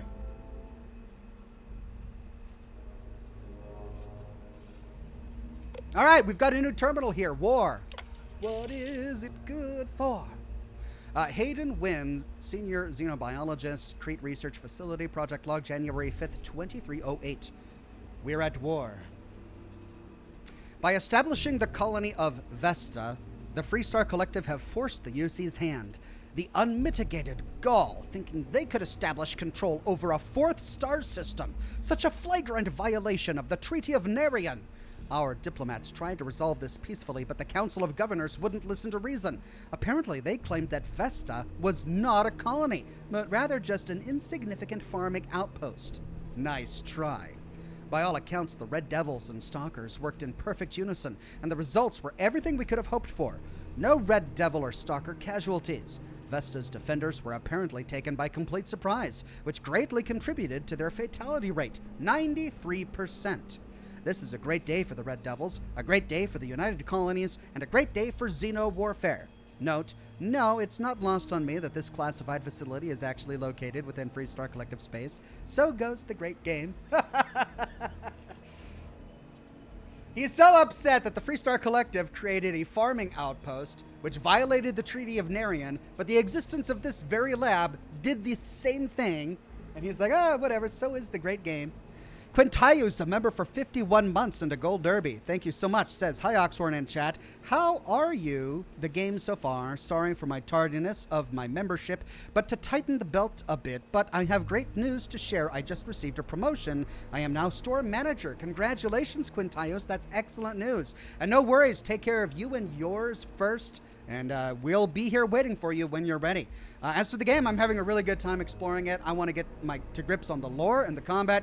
Really, the only thing that's frustrating me right now is space combat, and I think that's just because I am unused to it, and I just need to get accustomed to it. Ludi Coden says, where did the power cord go shopping? The outlet mall. Want to hear a joke about paper? Never mind, it's terrible. Did you hear the joke about the unstamped letter? Never mind, you won't get it. terrible. Wonderful. All right. Phase 2. April 5th, 2308. It's finally time. After a number of successful missions with the Red Devils, the Stalkers have proven to be exactly the weapons we had hoped for. So it's time to expand our operations. MAST has finally approved the next stage of this facility's operations. Project Pet Shop Phase 2 will now commence. April 18th, 2308, Stalkers. We've officially stopped work on the Stalkers. There are enough creatures in the field to serve the Red Devils, who haven't been here to train in over a year. If they need more, we can easily gather some from the planet and fit them with NCIs. But from this point on, our focus is Phase 2. Heat leeches. May 1st, 2308. Throughout the settled systems, from civilized worlds to backwater bush towns, pilots have had to deal with the nuisance known commonly as the heat leech. I had my own unpleasant experience 4 years ago at the new Atlantis spaceport. My transport was delayed while the deck crew removed a few of these filthy little things from the aft thrusters. They're attracted to heat, feed off of it through some endothermic process, so thrusters are the perfect place for them to hide. They can take a full afterburner burst with no ill effects. No ill effects on the heat leeches, that is. A ship with an infestation can generally expect a 3 to 5% drop in thruster efficiency. Working with the heat leeches has been interesting, if not entirely satisfying. We have 11 of them in the lab, and by all accounts they're completely innocuous, save for their heat siphoning properties. But what if there were a way to weaponize them? Perhaps artificially enhance their heat siphoning to completely and instantly disable a ship, or even better, to somehow reverse the process so that they transfer their own heat into the ship. Someday. Today, I fear we lack the means to do either. This guy just sees an animal and says, how do I weaponize this?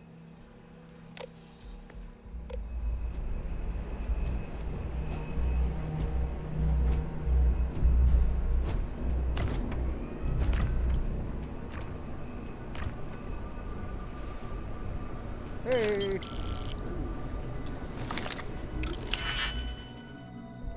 Give me the loot. Oh, I see. Interesting.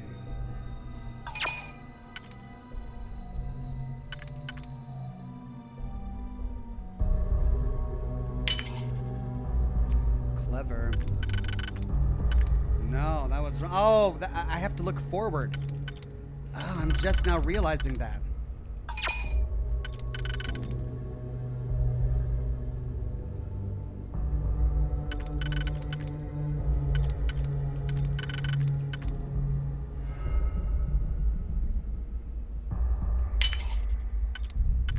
I just made the same mistake, didn't I?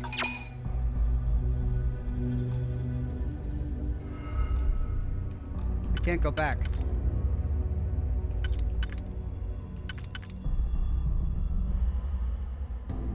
Auto slot?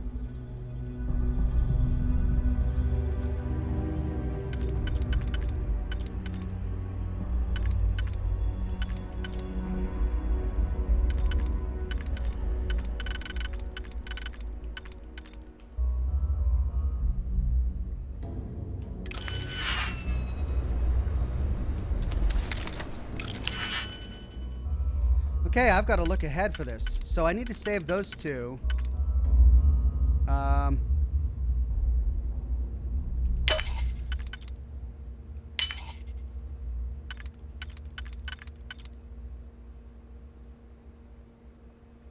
Do they go down?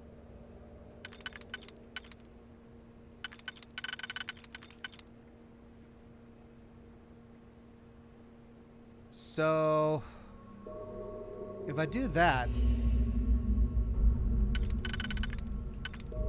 but there's not going to be anything in the right slot. Oh, I see. I'm going to have to aim it up that way.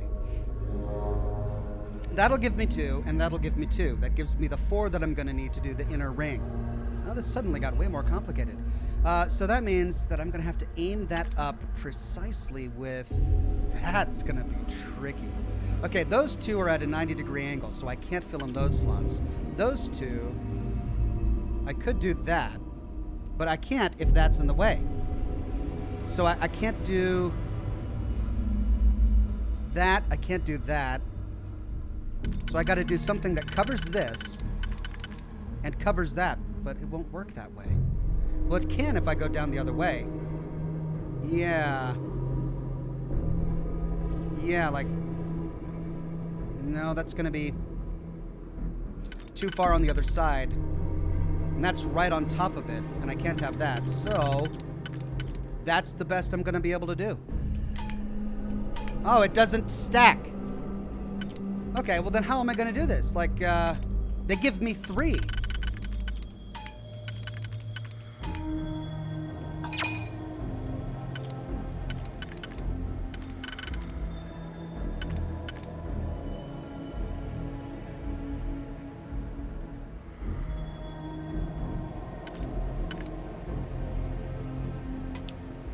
Oh, I can switch between them. Oh my God.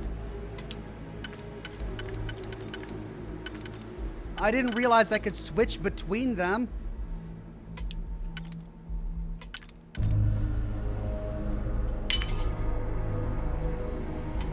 But even so, this doesn't have, this has 3 and this has 2.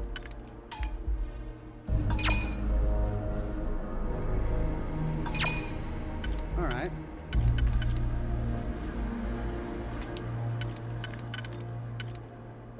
This is awful. This is an awful minigame.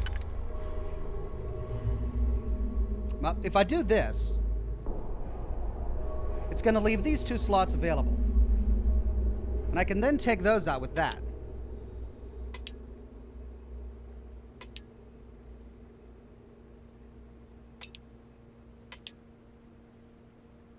Is that what I did last time?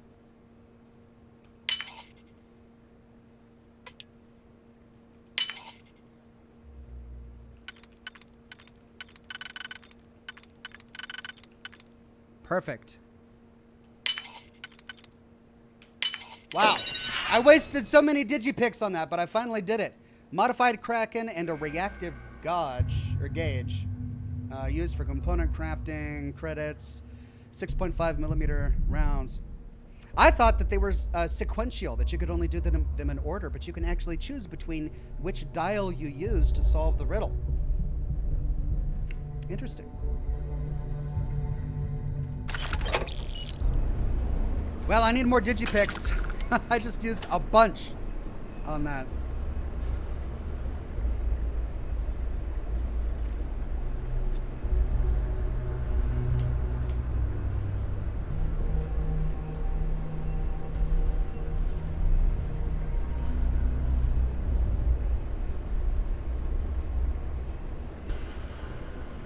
Come on.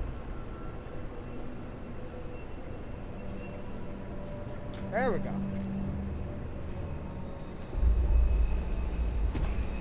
Okay.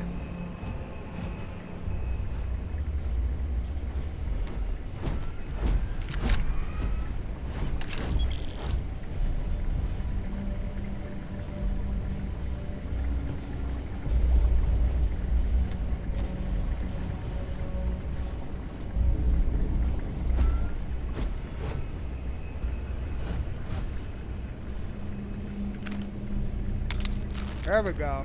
I got 2.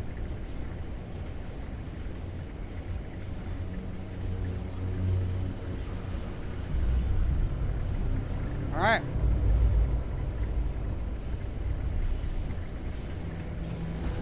I believe that's everything down there.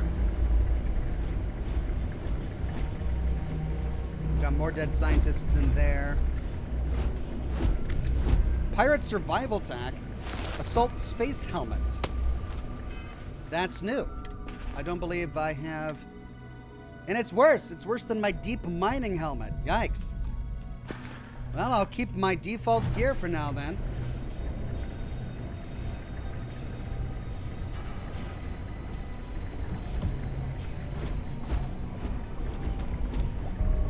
Well, we've got creature transport crates here, which we understand their purpose now that we've read all of this lore. And we've got a sniper on the roof waiting for us outside. Bosco was his name, or Bruno, something like that.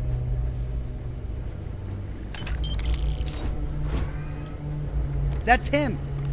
Hayden Wynn. That's the guy whose logs we've been reading. I put the I in team. Wow. This dude was full of himself.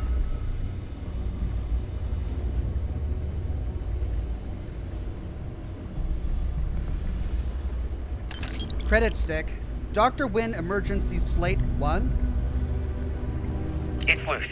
The Terramorph is loose. We can't stop it. When we tried to sync with the neural control interface, it just completely flipped out. Broke through its containment chamber like it was made out of paper. It killed Michelson, Cobb, and Sumatri in all of 1 minute. I'm not even sure where it is now. It took off deeper into the facility. A security detail went in after it, but good friggin' luck. When I know it's safe, I'm going to make a run for the comm relay. Try to call in the cavalry. This is Hayden Wynn, lead xenobiologist. Wishing he had gone to dentist school like his parents wanted.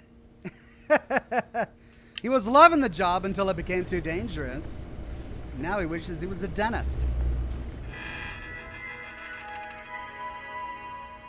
Terramorph specimen, August 15th, 2310. Thanks to the UC Marines, we now have the second piece of the puzzle, a fully grown alpha predator. According to my research, a group of astrogeologists made first contact nearly 100 years ago on some remote moon. The creature didn't appear to be indigenous and was alone. There's currently no record of how it got there, so it was sheer cosmic chance that the astrogeologists found it. Or rather, it found them. Scientists were quick to categorize it Ochisio Machina, roughly killing machine. The UC Marines tasked with taking it down chose a simpler name, Terramorph. I read the official record once. Of the 8-person squad, only 2 of the grunts survived, and one of those 2 lost a leg. Such an exciting time to be in Xeno warfare. August 20th, 2310, NCI fitting today. Today we fit the Terramorph with the NCI. If our experience when the grunts first dropped off the creature is any indication, our sedation window will be about 15 minutes. We better make them count.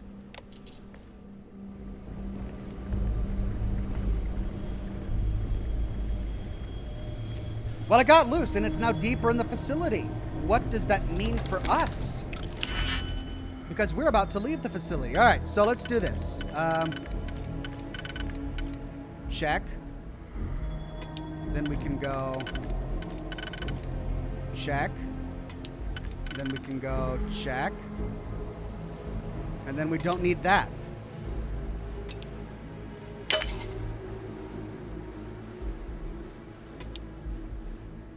Oh, did it lose the placement? Oh, that was for that. Crap.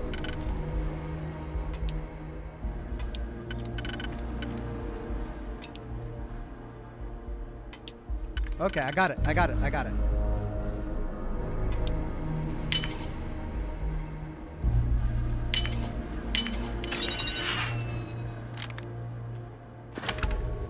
Interesting puzzle. It's deceptively simple, and yet, if you're too careless, it's really easy to make a simple mistake. Okay.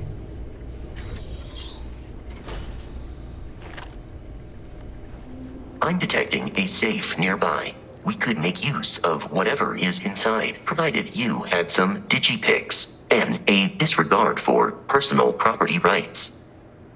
Thank you, Vasco. You know me well.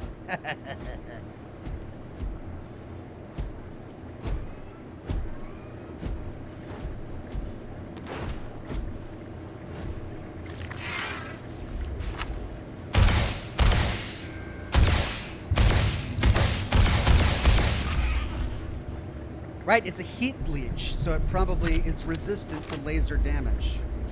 Scientist?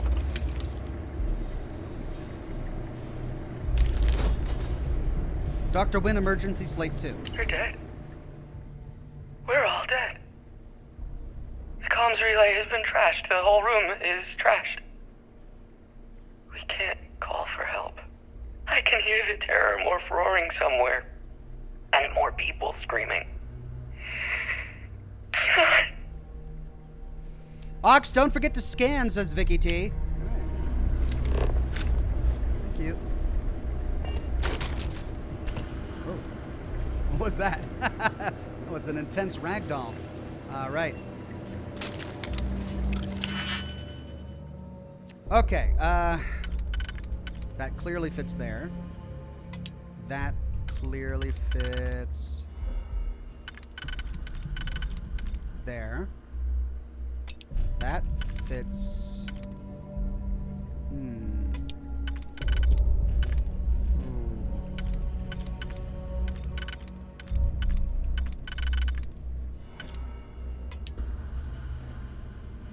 No, that fits there. No, that fits there. That fits there. That fits there. That fits there. Check. Oh, that doubles it up. Check. I'm missing that one. All right, so I think...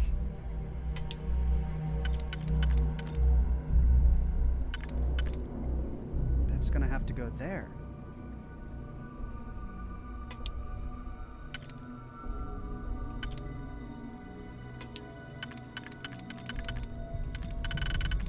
And that goes there. Okay. Check. Check. Check. Check. No.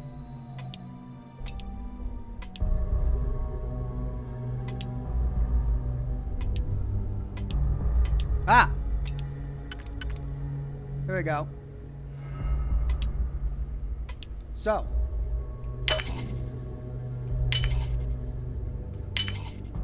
Bingo! All right, credits. History of xenobiology and a suppressed kraken. Hey, my first suppressed gun. Nice. Deal with the Crimson Fleet captain. But I got new lore. Xenobiology, something or other. Miscellaneous. New items. Come on. Where's the xenobiology thing that I just picked up? Oh well, let's take a look at our suppressed kraken. Doesn't do a lot of damage, but hey, it's a suppressed weapon. I'll put it 6.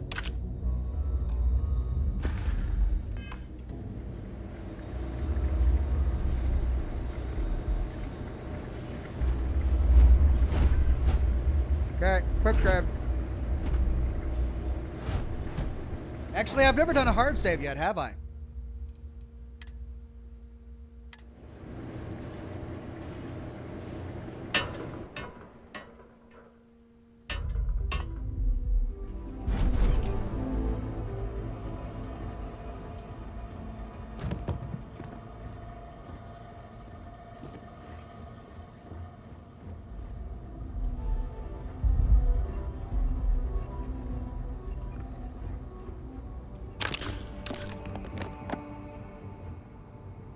Science crate.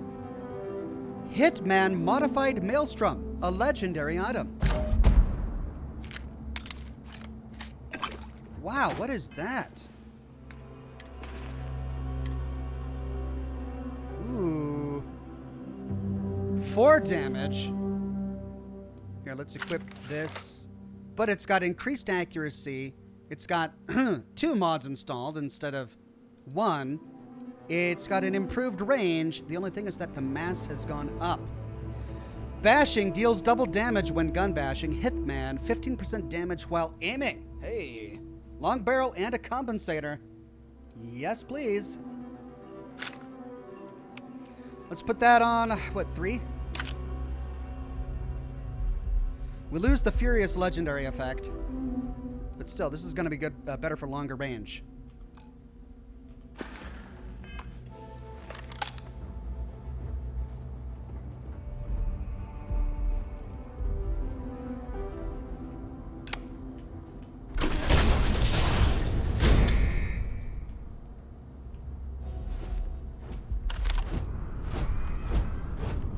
You gotta be kidding me.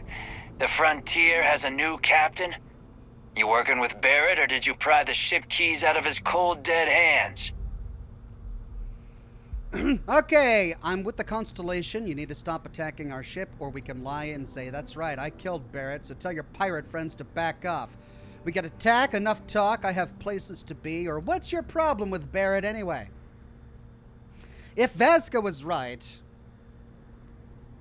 and they're following Barrett out of like a personal grudge, then maybe if we convince him that Barrett's dead, they'll leave everyone alone. Because we could kill this guy, but then more space pirates are going to come later. If instead he leaves and tells them that Barrett's dead, maybe they'll stop attacking. Let's lie. Oh no, you see, we weren't really after Barrett. We're after that ship.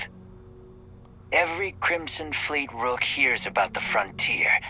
That Constellation keeps treasure hidden in the cargo bays. The loot from 100 planets. That statement is partially correct. The frontier has been to many planets and moons.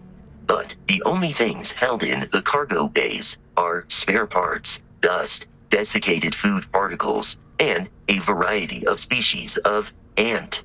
I don't care what kind of lies Barrett programmed that robot to say. We're taking that ship. Right, well, finally we can use Persuade to say, there's no treasure in my ship. Cut your losses before more people get hurt. We could attack and say, time to make the settled systems a safer place, or we could say, I don't suppose we could just agree to disagree. No hard feelings. Well, it's interesting that I've got a Persuade check here, but I really want to use Persuade checks in situations where I don't want the person dead. These guys, I don't care if they die.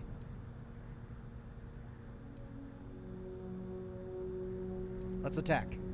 Open fire!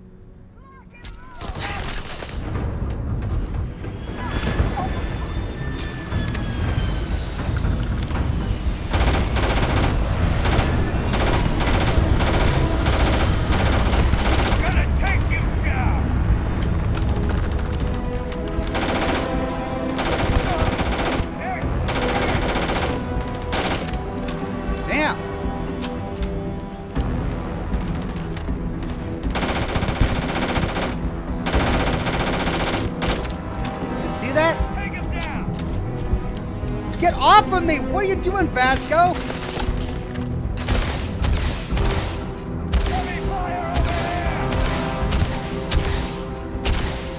It is a shame exploration requires so much bloodshed.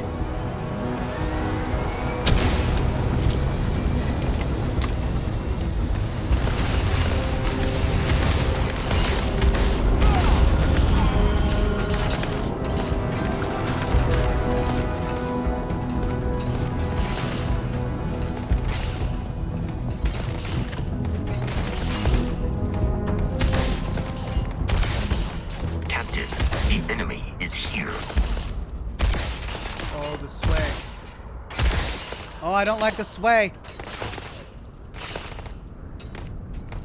You should avoid falls from that height unless you are properly equipped with a jetpack. I barely hurt myself. Significantly decreases one's life expectancy.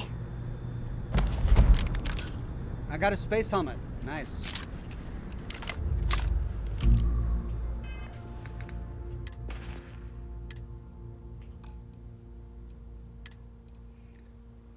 What? The DR goes down to 18? Boosted navigator space helmet. It's got 10 thermal, 20 corrosive. Oh, I see. Physical damage goes down, but it's got plenty of energy damage. So it's essentially the same stats as my deep mining helmet, but with energy and physical damage reversed. And I miss out on my airborne protection, but I gain thermal and corrosive protection. I mean,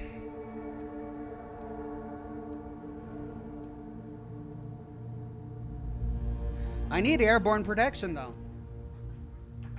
And most of those guys are using ballistic weapons. Carpy says, I'm playing right with you. So far, the planet generating is pretty cool comparing your game to mine.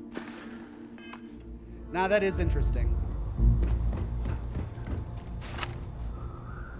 It seems the enemy has vanished. Yeah, well, you're stupid, Vasco.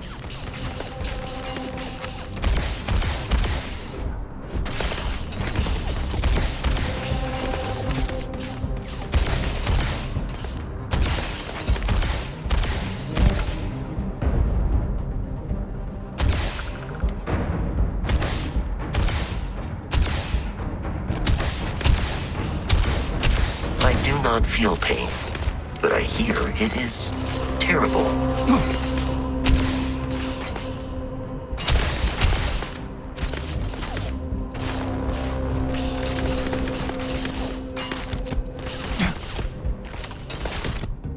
Your health is low. Okay, fine.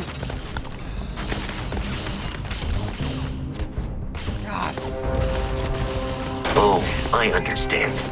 You wish to kill us and take our belongings.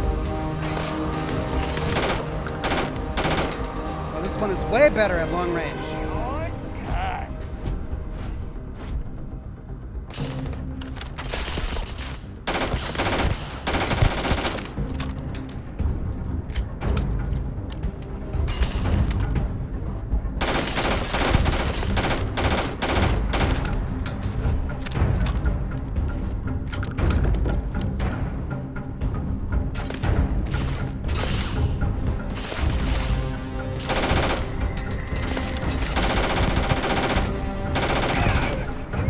Should now be free to travel to Constellation's headquarters without Crimson Fleet interference. Yeah, but I want to resolve the story of this place. What happened to the creature? All right, I'm encumbered again. Let's finish looting and then we'll move stuff over to Vasco.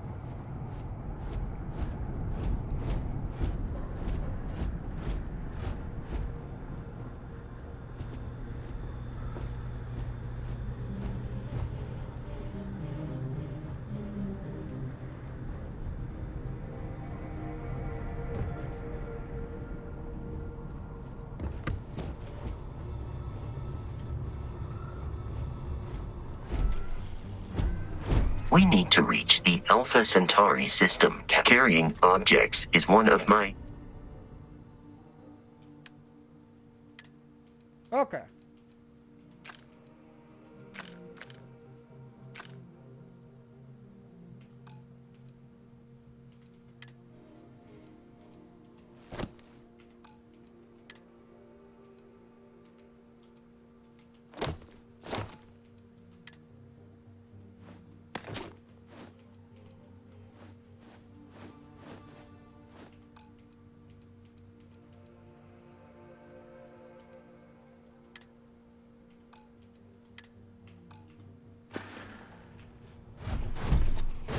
All right, I'm slowly starting to get the hang of inventory management here.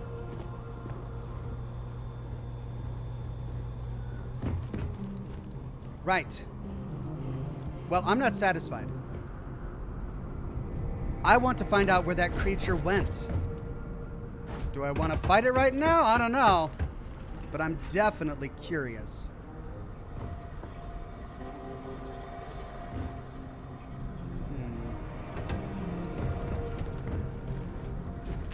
Hey.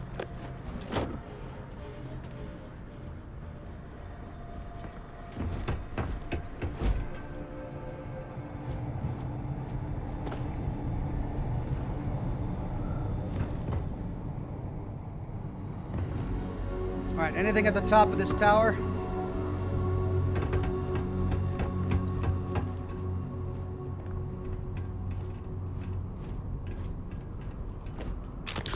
Yes.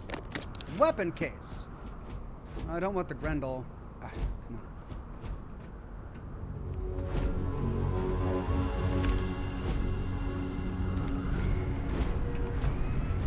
on. Okay, there is our ship.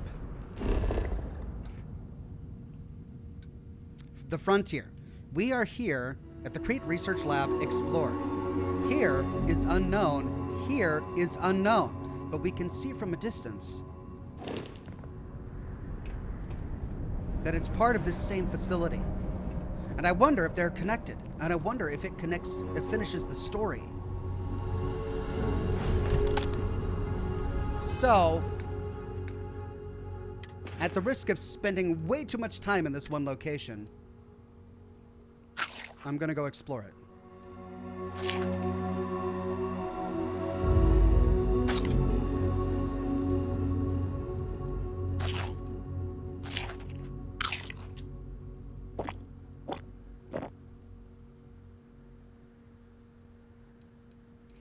Research projects require fewer resources for 10 minutes. Oh, cool. Synthetic chicken meat. Toast, oh yeah. UC battle meal. Restores 15 health. Grants +6 to carry capacity for 5 minutes. Honestly, I'm pretty pleased with the way that they deal with encumberment in this game, because it doesn't slow you down completely like it does in every other Bethesda game. Instead, you just slowly drain oxygen, which is a bit more forgiving. Okay, well, we do have the bodies down there. Then we need to go loot, and then I really want to explore those other areas. See if I can finish the story of what went on here. I wonder if they're connected.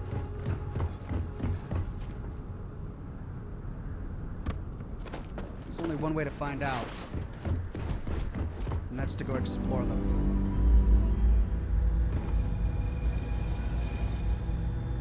J Channel says, will you break down all the lore from this game like you did in Fallout 4? Example, characters, storylines, etc.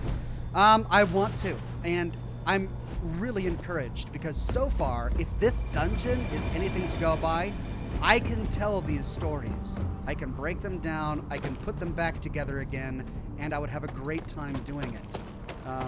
So I'm encouraged so far. I'm hesitant to fully commit to it, but I am encouraged. All right, where was the body? Come on, highlight the body for me. Where is it? I shot them in these rocks.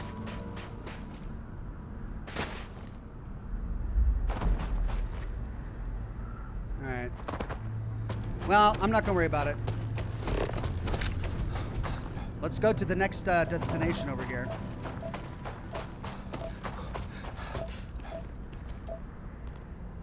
There's one on that hillside over there, and then there's one in that valley over there. 13% scanned.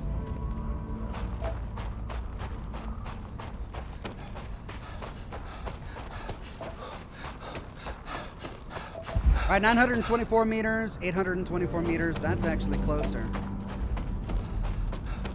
Mr. Master Chief says, look at those toys they have in Starfield. I saw those rifle kind of look like old U.S.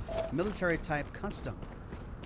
I wouldn't be surprised. They've got a familiar feel to them, though I'm certainly not knowledgeable enough about weaponry to be able to put my finger on it.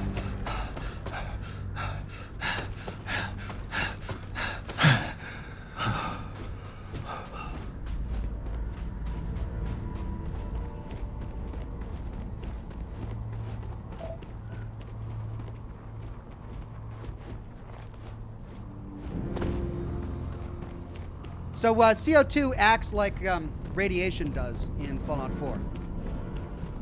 The more you continue to sprint when you're out of oxygen, the more your CO2 builds up. And as it builds up, it eats away at your health.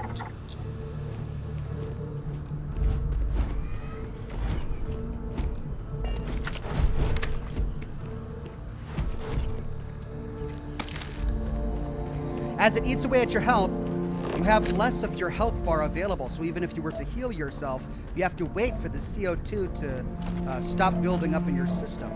Ooh, what's this? Whoa, what are those? Water. Oh. We're at 61% for this this world.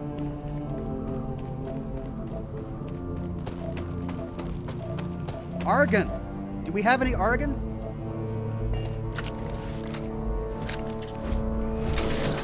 Extreme heat. Oh, dear God. That's a gas vent.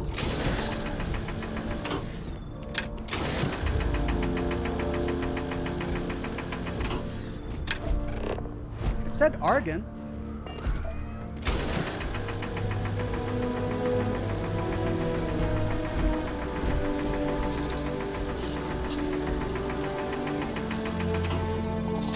Well, maybe I don't have the equipment necessary to mine that yet. Neon.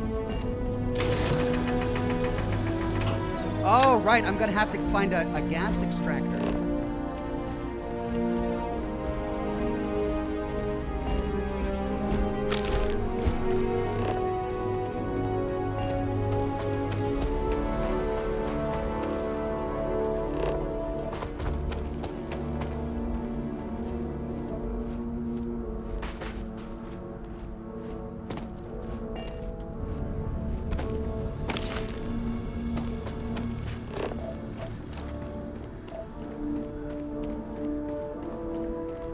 Treat Grazer.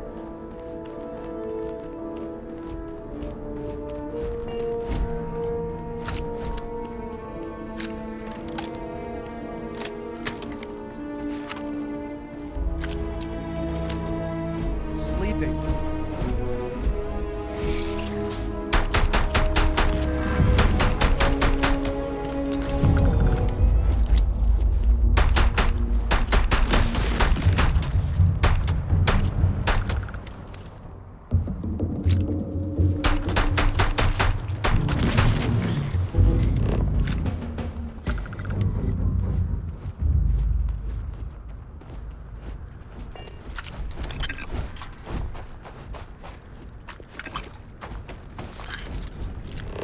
All right, well, I'm up to 63%.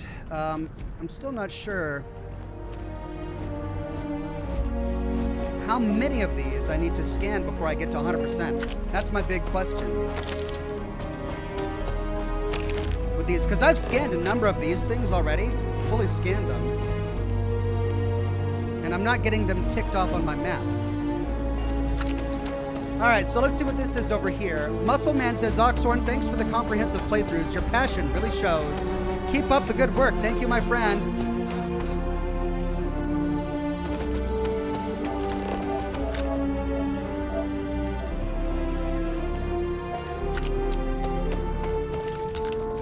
This little thing is impressive.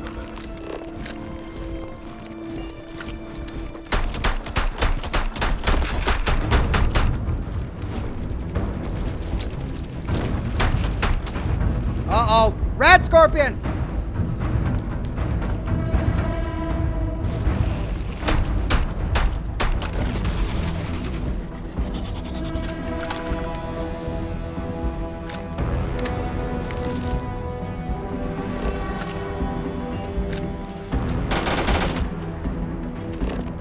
Treat Grazer. Oh, these are already dead. 38% scanned. Right, so I guess I have to scan them when they're alive.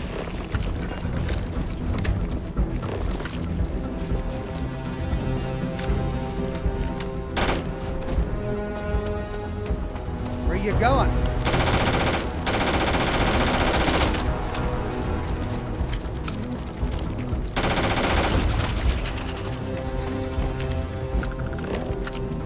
Still says 38% scanned. I don't know what I'm doing wrong. Ah, come on!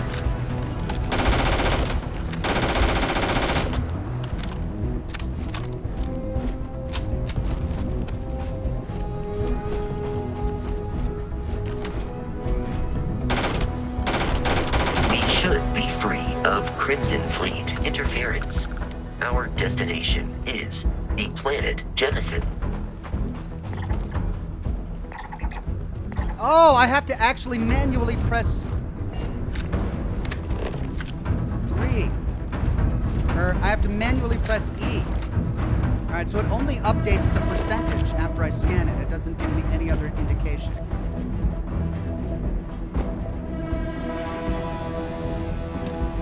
There we go. Oregon is now fully scanned. Sweet. Alright, we got a place over there. What is that? With 1,000 planets on this place, I don't want to spend too much time in one location, but...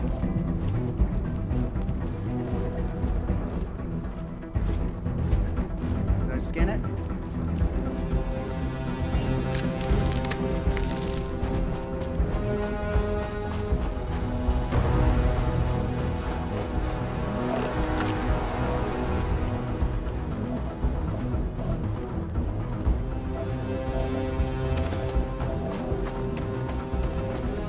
Trilobite.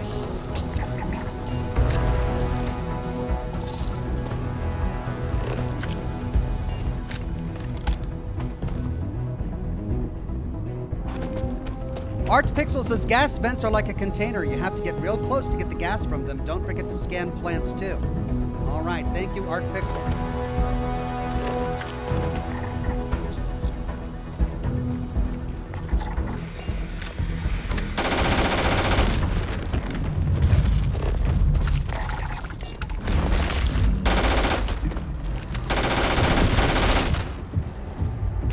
And And that's it for the Crete Razor.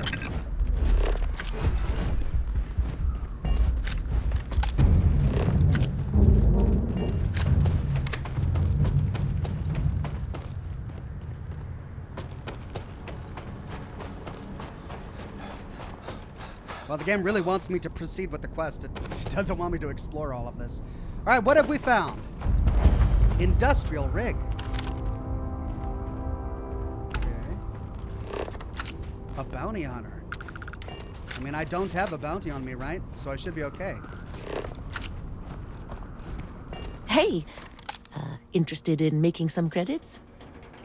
I'm tracking a Crimson Fleet pirate leader with a price on their head. They're in this area, along with the rest of their crew. Up for a fight? I'll cut you in for half the bounty. If you're still alive, of course.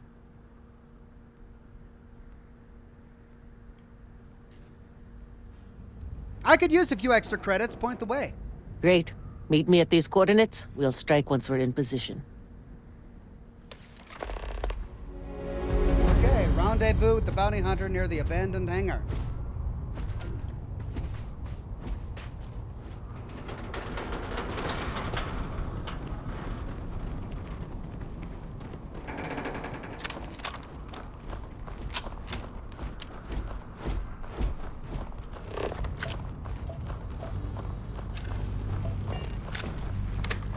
Okay, I got that one. How far is this going to take us? Probably over there? Or...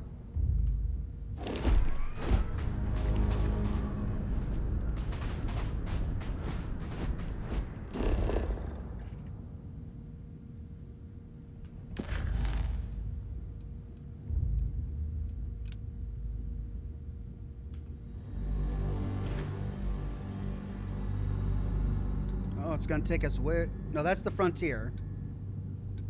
Unknown. Abandoned hangar way over there. Lots of locations around here. Are they procedurally generated? So we have to run all the way up there.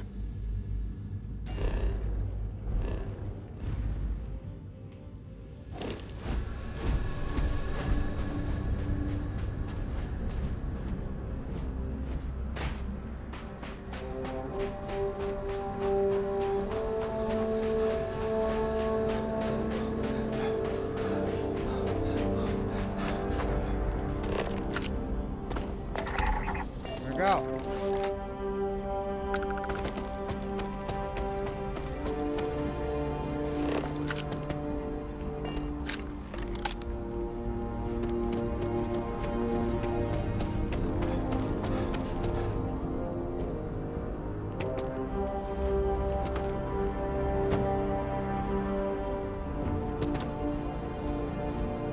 Huh, okay. So it's just a ruin. Flora biome complete. I wonder what that means. Because it said 1 of 3, not 3 of 3.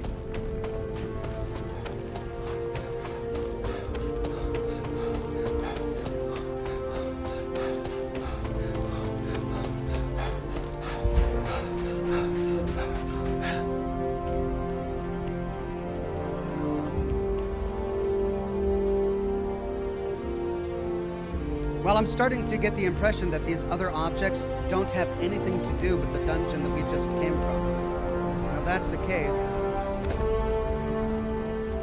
but exploring them is really not going to finish the story, which is what I wanted. What's this? What have I found?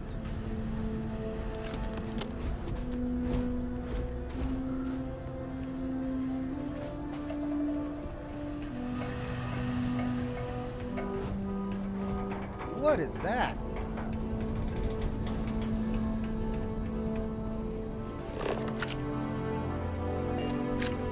Some sort of rocky growth. And an encampment over there. Ah, whoops.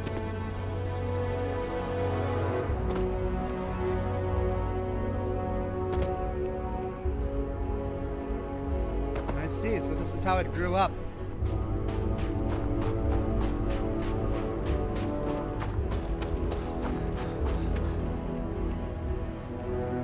Alright, so does that red icon mean I'm stealing? If I take it? The helmet display. Is this somebody's private property? A weapon workbench. Door? Mannequin. Oh dear God. Why does it always have to be mannequins? Weapon workbench. Alright, let's see if we can Hitman modified. Let's modify slot, barrel, standard barrel, long barrel, optic, iron sights, medium scope. I need vanadium and adhesive, reflex sight, adhesive, short scope, adhesive, medium scope. Let's track these. Vanadium and adhesive. I don't have any adhesive? I've been looting all of that tape. Oh, that's right. I put it all on Vasco's inventory. Muzzle compensator installed, muzzle brake. I could switch to the muzzle brake. Improves accuracy. Or I could put a suppressor on it. It decreases my range, but improves accuracy. I need tantalum, however, which I don't have. Let's put a muzzle brake on it. Can I? Oh, I need muzzle mods perk. Ugh. Grip and stock. I need a grip and stock perk. Crap. Alright, so I really can't do any changes to my weapons yet.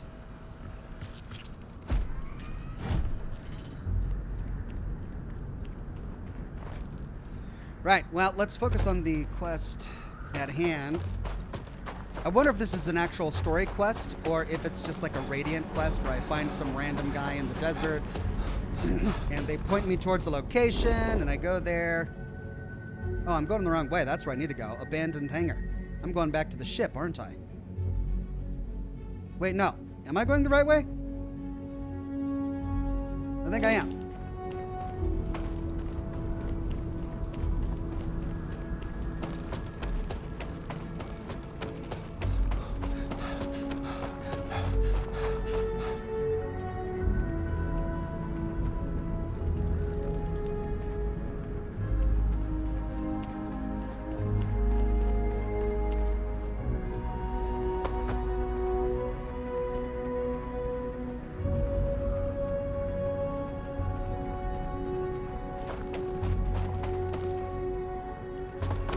God.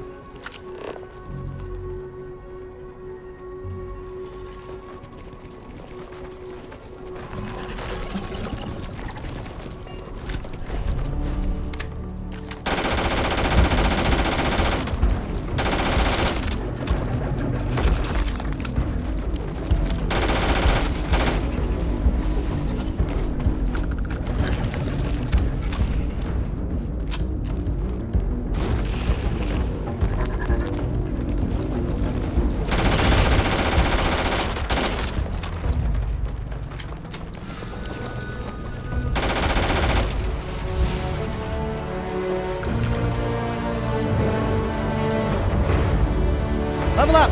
Alright, I need to be able to work on my my weapons. So, let's see, that's going to be in tech, I'm guessing?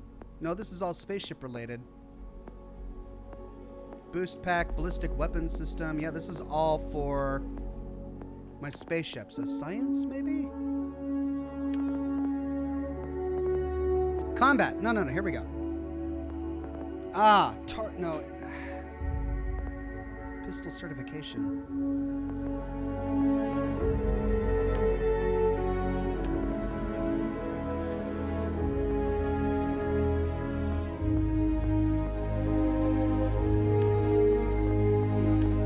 Maybe it's not a perk. Maybe I just don't understand how to...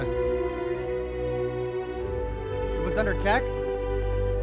Ballistic weapons systems.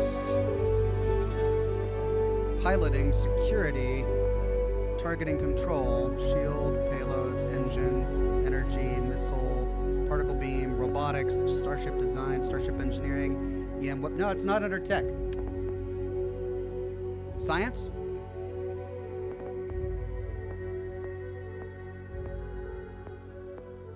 Weapon engineering. Maintain and modify personal weapons. I need to spend 4 points in science to unlock weapon engineering. Is that right? I'd hate to it's a research project, says Art Pixel. Oh. Okay. Pistols, shotguns, lasers, ballistics. I do enjoy ballistic weapons. I already got persuasion rank 1.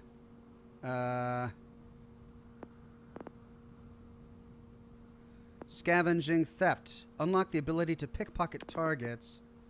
Physical fitness, stealth, weightlifting, wellness, boxing.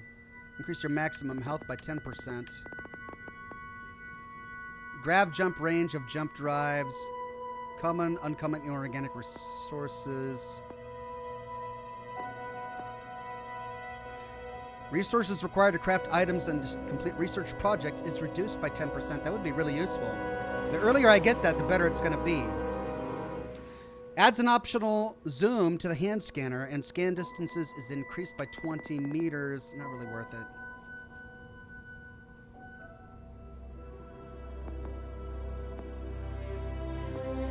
Here we go. You can attempt to hack advanced locks. That's what I want.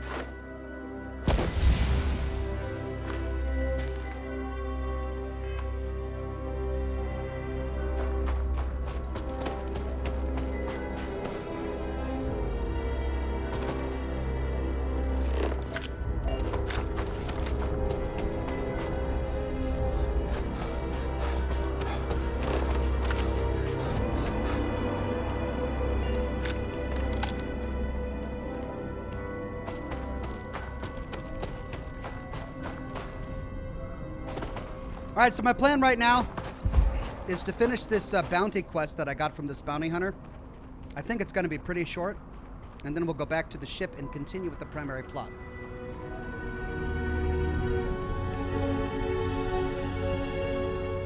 Well, I was really hoping I could do a lore video on that dungeon that we just explored.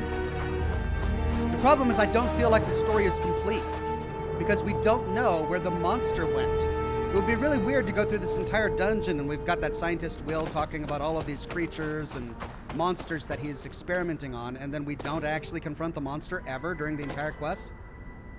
That seems weird to me, which makes me think that it's not, that there's more to it, that there's another place we need to find. So I don't know if I can do the lore video just yet. All right, this looks like a big facility. Is this where he's at? Yeah, this is where the raider is. Let's do a quick save.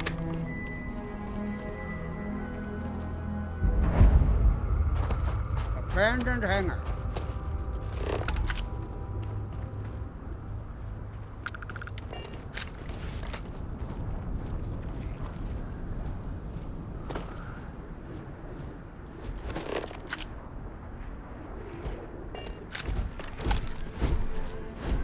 Oh my God, Vasco. God.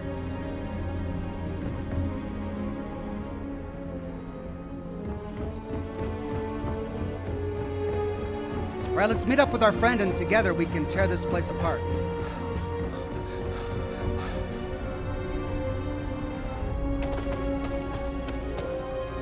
All right, let's keep moving. Kill the pirate brigand in the abandoned hangar.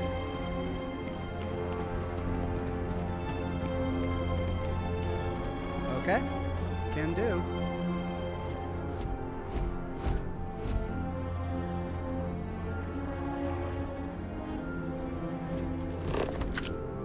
Keep your head down. Am I following you, or are you following me? I guess I'm following you.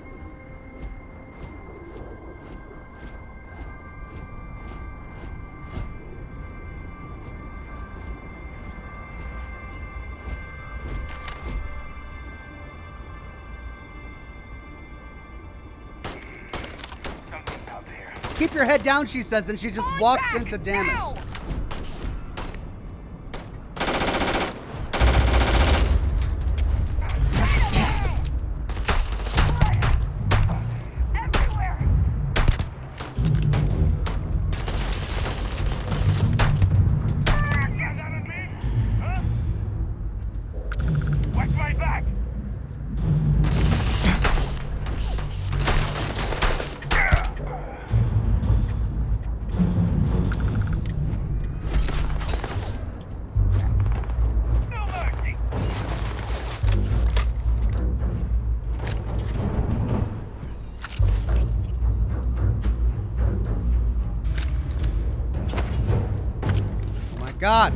I really out of ammo? Oh no! Great. We got a magician here. Come on, you.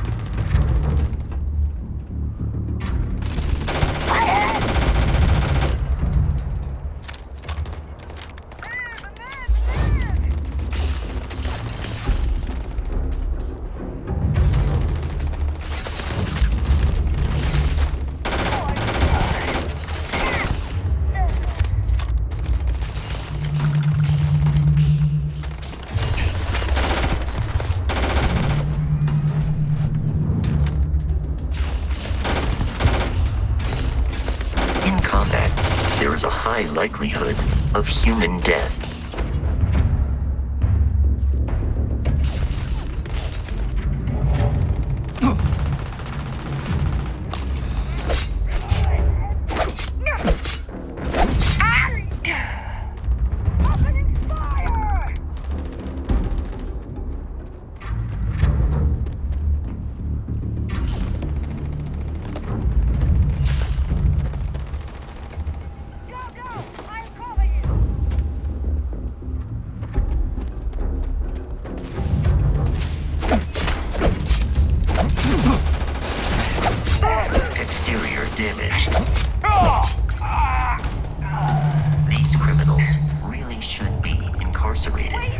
Fosco, you think so?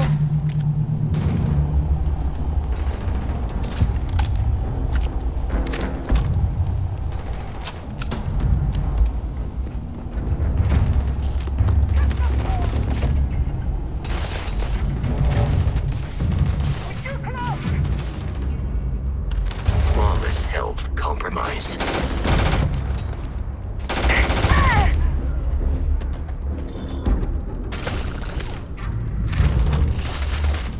You are trying to kill me, but I am not technically alive.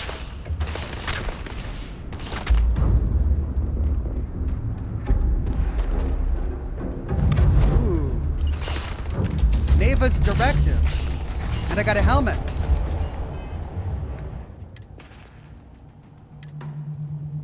$28 DR, 26 energy, 30 EM. That is significantly better than what I currently have.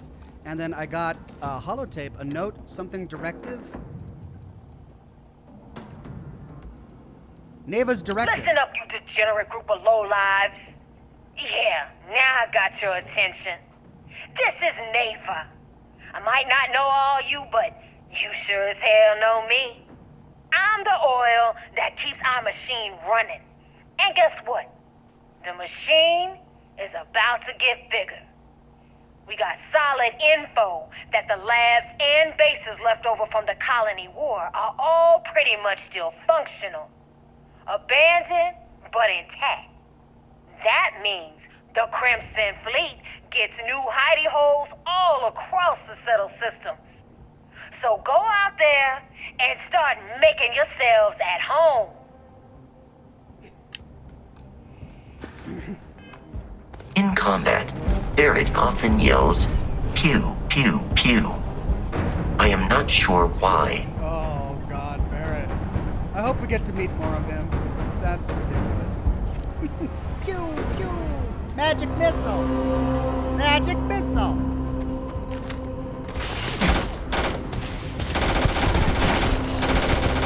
That's smart. Out of my way, Fosco! This robot, my God! Peace is no longer a viable option.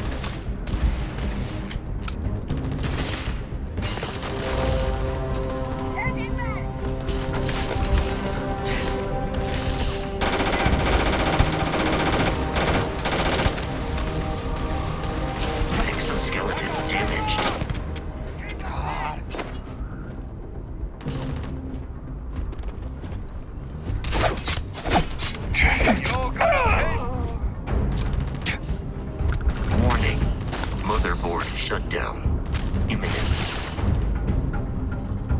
Yeah, well, good. You're not doing me any good there, Vasco.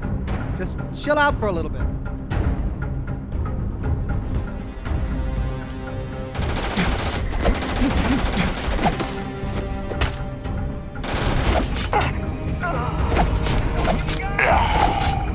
Cover me!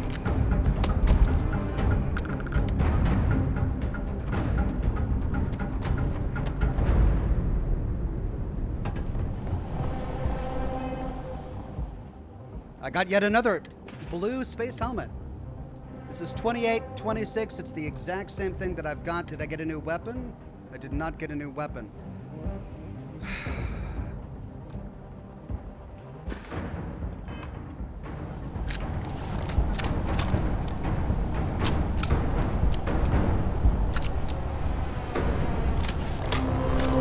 It's the only ammunition I'm getting, though.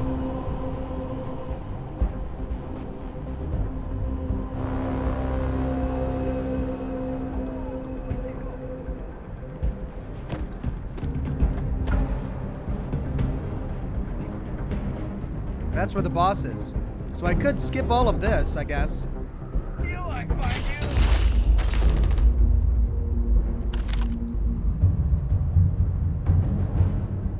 Waiting for my CO2 to discharge.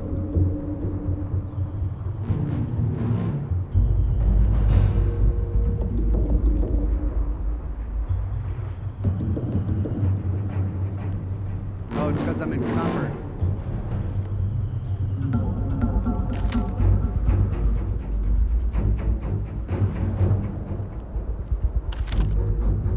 Fosco?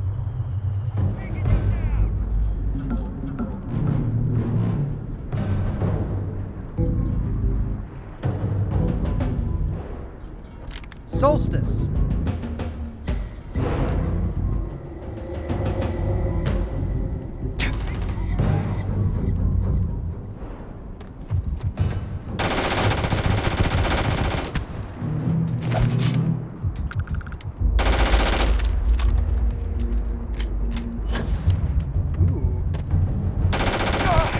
Pierce! Bring it!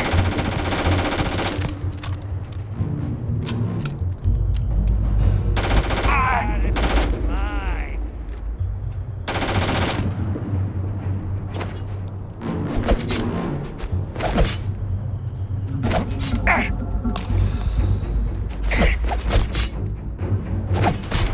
Keep your head down. Go! He blew up! Can I loot his body? Where'd he go? Hey! We need to reach the Alpha Centauri. Am I currently in possession? Okay, I need to drop off some of the stuff I don't... Solstice. Ooh, what's this? 10, it's an energy pistol. Okay, so... let's store it for now. Let's see, packs. Don't need the survival pack. Apparel. Leather pocket wear. Interesting, but it's only 5. Utility jumpsuit. Don't need that. 1 throwable, 3 ammunition. Let's see. Resources. Let's store all of our resources.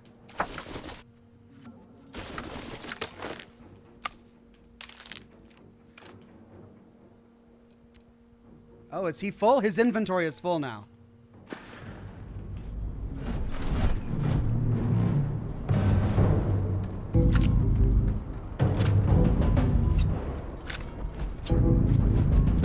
Okay. Well, we're whittling away. We're slowly whittling away. But all of the enemies are on the other side now. So let's go in here and finish the quest and kill the boss. Elevator. Give me good elevator music. Oh, man.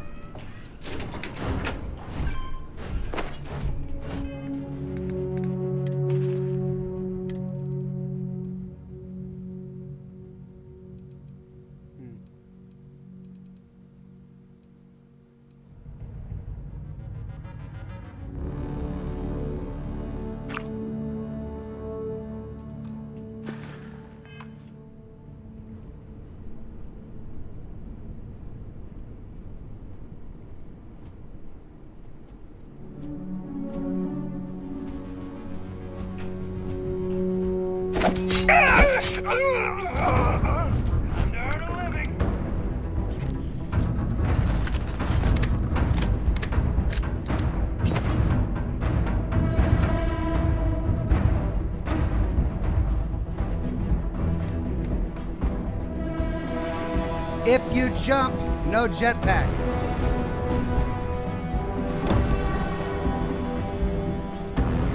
Lots of guys down there.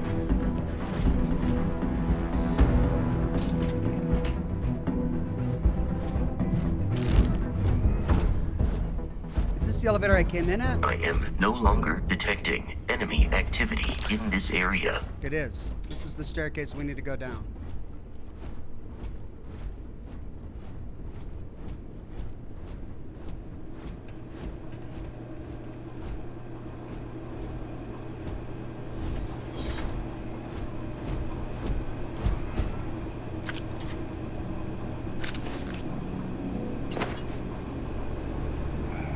Waste of time.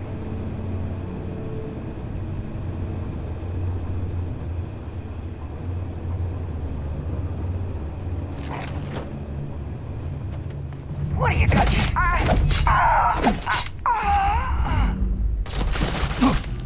Oh, we ain't done yet. I picked up ammunition for the Grendel. Warning. Damage received.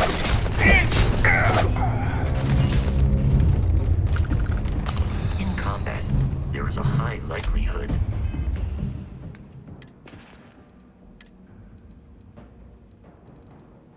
Where's the Grendel? I picked it up. There it is. of human death. Well, I've got a lot of this ammo because I didn't want to use this weapon. Just give up. Exterior plating damaged. Boom! Target has fallen.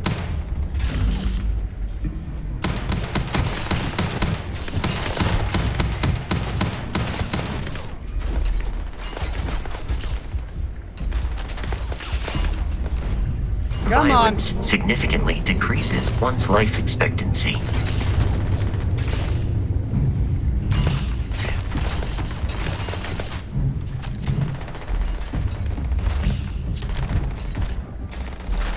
God.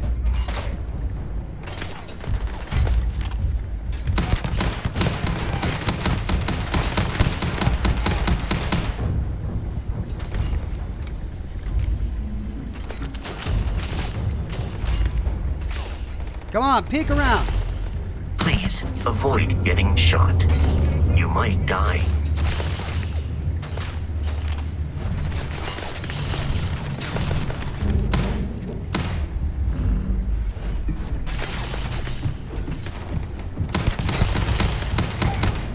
Got him.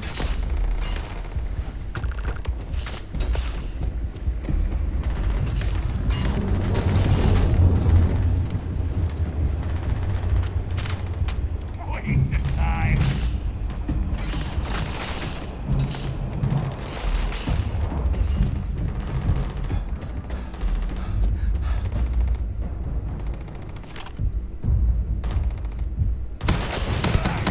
Fire on him! Huh?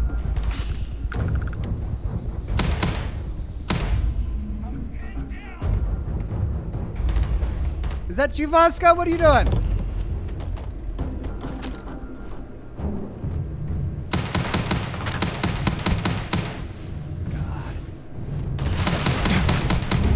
Oh, no. No way. Forget this!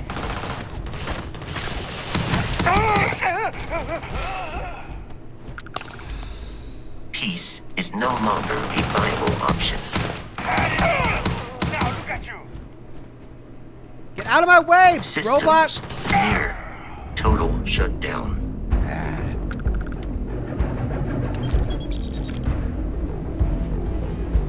Gray elbow grease gear.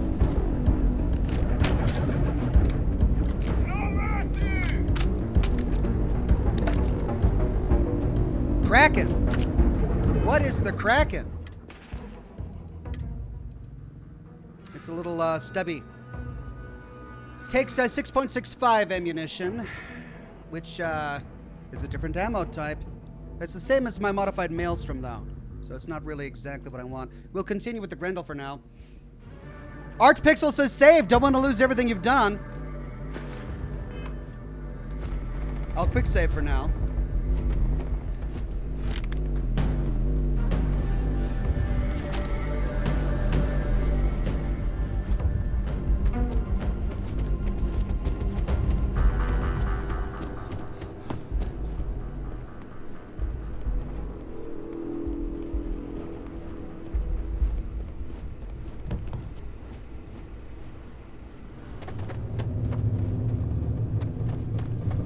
This is the boss.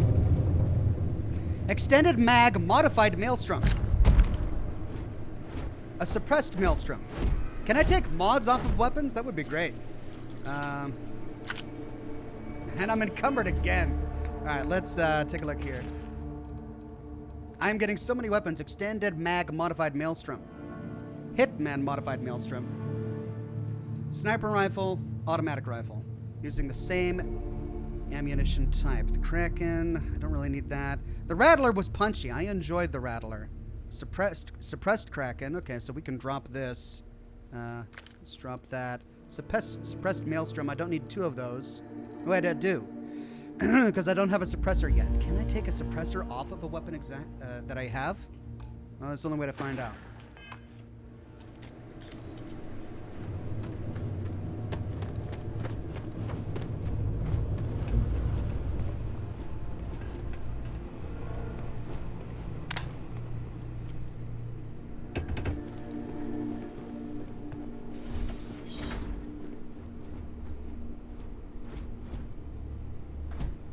My life chunk by chunk. I feel like we read this one already.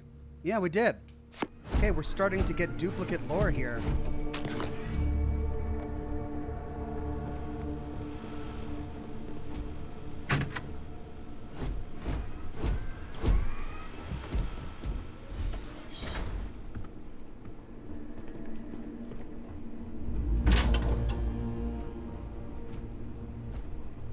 History of xenobiology, bad people, bad jokes. Yeah, we're getting duplicate lore here.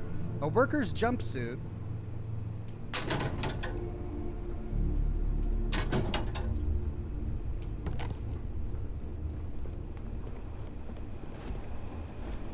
Safe. And it was unlocked. Nice.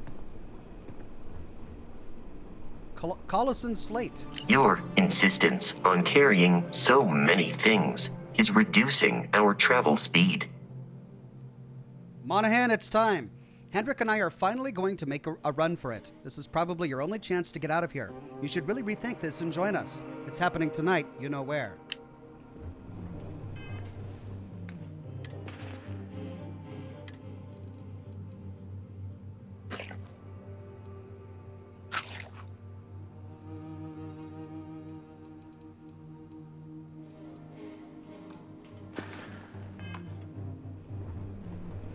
Okay, I think I'm no longer encumbered.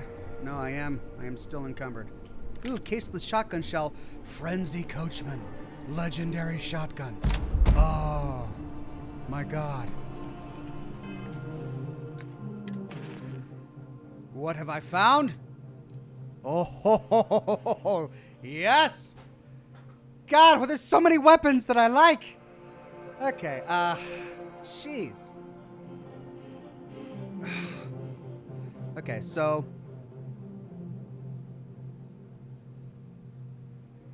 shotgun should be 3. Sniper rifle should be 5. Automatic rifle should be 4.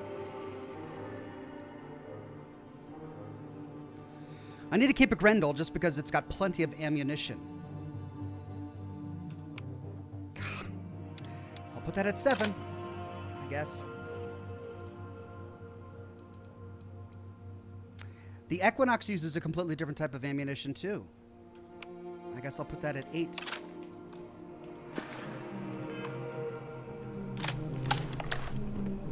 But I don't have the ammunition for that. There's the shoddy. Ooh, look at that. That's beautiful. Ah, I love it.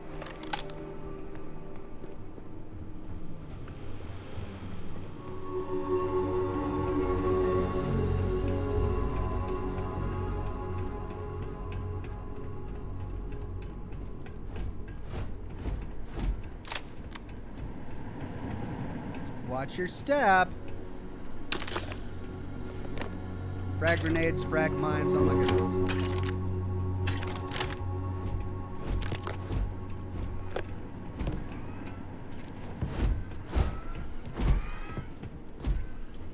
We should be free of Crimson. I will keep your items safe. So let's see. He's encumbered. So let's take some weapons off of him that I don't need. I don't need a regular Grendel or a regular Kraken or a regular Maelstrom. I got a lot of those. I'm going to drop those. Let's go to my inventory and let's store...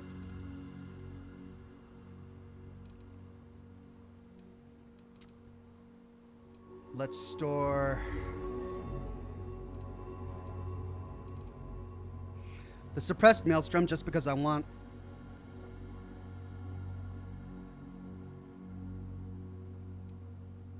the silencer. Then I can drop the rest.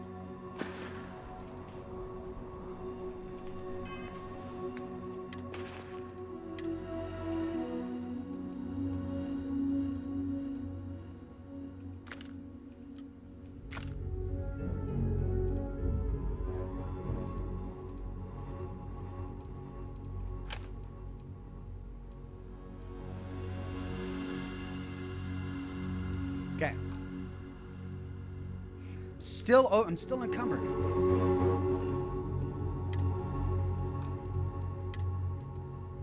Tunnel mining pack, that's only a DR of 30, so I don't need that. Let's use the deep mining pack. I think that's something I just recently picked up. Miner hat and apparel, 15. I gotta keep the hazmat suit. The gray elbow grease gear. What is that? DR of 15? I don't know. Yeah, that looks cool. Let's drop this then. Okay, and then that's got me at 130.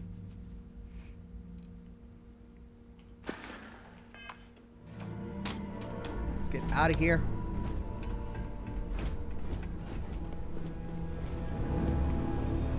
I got this. Keep your head down!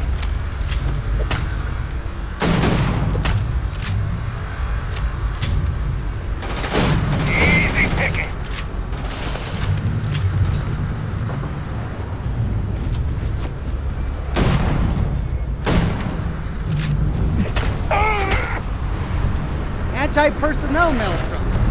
Delgado's directive.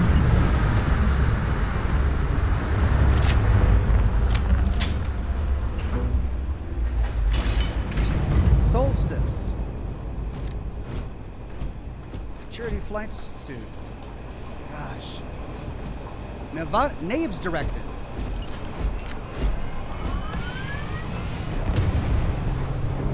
Just heard something. All right, well, we got a bunch of lore that we just got through. Let's see. Let's go to notes.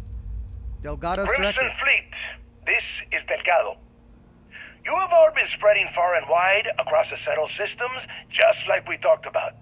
Do not stop. Free Star Collective, United Colonies, they think the galaxy is theirs. They are wrong. It belongs to the free people of the Crimson Fleet. It always has. We are just reclaiming what is rightfully ours. And we will use their own selfishness and arrogance against them. Those of you old enough to grow hair remember the Colony War. Remember those morons fighting and dying over nothing. They built facilities all over. Facilities that are still there, intact and abandoned. Just waiting for someone to come in and set up shop. That someone is the Crimson Fleet. So go! Make yourselves at home and bring the fight right to their goddamn doorsteps! Chad says I already have a Maelstrom. All right. I got another holotape too, didn't I? Neva's directive. But, oh, I've got 3 of those. Listen up, you degenerate group of lowlives. Yeah, already listened now I to got your attention. Oh, can I stop listening to this now? I might not know all you, but All right, you sure as hell know me. I'm the Do I have oil 6 cutters? that keeps our machine running. I do. And guess what? The machine is about to get bigger. Anti-personnel maelstrom. We got solid info that the labs and bases left over from the colony war are all pretty much still functional. Abandoned, but intact. That means the Crimson Fleet gets new hidey holes all across the settled systems. So go out there and start making yourselves at home. All right, so this is very similar. This has improved fire rate and a decreased mass. But this has greater range and accuracy. So I think I want to keep it. Yeah, I already have a solstice, don't I? Oh well. By dropping those excess cutters that I had. Oh look, I've got 6 rescue axes as well. What? How am I just not realizing this? Great, I'm at 110. Gonna take you apart.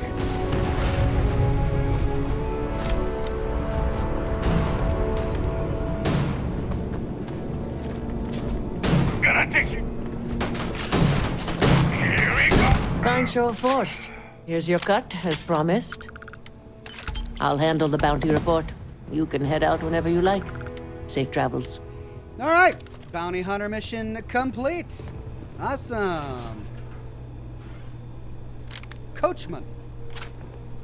I'm getting new content here just all the time. A frenzied coachman. Okay, so the coachman is just the shotgun. So what I got was a legendary shotgun. Let's see what the original was. Space Adept, 30% damage while in space and a negative 15% damage while on a planet. All right, so it's got some pros and cons. Med theft, chance that humans drop extra med packs on death. Frenzy, small chance to frenzy a target. I mean, this is clearly better.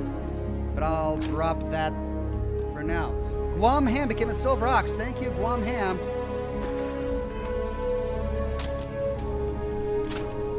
Why is my gun invisible? It's because I was in combat when that NPC just pulled me aside for dialogue. Oh my god, now my weapons are all invisible.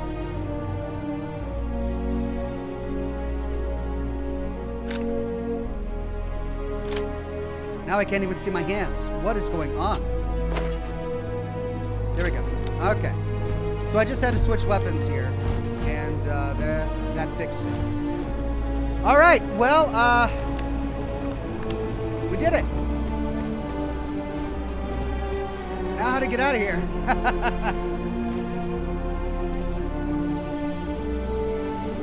It was worth it. I got a legendary shotgun out of it.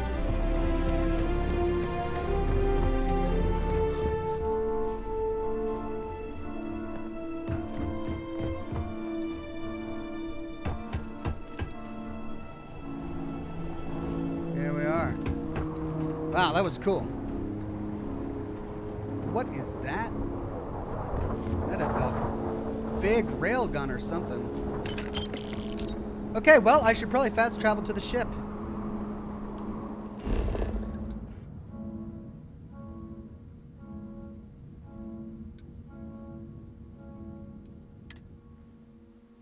Phil says, it just works. It does. Captain. To reach the lodge, we must jump to the planet Jemison in the Alpha Centauri system, and then land in the city of New Atlantis. Do not worry, this will all become second nature before too long. All right, we get to go to New Atlantis? Cool.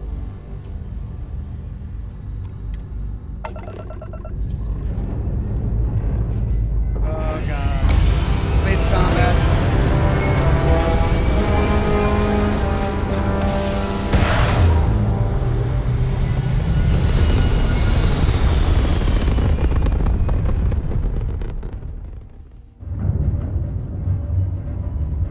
Right. So,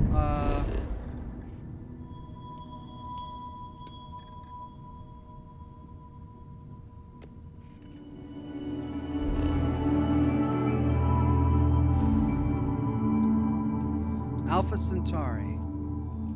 And there's Sol.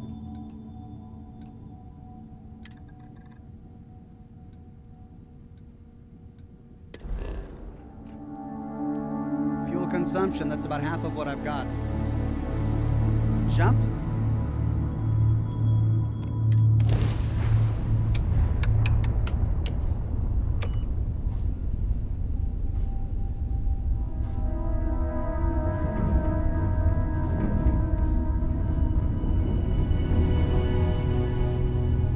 Okay, I gotta power up the grav drive. Alright, so...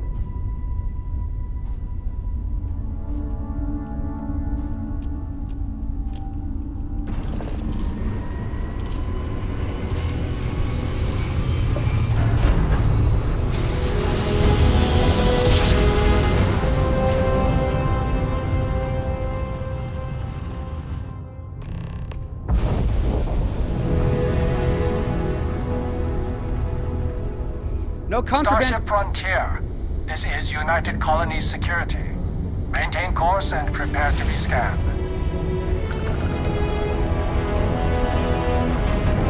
Scan complete. No contraband detected.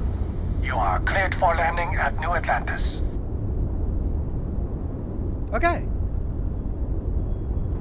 Great. Jemison, New Atlantis. Land.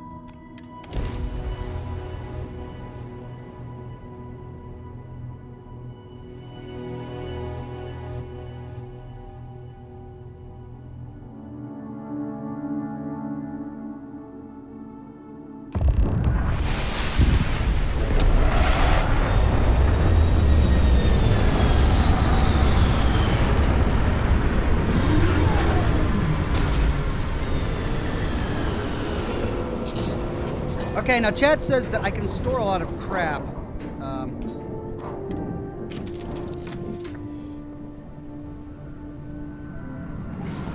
By looking above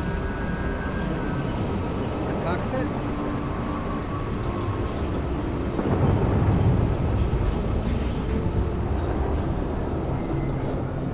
Captain's locker.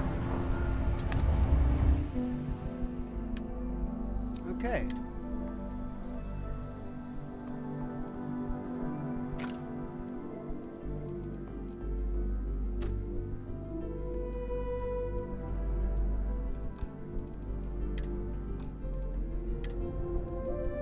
Ablative Deep Core, that's essentially the same as my Veteran's Deep Core. Combat Veteran, negative 15% damage from human enemies. Negative 15% incoming energy damage. This is... Alright, well I don't need to carry both of them with me. Apparel. I should probably always keep a hazmat suit with me. Security flight suit is pretty cool looking. I'll save it for now. Keep my throwables, keep my ammo, keep my aids. I can store my notes. Because I've read all of these, right?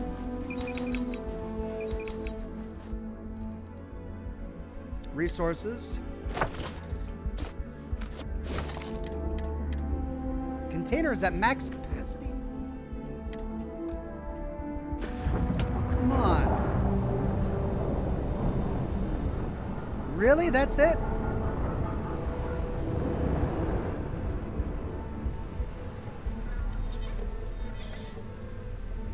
Is that my only container?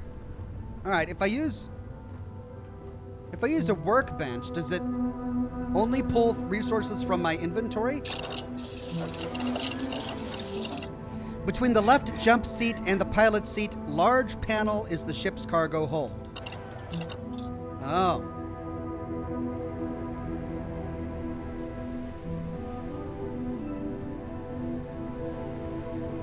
Cargo hold. Oh. Whoops. Okay.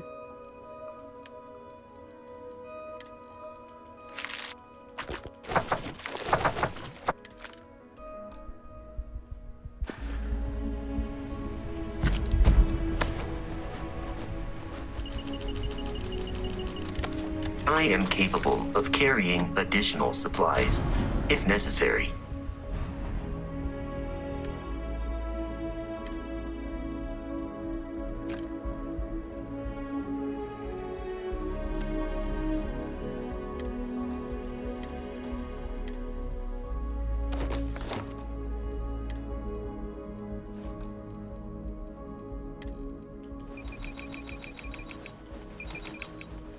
This had better be bottomless.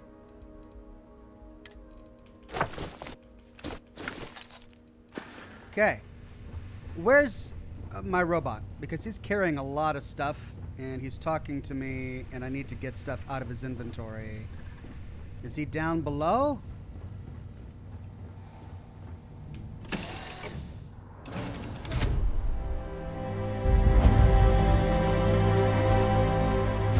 Captain, Constellation will be waiting for you at the lodge.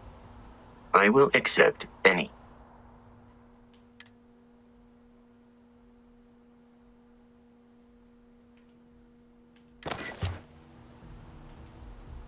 I am ready to command.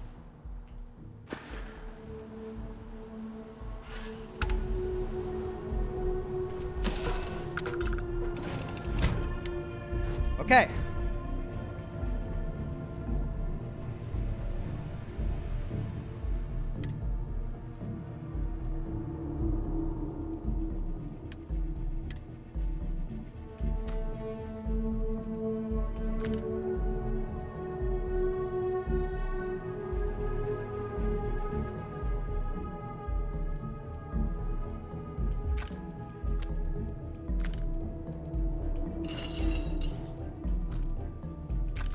No!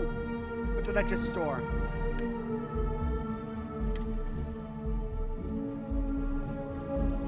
Crap, I forgot what it was.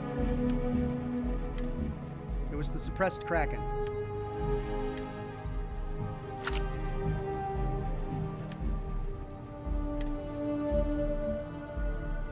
Okay.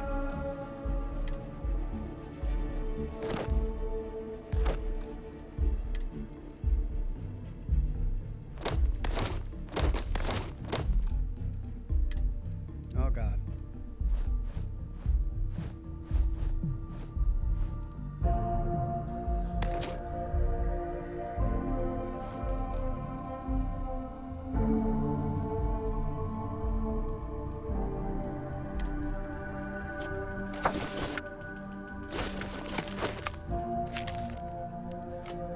Okay.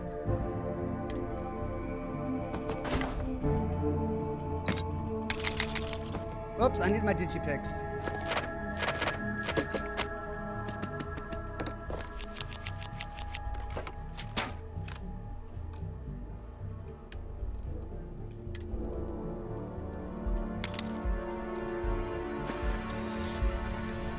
Now I wonder if this is going to use my cargo, everything in my cargo hold in order to craft. Equipment, available projects 3, helmet mods. Okay. Tungsten 3. Confirmed. I can't do that yet. Locked.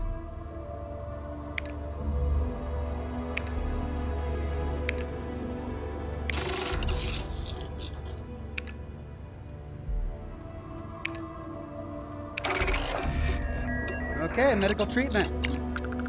Completed.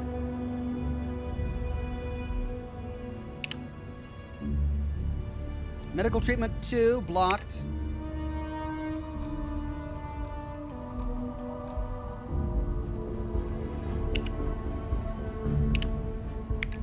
Food and drink, old world cuisine.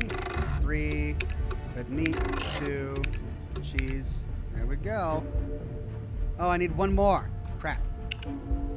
Beverage development. I need spice. I got plenty of fiber, plenty of water.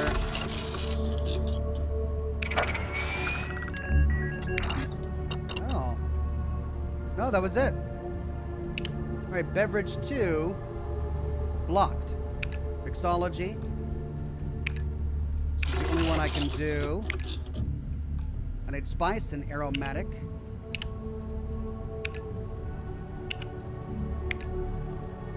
Barrel mods.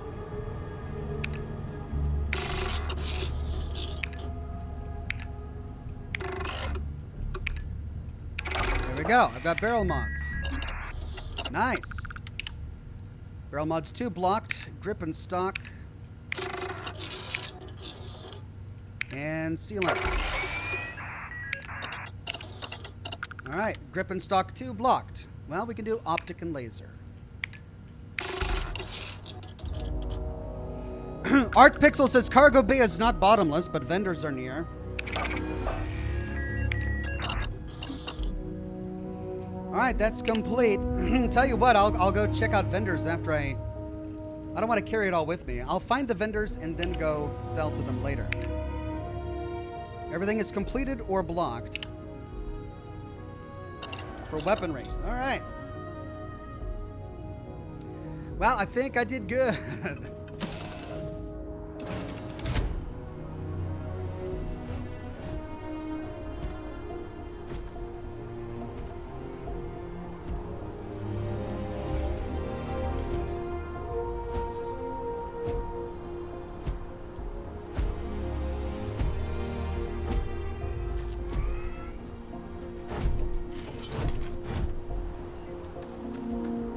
Hey, Bosco.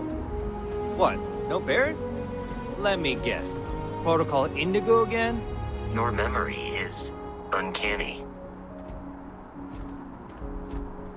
And he's your new captain. My crew can take a look at your ship. And you can stop by the Trade Authority kiosk if you need to offload some cargo. Oh, good. 1,000 credits. My ship needs some repairs. Yikes, is it 1,000 credits every time I repair my ship? I'd like to view and modify my ships. Wow, okay. Let me see what ships you have for sale. I'm sure you can find something you like. Ooh, the Rambler. Vendor credits. I've got 10,000 credits.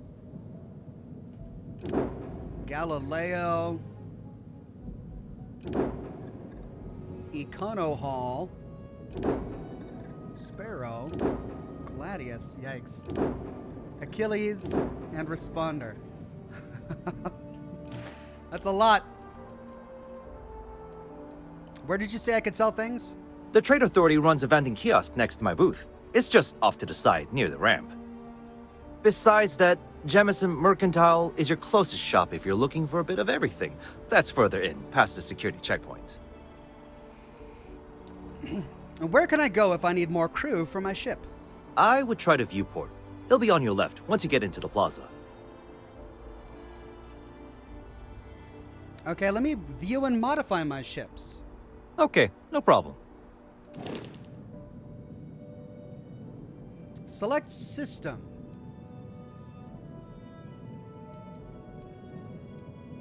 Oh, wow. Oh, this is so cool. Lasers. Ballistic cannon. Missiles. Engine. Shield. Grav drive.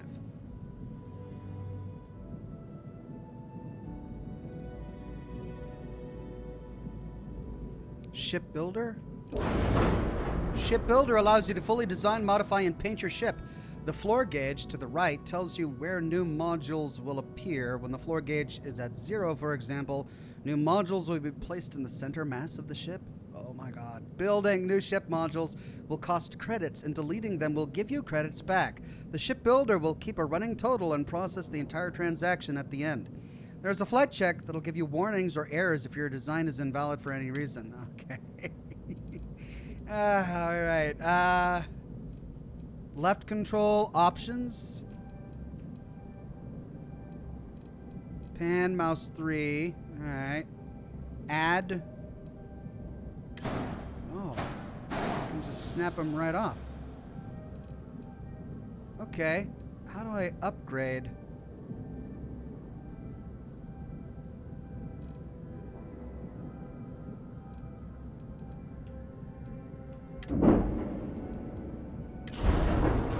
Ship upgrade mode allows you to make improvements to your ship without needing to worry about where modules should be placed. Some upgrades may have level or skill requirements. Multiple upgrades can be made, and their cost will be added up at the end of the session. Okay, grav drive.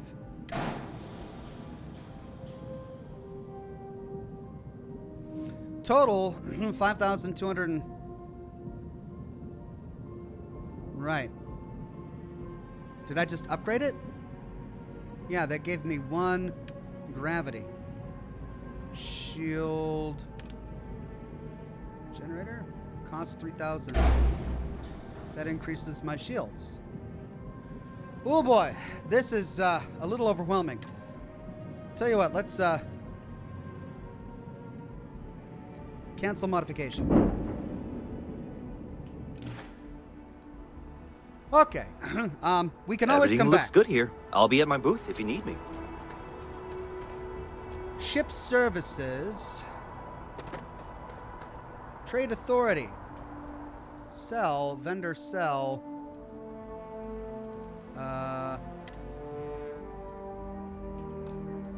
Weapons. This is only what's on my inventory though, right?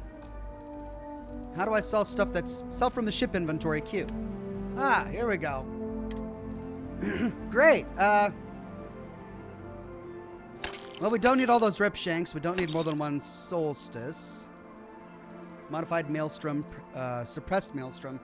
I didn't see an option to strip mods from existing weapons, but maybe I just didn't look close enough. Let's take a look at spacesuits. Pirate assault spacesuit. Don't need that. Helmets. Deep mining space helmet. Don't need these. I'll only keep the blue ones. Apparel. Argos extractor jumpsuit. Gravi Plaz helmet. Leather pocket wear. I wish it would show me the stats, not the value. Here you go. Compared to equipped. Oh, I don't have a helmet equipped. Okay, so I should probably put that back in my inventory. Leather pocket wear.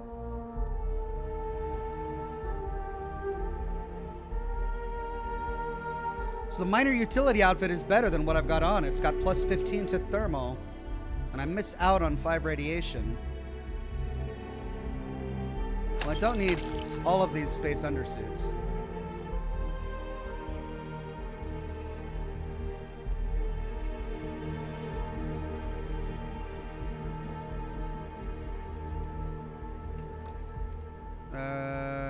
Resources.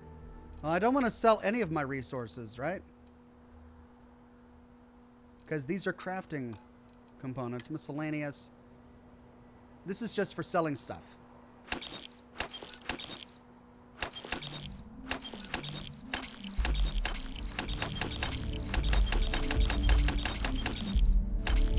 Personal groomer sells for 13. Tablet sells for 17. All right, I gotta loot all the tablets I find. Vacuum tape. I'm surprised none of these are crafting components.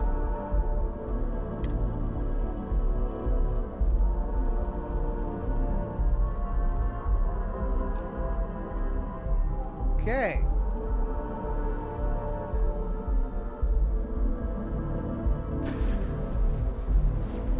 All right, I think it worked. Patrick Kwong says, I saw an NCR flag at a music festival, and guess who I thought of? Watched all your vids from Fallout 1 through 76, and excited to experience Starfield with you, Oxhorny. That was Patrick's first super chat. Thank you, Patrick. I can assure you this unprovoked attack on a United Colonies research facility will not go unanswered. We'll get you settled into your new assignments as soon as possible.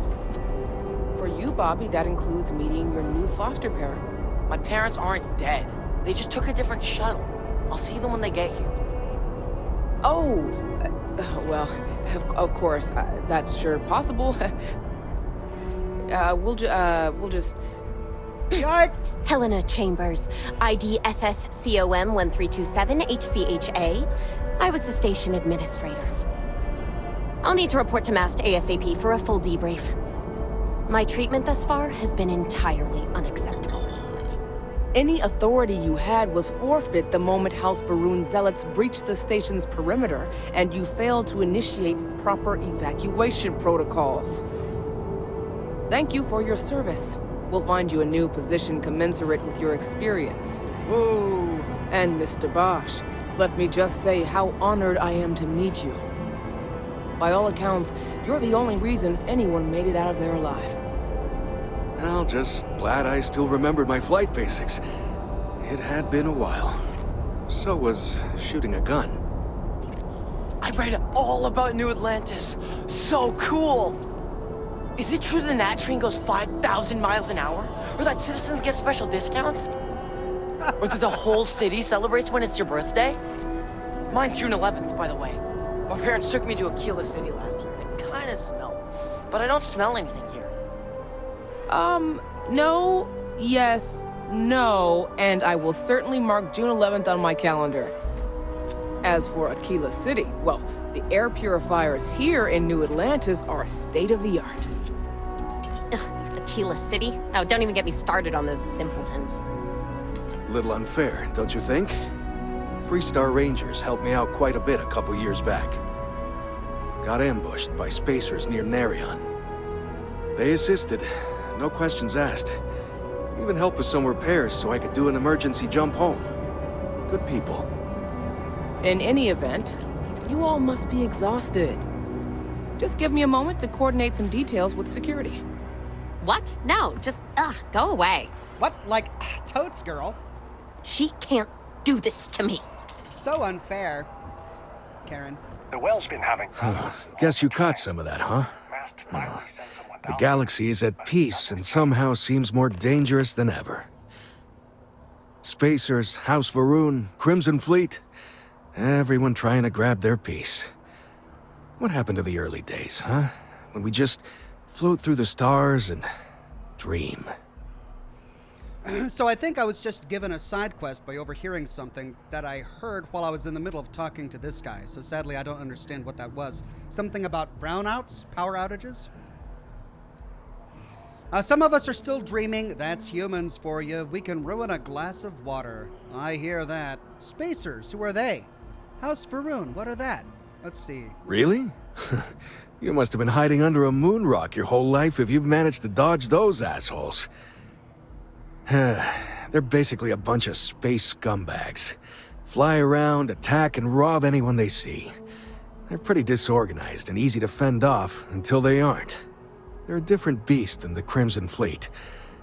Generally speaking, pirates want your stuff, so they can occasionally be reasoned with. Spacers, though, they tend to shoot first and ask questions never. So Spacers are raiders. Crimson Fleet is like gunners. House Varun, what's that?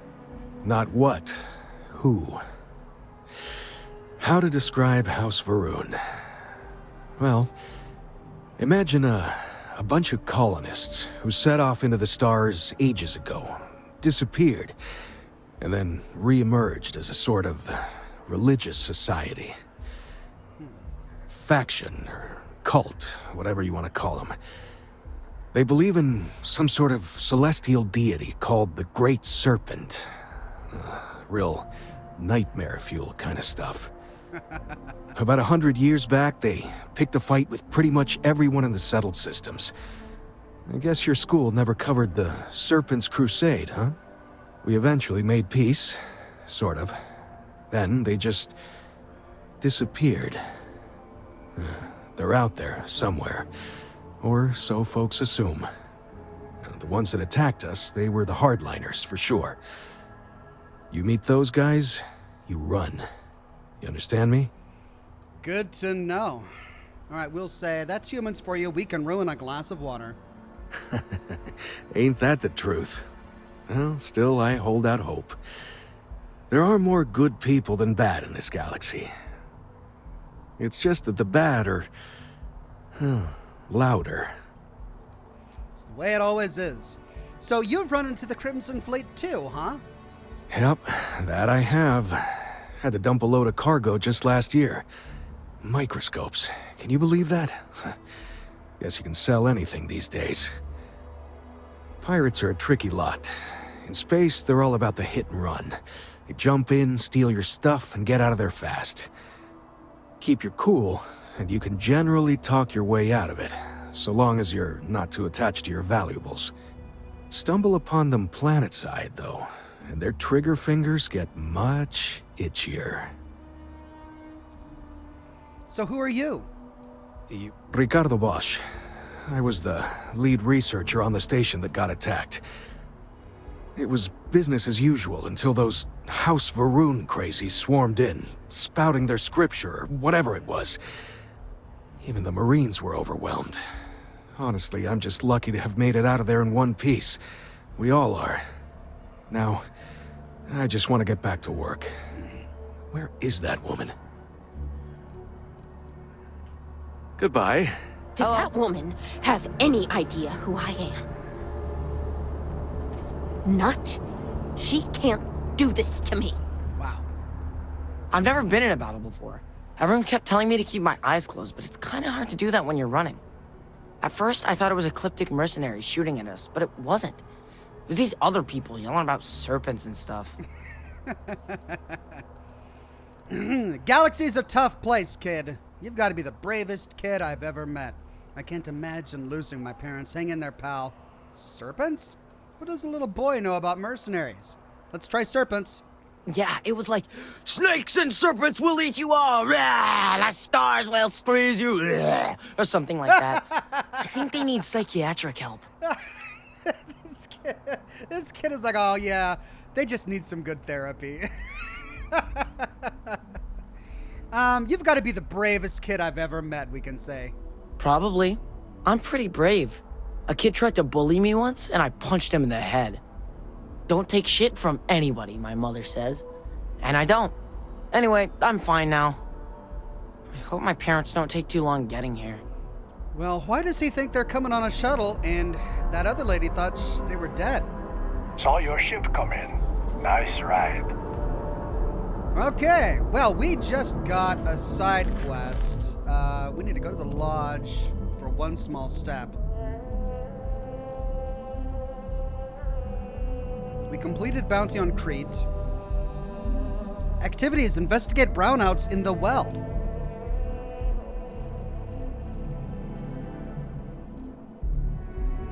I can only track one at a time, though.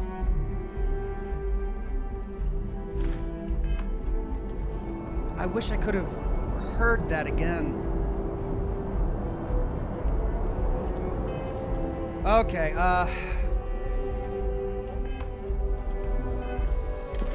let's keep this one active on our marker so we know where we're going. Way over there.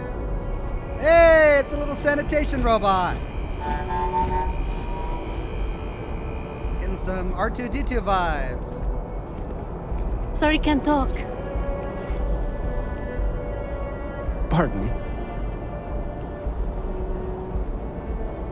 Where to begin? You will be scanned as you enter the city. Please keep moving. What?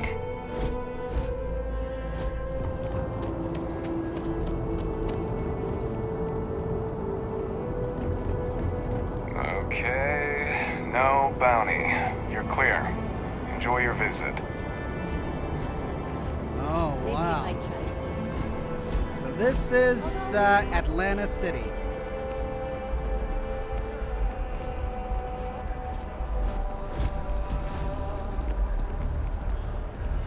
Alright, so I need to go over there for my quest marker. The brownout thing is over there. Let's work on the primary quest for now, and then we can walk around Atlantic City and get other quests.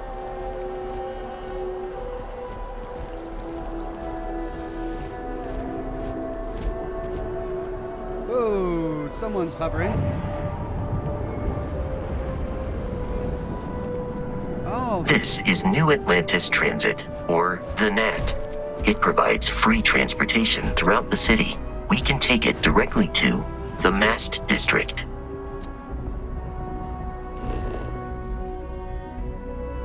But what about this district? Oh, I don't get a layout of the city? Oh.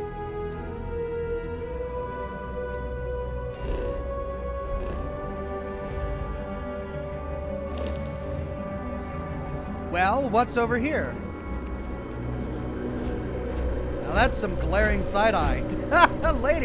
Lady, sorry, lady, just stop staring at me. Creepy as hell. She's just like, I didn't mean to offend.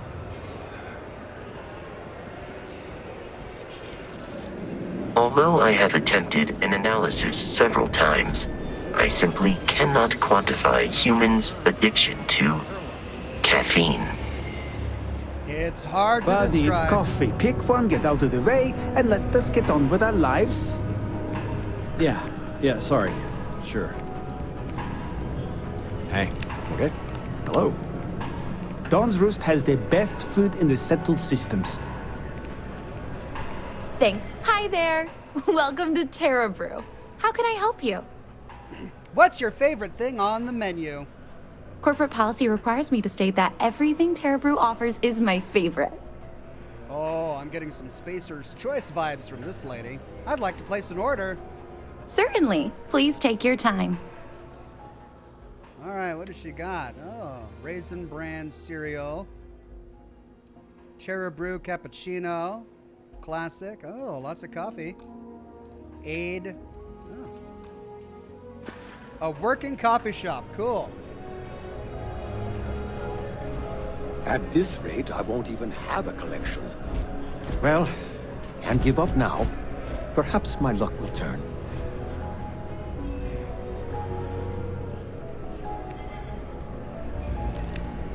Here one moment, gone the next. I tell you, you must cherish everything and everyone while they're here. You never know when you may lose them. I'm sorry for your loss, we can say, or it takes time to grieve. Your loss will get easier with time. I hope you're right. You see, I lost something invaluable. Lost it in a bet, if you must know. It was one of my most prized items in my collection. It was a gem, priceless, no doubt, and its beauty was blinding. Life seems a little less bright without it. That scoundrel George St. George has it in his possession now. And knowing that fills me with such envy and anger.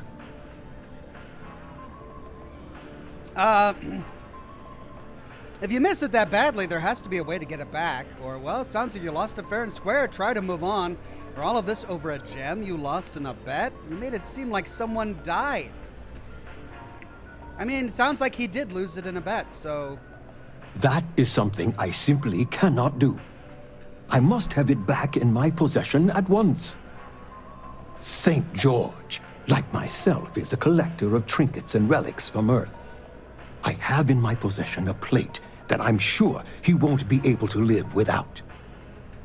Please, would you be my hero and go exchange the plate for the jewel? I'm sure it will work. I mean, if we get his permission, we could say, my hands are tied right now, I can't do it for you. Or why can't you do it yourself? Oh, God, no. I could never face him myself. I'd be sick just at the sight of him. St. George would never give the gem back if I went myself. He would gain a smug satisfaction from declining the offer. All right. I mean, if we don't have to steal it, then sure. Fantastic! Here's the plate. Come back to me when you have the gem, and please don't drop it. Oh, where are my manners? My name is Guillaume, by the way. It's a pleasure to make your acquaintance. Okay, the gem jealousy. Make an exchange with George St. George. Are you from the area? Yes, I've been blessed to call New Atlantis home. When I was a younger man, I would travel the settled systems with no home to call my own. I was a nomad, if you will. But out of all the places I've been, no place quite spoke to me like New Atlantis. Are you a gambler by trade? Not by profession. I work out of the Valberg building. Gambling is a vice I've indulged since I was a young man. and I've amassed a great collection of trinkets and valuables from it. Alas, recently my luck has soured and my collection is dwindling by the day. But I can't stop, right? I can't just quit. Because what if my luck returns? The most important part of gambling is knowing when to quit when you're ahead. Or absolutely, I'm sure your luck will turn around eventually. I mean, yeah, gambling. Quit when you're ahead. A lesson I still have yet to learn, unfortunately. Thank you. I will try to take your advice to heart. What type of things do you collect? I collect all sorts. Gems, novelties, old Earth trinkets. Anything and everything that has some sort of value, monetary or otherwise. One of my favorite possessions is a fork that was used on Earth. How amazing is that? You'd be amazed what people will wager in a bet. I've won and lost some truly breathtaking things. My collection, as it stands, is quite valuable and substantial. It used to be more so, but my bad string of luck lately has affected it. So he's excited over a dingle hopper. I wonder what this gem actually is. It's probably like a crushed soda can. What if George rejects the exchange? Are you sure the plate is enough? I can assure you with near certainty he won't decline. As much as I hate to say it, St. George and I are cut from the same cloth.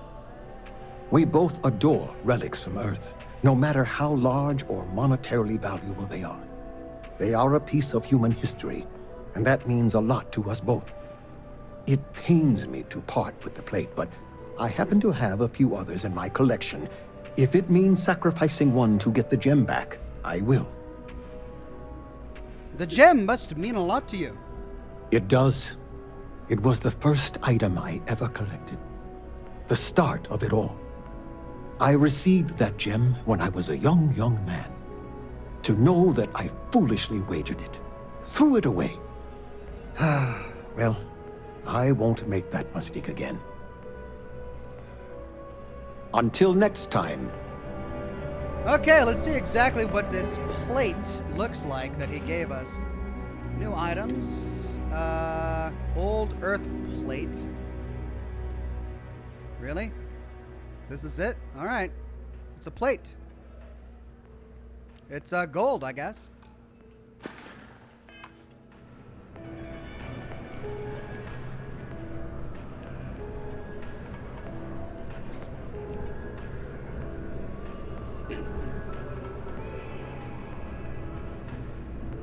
Sorry, lady. I didn't mean to interrupt your sandwich eating thing. Oh, eat that sandwich. Nom nom nom. Oh, the characters in this game just give you such side eye. All right, let's see what else we can discover. Barrett enjoys this establishment. He frequently buys chocolate here, though I have informed him repeatedly it is likely a significant contributing factor to his being overweight. If you're in the market for artwork, I'm sure I can find something to suit your needs. So, you're an art dealer? Indeed, I am. I've been an art dealer for most of my life, plying my trade all across the settled systems. It's actually why I'm here in New Atlantis today. I'll be delivering a piece of art to a very particular client later. However, I don't yet have the art in my possession. Actually, would you like to pick up the artwork and bring it back to me? I'll reward you for your effort, of course. Why not, what exactly does my help entail? You simply need to go pick up some artwork. The exchange has already been arranged, and you won't have to show any credits. It's just a matter of picking something up and bringing it back to me. There's really no need to worry. It's all very simple. Sure, sounds a bit fishy. Why not do it yourself? I'm not very familiar with the streets of New Atlantis. I'm not from here, you see. I'd rather just avoid any trouble and have someone more capable do the exchange for me. Oh, dear. Right, I'll do it. Excellent. You'll be picking up the art from Zoe Kaminsky at the Trade Authority. Tell her you're there for Samson Jabrel's art. She'll understand. Return the artwork to me, and you will be compensated. Trade Authority, okay. I didn't know the Trade Authority handles artwork. Well, of course they do. Why wouldn't they? I've heard tell that you can get some very impressive items at the Trade Authority. But for now, let's settle for the artwork that I've procured. Do you work around here? In a sense. My trade doesn't necessarily need me to be tied down in one location. Because of that, I travel all over the settled systems. I'm here now for an opportunity, but before this, I was in Aquila. Before that, Neon. In my line of work, I can't afford to stay in one place for very long. Can you tell me about yourself? Other than being an art dealer, there's not much to say. I grew up in Neon, and I knew I had to get out of that place somehow. I did a few odd jobs, some deliveries, and it eventually led me onto this path I'm on now. I never thought I'd do what I do, but I suppose life can be surprising.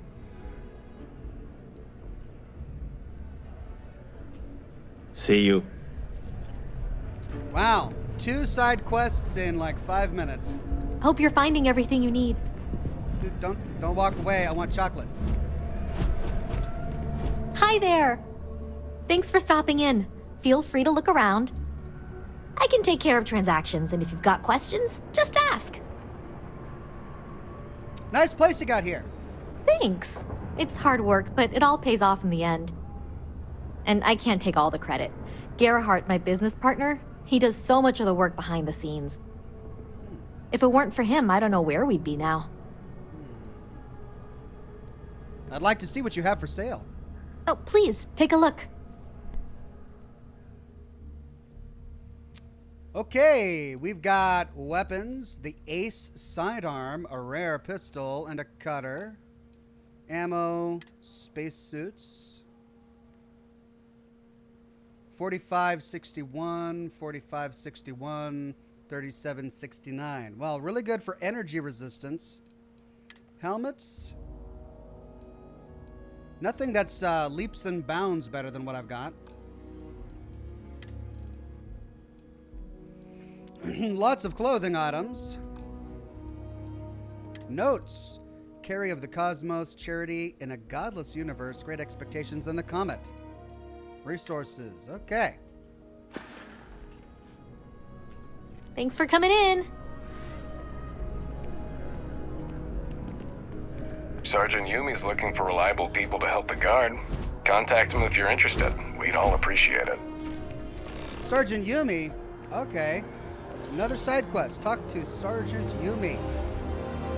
Ooh, boy. The viewport. Hey there. You look like the planet-hopping type. Got any room on your ship for someone like me? That depends. Got any useful skills? Plenty. I'm comfortable on a ship, especially in the gunner seat. I'm also a trained expert with shotguns. I have the certification to prove it. If you're willing to work, you're welcome aboard. Aye aye, Captain. I won't overcharge you. I'm grateful for the offer. I've been out of a job since I left the Freestar Rangers. Charge me? I gotta buy her? 24,000 credits. Oh, okay. Well, we can pass a persuasion check to say, I can't afford to pay what you're asking. Will you work for less? You're short on credits? To persuade a person, you need to make successful choices. Choices can range from kind words to distractions to threats. Each choice has a difficulty. The higher the difficulty, the greater the chance the choice fails, but the more points you'll earn when you succeed. You have a limited number of choices you can make, but you can never fail if your last choice succeeds. Aha. Oh, Okay. Well, what's my persuasion at? It's only 1, right? I know you'd like to help me if you could. Who knows how long it'll be before you get another offer, or you must not get around much if you think anybody would pay that. I mean, it jumps from 1 to 4. Let's try 1, I think. Yeah, I hope so. That reminds me of a joke I heard the other day. Or who knows how long it'll be before you get another offer. Or you must not get around much if you think anyone would pay that. Okay, so we've got to get 3. I only have 2 turns left. Let's hope the other one gives me a 2. So we'll go, that reminds me of a joke I heard the other day. Okay, that's pretty good. Well, the last thing I want is you going bankrupt on my account. I'll work for whatever you can pay. Great. I like your attitude. You're hired. Pay 12,000 credits. Okay. Thanks! I think we'll make a great team, huh? Okay, manage your crew.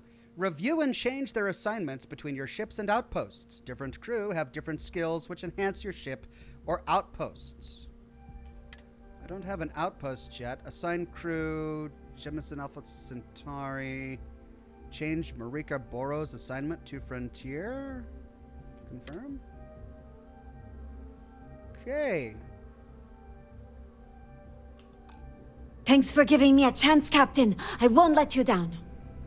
All right, well, we got a new companion, and she was just sitting here. She didn't even talk at us when we walked in.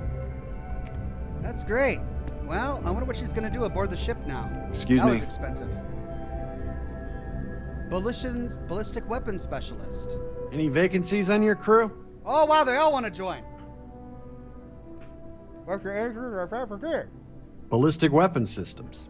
I specialize in using those type of weapons to punch holes in your target's hull. I'm interested. How much will it cost me? I'm not asking for much, just a reasonable share.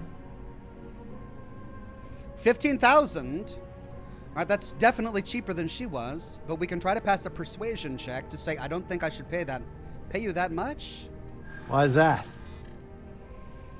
Okay, I know you'd like to help me if you could. I've got 3 turns. I'm offering more than just a job. It's an opportunity. That gives us 2 points. Let's try for that. If you're the best, you should be willing to pay for the best. Fine. There's no reason for us to have a problem, is there? I'm glad you understand the position I'm in here. You got yourself a deal. Okay.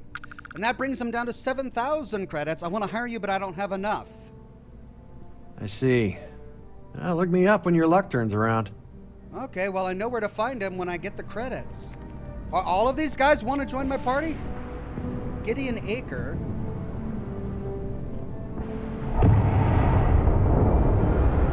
Hey, if you're looking for a weapon specialist, I could really use the work to pay off some debts. They are. What kind of debts are we talking about? The kind that need to be paid off quickly, or else I'm in big trouble. And if you don't mind, I'd kind of like to keep the details of that to myself. Unless you're agreeing to hire me, of course. I'm interested. I'm not asking for that much. Just my fair share. 33,000 credits. Oh my god. We could try to persuade. You're asking me to work for less than the going rate? Why would I do that? There's no reason for us to have a problem? You don't know what you're talking about. Ooh, failure. Sorry, I'm not trying to be difficult. Just want to talk this through. There's nothing to talk about. I've already made myself clear.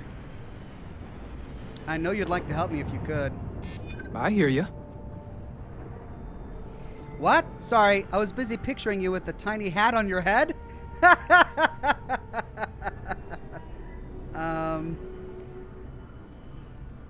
Okay. You know what? I may be starting to like you. I knew you were a reasonable person. That doesn't mean I'm a pushover. Crap. I can't afford to cut you a deal. I'm sorry. Persuasion fail. Guess I'll try someone else. Well, when I have the money, I suppose I can come back? No, did I lose him forever? Well, maybe I should wait talking to the rest of these guys until I have more money. Mission board, self-service bounty clearance? Mission board, what's this? Oh, destroy the Crimson Fleet Phantom at Sol, kill the Ecliptic Contractor on Procyon 1, deliver protein delicates to Mars, deliver smart sensors to Deimos, survey Oborum 1 and Oborum Prime. Okay. I'm guessing those are Radiant quests. Here we can clear our bounty. There's the Hunter. Okay, lots of cool people here. Gotta wait till I have more money, I suppose. Hope life is treating you well. Let me know if I can get you anything. Hey there. Always nice to see a new face. First time in New Atlantis? I didn't think it was that obvious. Oh boy. I didn't mean for you to take it personally. It's just something to say to customers. Break the ice. Know what I mean? Listen, you just relax. Make yourself comfortable. You're welcome to stay as long as you want. That work for you, new guy? Let me know if there's anything I can get you. Sure. Business seems to be booming for you. Yep. Spaceport traffic keeps me pretty busy. But just between you and me, I've got something in the works that'll change everything. A new drink that'll make this place famous. Galaxy-wide. Well, I've got to give this a try. You would love it, I guarantee. Only, I can't make you one right now. Don't have the ingredients.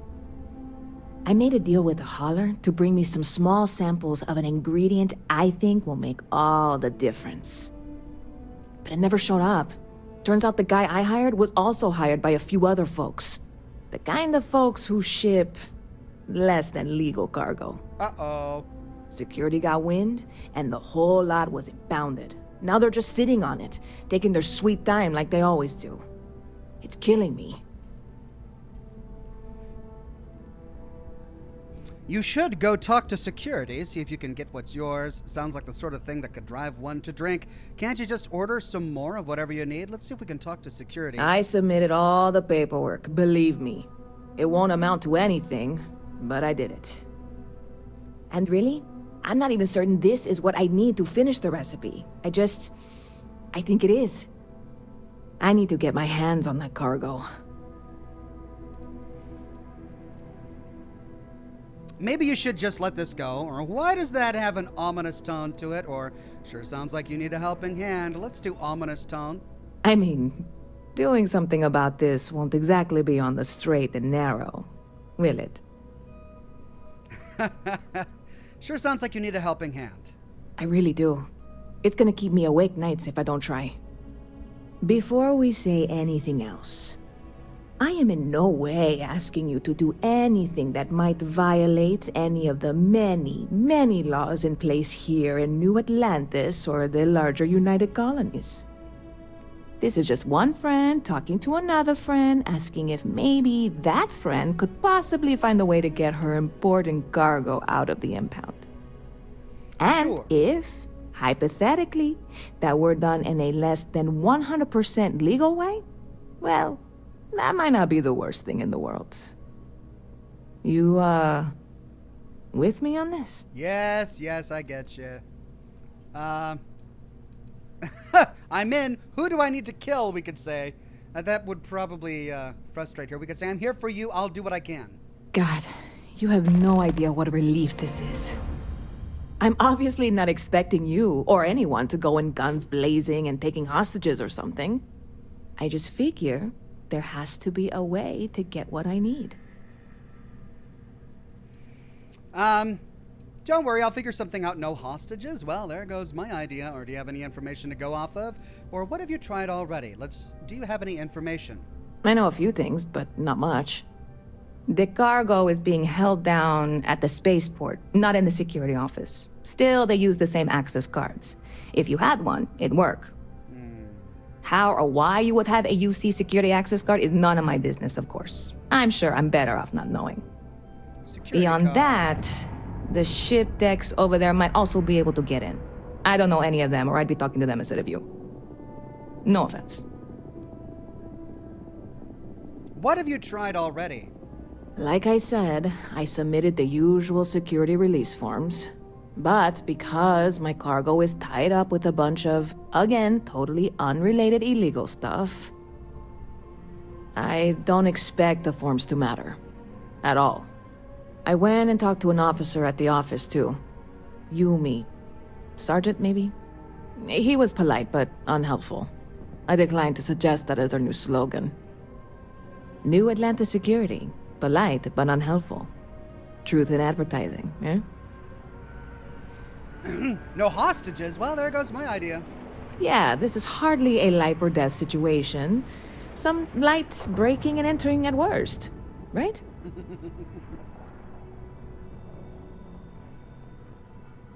Heard any interesting news lately? I hear there's some sort of citizens group trying to get the old Valroon embassy torn down. When I first heard about it, I thought it was a bit extreme, but really, would you want to move into that place? Me neither.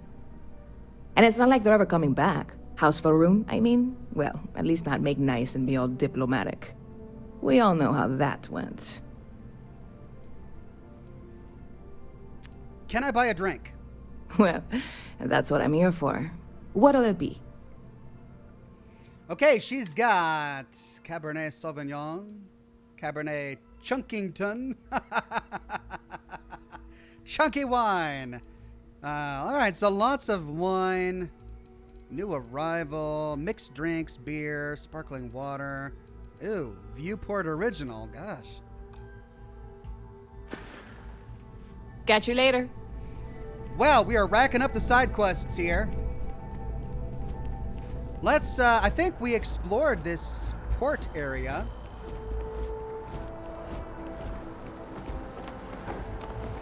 So let's go to the tram.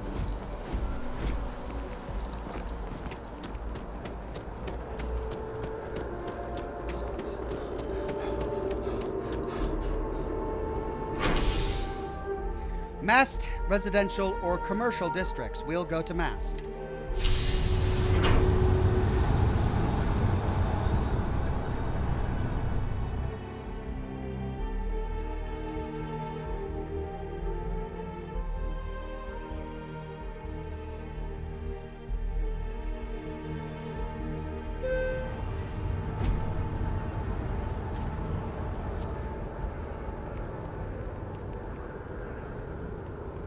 Right.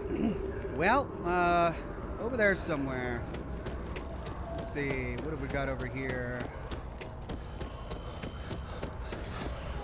New Atlantis information. Welcome to New Atlantis. Hello. Welcome to the city of New Atlantis, capital of the United Colonies, and for many, the settled systems as a whole. You stand now in the most technologically advanced city in the human race has ever conceived and constructed. New Atlantis was founded in the year 2156, the same year we first arrived in the Alpha Centauri star system. If you're a resident, then you're already familiar with your fantastic home. And if you're a visitor, you are an honored guest of the United Colonies and will be treated as such. Our courteous and professional security personnel can be found all over the city, and it's their job to ensure your time in New Atlantis is joyful, lawful, and productive. So as you stroll the streets or take the NAT train to the city's different districts, know that you are in the embrace of the United Colonies and couldn't be in better hands. Our shared history. We are the children of Earth. The United Colonies, as an entity, was first established in the year 2159 on the planet Earth as a means of unifying the human race as we spread among the stars. Our goal was the peaceful exploration and colonization of space, working in harmony with anyone who wished to sail forth across the blackest sea to new horizons. In 2161, we issued the Centaurus Proclamation, which formalized the colonization of distant worlds for anyone who wished to do so. Unfortunately, not everyone shared in our dream. When wars erupted across the settled systems, the United Colonies stood steadfast, protecting humans and their right to fairly colonize. And then, when our beloved home world was rendered uninhabitable in the year 2203, The United Colonies knew it had a sacred responsibility. We were to be the keepers of Earth, its artifacts, its ideals, its cultures, its very people. So while you stand now on the planet Jemison, in the city of New Atlantis, in the Alpha Centauri system, know that for all intents and purposes, you are still very much on Earth, and Earth takes care of its own. Corporate Directory. Here in New Atlantis, a citizen or visitor can find just about any service they may need. From freshly brewed coffee to complete body reconstruction, we have it all.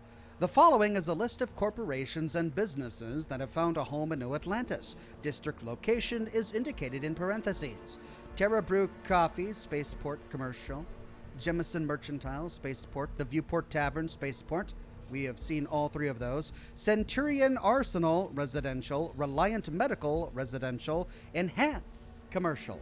Chunks, residential. I love that the food company, like the McDonald's of this universe, is just called Chunks. CJ's, residential. EIT Clothier, residential. Outland, commercial. Jake's The Well, and Apex Electronics The Well. Other buildings and services. Here in Atlantis, you'll find a wide variety of buildings that provide various functions and services. They include Gal Bank Commercial, SSNN Commercial, the Trade Authority, The Well, Sanctum Universum Church, MAST, House of Enlightenment, The Well, Freestar Collective Embassy, MAST, House Varun Embassy, MAST, Infinity LTD Corporate Headquarters, Commercial, Medbay, The Well, and UC Surplus, The Well. MAST. It is impossible to visit New Atlantis and not notice the imposing structure that is MAST. Much more than a building, MAST also serves as the very foundation of the United Colonies. There, the military, administrative, and scientific triumvirate works tirelessly to ensure continuing peace and prosperity for everyone under the UC's protection. And finally, citizenship. The foundation of any society is its people, and there is no stronger person than a United Colonies citizen. As a citizen, you will carry a status unequaled in the settled systems and will be recognized as the truly special individual that you are. Whether you make your home in New Atlantis, Cydonia, or any other officially recognized settlement, citizenship is the truest badge of loyalty and dedication to the United Colonies you can possess. As a United Colonies citizen, you will be afforded the following privileges: an exclusive and personalized acknowledgement of your new status, a welcome letter signed by none other than President Alexandra Albello herself, discounts at all major United Colonies businesses and establishments, exclusive access to home ownership in New Atlantis, a one-time credit disbursement, and more. How does one become a citizen? It's easy. Simply serve the United Colonies in any official capacity, and once you've met the allotted requirements, citizenship will be granted. Currently, the fastest and simplest way to achieve citizenship is to complete a tour of duty in the Vanguard, the United Colonies' very own volunteer fleet. So if you've got your own ship and the moxie to put yourself in harm's way for the good of the UC, speak with Commander John Tuala in MAST and get signed up today. Note that as of this time, the United Colonies offers citizenship to anyone within the settled systems, regardless of current address or faction affiliation. If you want the United Colonies wants you. Okay, great. So I can become a citizen without locking myself out of other factions. MAST Nat Station. All right.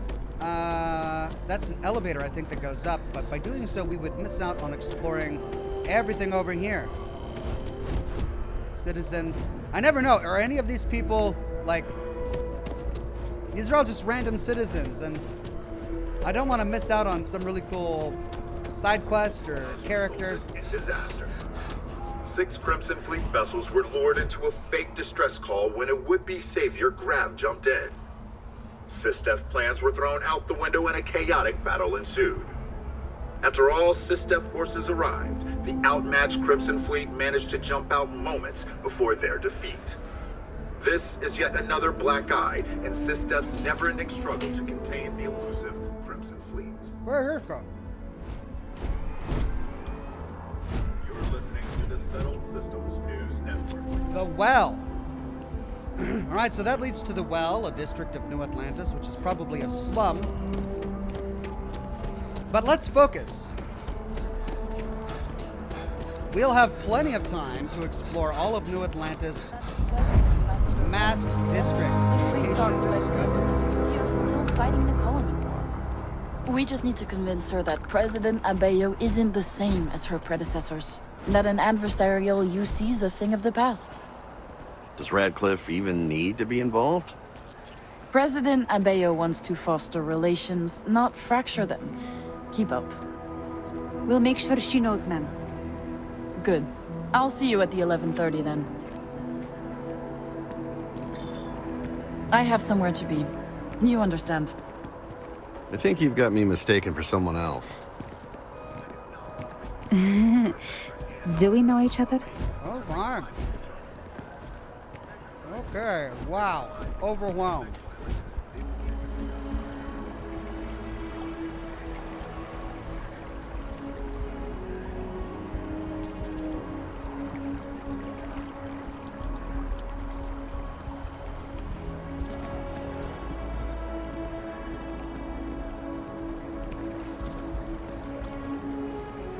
We may be in a United Colonies city, but Constellation is an entirely neutral entity, and always has been. Okay, so Constellation, this shadowy group we're about to meet with, operates out of the UC, but isn't necessarily affiliated with them. Here we are, the lodge. The front door should unlock if you hold up the watch that Barrett gave you. I have messaged the other members of Constellation. They will be waiting for us inside. Railroad.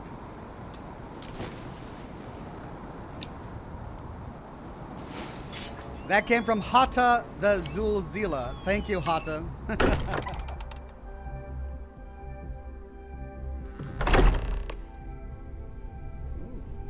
Captain, everyone will be in the library, just inside.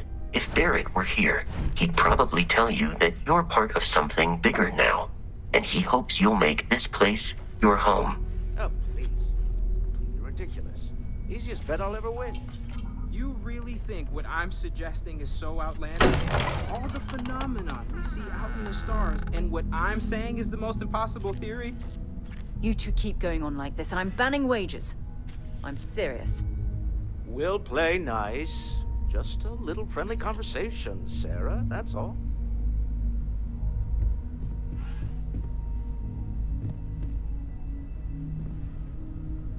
Ooh. Model ship. Door locked, requires key.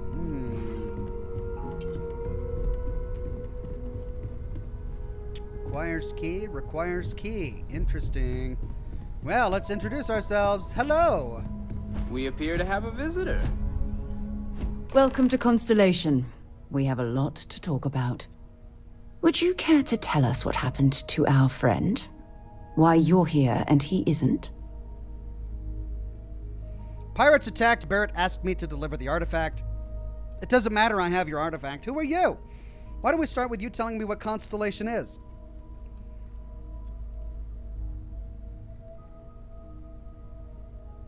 Let's go ahead and answer her question. I see. Vasco, verify. All statements made have been factual. This is just typical. Barrett hands over our ship and our robot to some random employee of that discount mining outfit he uses. Walter. And if we hadn't insisted on installing those emergency protocols, I guarantee you this rock breaker here would be halfway to Neon. But that didn't happen. He's here with the artifact. Thank you, Matteo. Now, let's focus on what's in front of us, shall we? What happened when it was extracted? Did anyone see anything? Hear anything? Well, I'm not talking about this. That thing almost killed me. How many times has this happened? Who else has had these visions, or it was bright lights and music? Let's ask how many times people have had these visions. We think it's anyone else who pulls one out of the rock for the first time. Why? We're not sure yet. So if you wouldn't mind adding another data point. It was bright lights and music. Interesting. Similar to Barrett's description of the experience, with less embellishment. There. Are you hearing this? Do you all believe me now? Whether it happened or not wasn't in doubt. But honestly, Country, if you expect us to believe in fairy tales... If this is the greatest mystery in the universe, why couldn't it be part of the ultimate mystery? But gentlemen, can we please focus?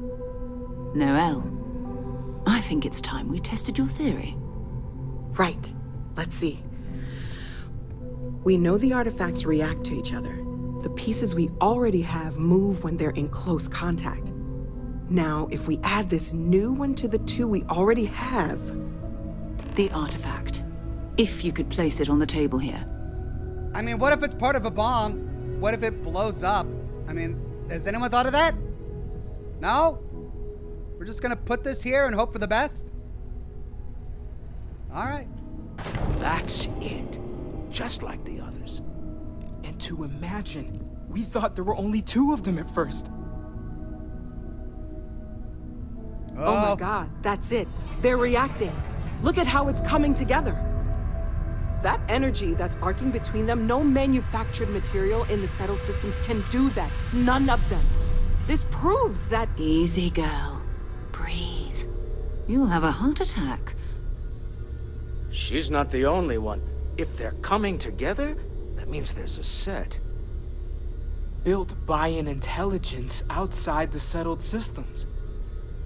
Still 2,000 credits for our little wager, Godfrey? You're on, Walter. Well, if we had all the answers, it wouldn't be exciting, now would it? Not to take away from the moment, but what are we going to do about our new friend here? So, are you ready to get to work? See if exploration is the life you want to lead in this little universe of ours? Well, how much do you know about the artifacts? What are they? Individually, they're just odd hunks of metal. Another oddity from the uncharted reaches of space. As to what they are, what they're building, well, you'll be part of solving that puzzle now. You want me in Constellation? What does that mean? What's expected? We're all here because we're committed to exploring space. Humanity may have settled the stars, but that doesn't mean we should stop diving into the unknown. Beyond that, you'll be expected to use your own judgment, just like the rest of us. We could say this is a little much, I need some time to clear my head, or all right, I'm in. Tell me what happens next. You should take some time to get settled in. Introduce yourself to everyone. Some of our members aren't here, but you'll meet them soon. Come find me when you're ready. You and I are going to be doing some traveling together. Get your feet wet. And here, I think you've earned something for bringing the artifact to us. In addition to credits, why don't we set you up with a backpack with some boost capability? Hey! You'll need it out in the field anyway. Just mind your head. All right. Skill point available, level 5 Constellation pack added, launch key added. New mission, the old neighborhood, talk to Sarah. Lots of stuff going on. All right, so this is clearly forming some sort of sphere, and I'm guessing if we find more of these pieces, it'll complete the globe. But what exactly does it do? Well, let's talk to some of the people We've here. always considered ourselves explorers, but this really is uncharted territory, isn't it? That was intense, wasn't it? The artifacts, I mean. Sorry, this must all be a little overwhelming for you right now. I guess a lot overwhelming, now that I think about it. I'm Noelle. It's really nice to meet you. And thank you for bringing the artifact to us.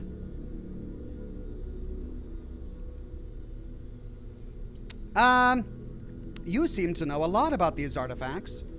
Oh, gosh. No, I mean, that's flattering, but really, we're making this up as we go. Until you arrived, we only had the 2, and the vaguest sense that there was something more at work. There's still so much we don't know, and that means a lot of work ahead of us. Let me know how I can help you learn more. Well, right now, nothing's off the table. Metallurgical analysis, chemical composition. I'm looking at everything. One thing I'm really trying to improve is my overall database of xenobiology. I don't know if it will help in this case, but the more we know about, well, everything, the better off we are, right? So, scan. Speaking of, if you're gonna be out there looking for more artifacts, you're bound to come across some interesting specimens. Anything organic, I'd be happy to take it off your hands. I've got more important things to worry about, or organic stuff, got it, or how would organic resources help with learning about the artifacts? I can't be certain that they will, but more data points are always a good thing. I don't want to rule out anything that could provide a breakthrough. And if it sweetens the deal, I can pay. Pretty well, too. Walter's pockets may not be bottomless, but they are pretty deep. Well, let's see. I was wondering about other types of exploration work besides the artifacts. Of course. There's plenty of planets out there that no one has ever set foot on, and everything we learn about them is valuable. We have a board where we post anything specific we're looking for. A type of alien flora or fauna, or a planet with a specific quality, like if it's primed to have life but doesn't yet. Check out the Constellation mission board. Okay. The vision I saw, what do you think that was? Oh, right, that. If we're approaching this rationally, I suppose we'd call them visual and auditory hallucinations. What you perceived as lights and music could be overloaded neural input, your brain's attempt to make sense of something, an energy surge, some other phenomenon. We could say this wasn't random synapses firing. It means something. So there's a reasonable explanation, or whatever I saw and heard, it wasn't coming from me, or Barrett saw something too. Let's say Barrett saw something too. He did. At the time, well, it's Barrett. We weren't sure if he was kidding around. Clearly, he wasn't. Well, we could say, whatever I saw and heard, it wasn't coming from me. Unfortunately, that's what a lot of people report in these situations. I'm not saying you didn't really see anything, just that it's really hard to determine after the fact. That's okay. Now that this has happened to both you and Barrett, we can know to maybe expect it in the future. Be a little more prepared. We're all in this together now, right? How long have you been working on all of this? Well, Constellation's been around forever, more than 50 years now. But we only became aware of the artifacts recently. Barrett discovered the first one about 2 years ago, right under our noses. And he was the one who got this all in motion. It's a shame he isn't here to see this. I've got some organic resources for you. Anything I can learn from is a help. Okay. I guess I don't, actually. Sarah said something about a place for me to stay. Planning on sticking around then? Good. I think we can find a spot for you. And along the way, I can give you the very abbreviated tour. Okay, follow Noel. I'm ready. Tour me.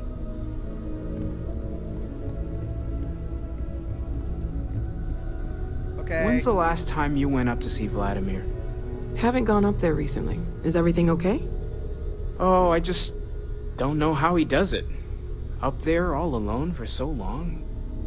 Some people love that kind of space. Pun intended. Ask if you've got questions. Speak up if you have ideas. We're all here for the same reason. Right. I thought she was going to give me a tour. Is that not the case? I hope Barrett makes it back to us. I know he gets into trouble all the time, and everyone just sort of accepts he'll be fine, but still. Stay safe, okay? I guess not. Fine. Would you like me to give you the tour? Sure. And she stands there. Moth vine. And I'm encumbered. Of course I am.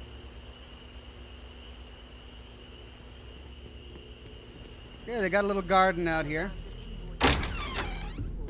It's almost as if you think I'm made of credits. What is it this time? Progress requires funding, I'm afraid. And we're making good progress these days. Of course, of course. I'm just a walking bank account, aren't I? You don't fool me for a moment, Walter. You love it and you know it. Hmm? Are you doing okay? I'm not sure anyone really asked yet. Don't want you to think we're focused on the artifacts and nothing else. You matter too. You've done something really significant bringing that artifact here. I'm Mateo, theological scholar by trade, but now, well, an explorer like you. It's really good to have you with us. Let's see. What brought you to Constellation? Well, there was some overlap in interests. I'd spent years searching for religious relics from human history. I had made a really incredible discovery, only to lose it to a greedy corporation. So I tried to steal it back. In the process, I met Walter. Turned out he owned the corporation. After a long talk, we realized we had a lot in common, and I was invited to join Constellation. What's with the hairnet? Is he like about to go take a shower or something? What do you make of the vision I saw? I'm not gonna lie, I really wish I could have seen this for myself. It's hard to judge otherwise. Both you and Barrett saw something. I don't think that's a coincidence. Did it feel like it was trying to tell you something? I don't want to necessarily use the words divine revelation, but you know, if the label fits. If it meant something, I didn't understand it. I know it's important. I can feel it. Maybe I'm just going crazy. All I know is I've never experienced anything like it. You think it was a religious experience? We'll say if it meant something, I didn't understand it. Okay, that's all right. Maybe you weren't supposed to. Maybe it'll make sense later. We're gonna get to the bottom of this. We just need more data, which means more artifacts. These artifacts all came out of caves? Second one was on Kazal, buried the same as the one you found. But the first one, right under our noses for years, sitting in storage, masquerading as an oversized paperweight. Can you imagine potentially the greatest discovery in human history collecting dust? Right, that's it. Take care of yourself. Well, I suppose that station in orbit has more than paid for itself at this point. Well, I suppose calling you a rock breaker may have been a bit out of line. I've been called worse, or if that was an apology, you can do better, or you don't even know me. I'll say I've been called worse. Still doesn't excuse it. My frustrations lie more with Barrett, not the first time his shenanigans have jeopardized one of our ventures. Not fair of me to take it out on you, especially since it would seem he made the right call this time. So, let's start over, shall we? Walter Stroud, CEO of Stroud Eklund, member of Constellation, and oft-times grumpy old man. Welcome aboard. Just watch the grumpiness in the future, or I hope the drinks are at least free. Or glad to be here. Let's talk about drinks. Yes, well, a stocked bar is a treat I think Constellation can afford. For now. But if you clean us out, you're on your own. By the way, in addition to a place to stay, the Lodge has a wealth of modification and research equipment. Spacesuit customization, pharmaceutical manufacturing, testing alien substances, the whole thing. You can even fashion industrial pieces for large-scale projects, if you don't mind extracting a few raw resources from a nearby planet, that is. I'm a fan of self-reliance, so I encourage you to make use of the tools we have to build what you need. Okay, activities, craft or modify an item. All right. Activities, complete a research project. We can say, what's your role in Constellation? Me? Why, I'm the wallet. Someone has to fund all this, and all my success in business doesn't mean much if I can't put it to good use. I don't pretend to have the daring of Ms. Morgan, or the smarts of young Mateo. But I can make sure that they have the resources they need. And, as you've now seen, those resources aren't being wasted. We're onto something big here. Do you think the vision I had means anything? Up until very recently, I'd likely have dismissed it as, I don't know, hallucinations. But now, I'm not sure what to think. I don't suppose you have a history of this sort of thing, do you? We could pass a fitness check to say perfectly healthy, as far back as I can remember. I've never seen anything like it in my entire life. Oh, sure, I see lights and hear music all the time. It's a non-stop party in my head. I haven't hit my head recently, if that's what you're asking. Or you mean, have I seen something like this before? Let's pass a fitness check. I'll take your word on that. I'm no scientist. I leave that to the likes of Barrett and young Noel there. But I think we can all agree there's something unusual going on here. Frankly, this is the most exciting thing that's happened in years. This isn't where I'd expect to find a CEO. Funny thing about companies, you build one sturdy enough, it doesn't need you there all the time to prop it up. Stroud Eklund functions quite well on a day-to-day basis, leaving me time to devote to more esoteric pursuits. For years, I was captivated by the writings of Constellation's founder, Sebastian Banks. I finally decided to do something more than admire from a distance, and so now I call the lodge home, as much as anywhere else. What kind of company is Stroud Eklund? We're most well known for ship manufacture. No expense spared. If you want the best and can afford it, you choose Stroud Eklund. Unfortunately, our success means you'll sometimes see Stroud Eklund ship modules on less than reputable vessels. They covet them. The bastards. I've tried to convince the United Colonies we can help in that regard, but they're married to Deimos Star Yards, and those old salts are stuck in the glory days. Okay. Goodbye. We are getting to know our new people.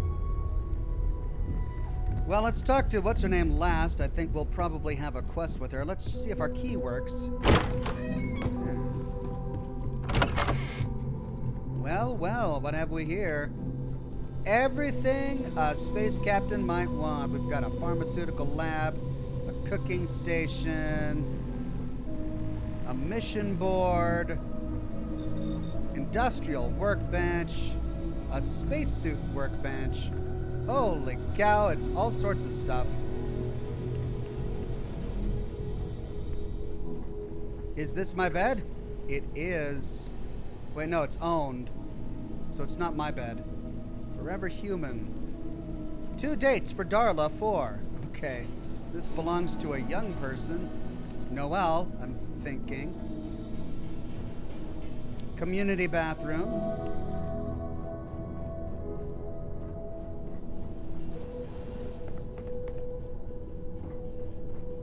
That goes to the well. A back door to the well. Interesting.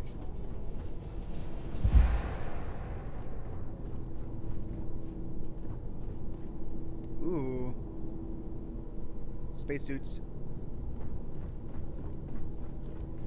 Looks like I'm encumbered.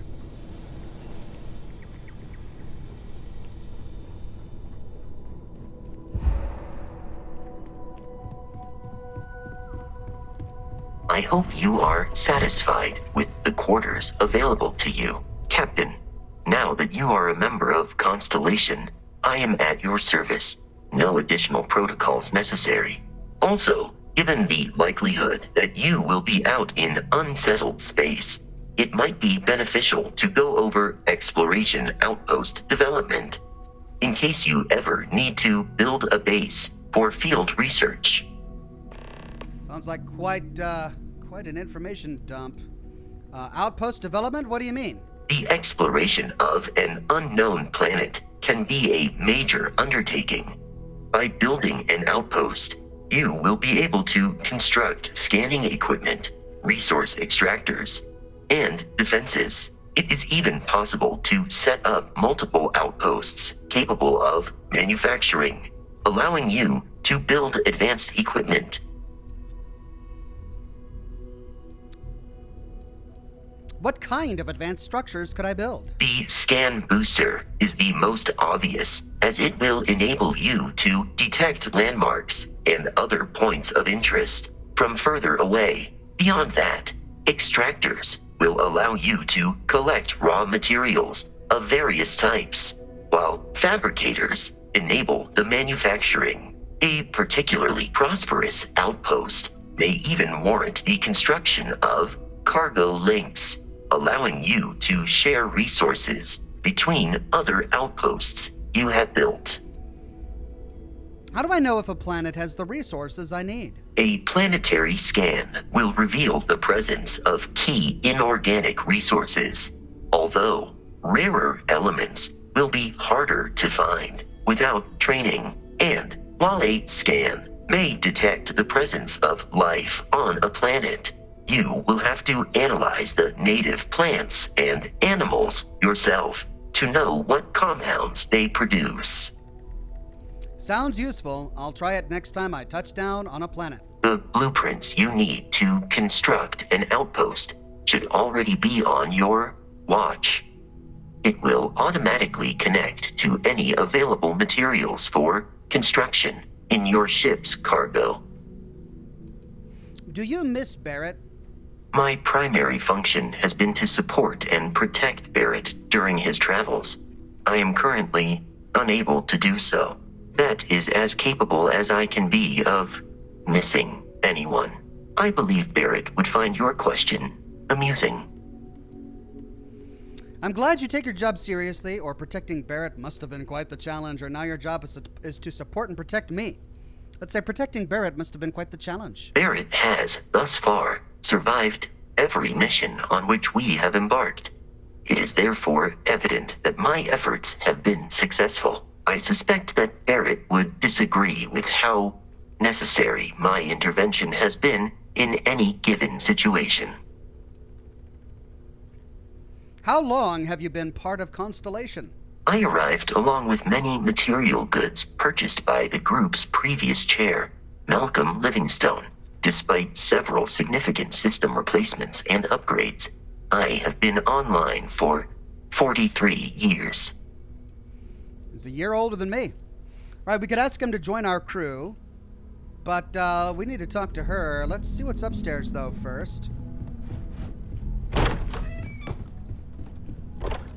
Oh, that goes out to New Atlantis.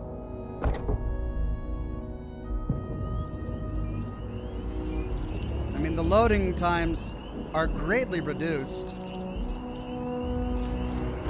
from those in Fallout 4.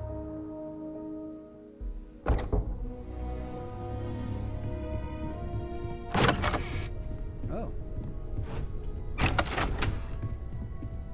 Sleep owned. Okay, whose bed is this? If the other one was Nael's, ooh, we got credits. Report on Constellation. The following is an excerpt from a 2283 SSN news report about Constellation's near collapse. And although Constellation's relevance has been a subject of much debate amongst the New Atlantis intelligentsia, the disappearance of founder Sebastian Banks was a blow most felt the organization couldn't survive.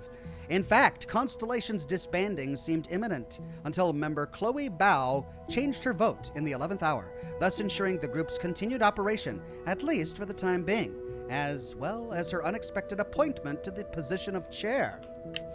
Gunnar Gunnarsson says, love the content, hope you can offer lore on planets, fauna, quests, etc. Want to explore most of the game. Also, the companion bot could provide for an excellent bait for enemy distraction. Indeed. Thank you, Gunnar. Ooh, more credits. Yeah. I'll take them.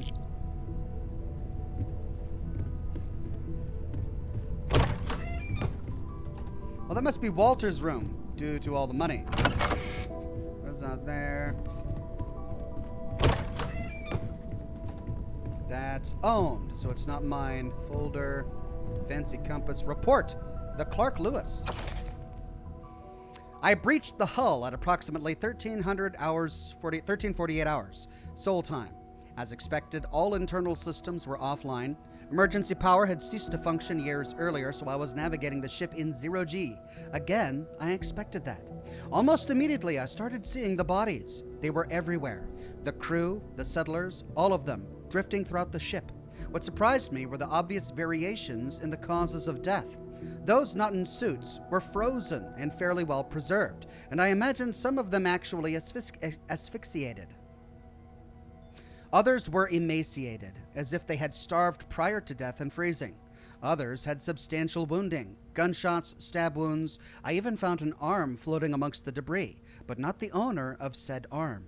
It was when I got to the engine room that things finally started to make sense.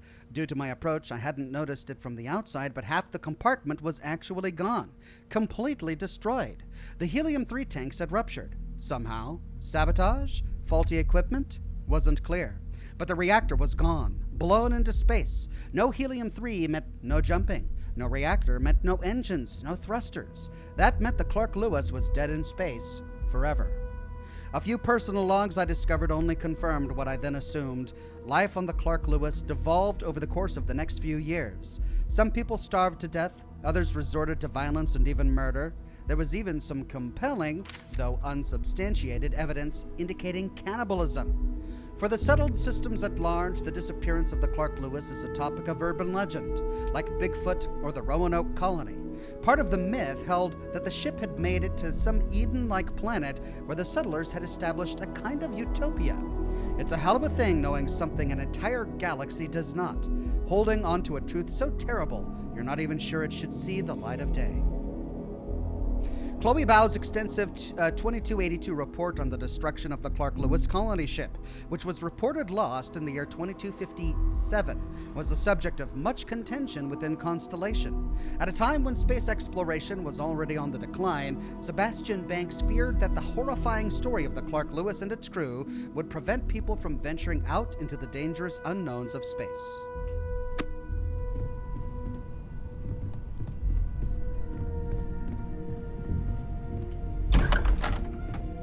Okay.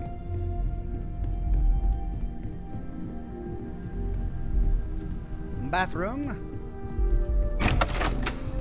Another lab. Pharmaceutical lab. Notepad. Squishies.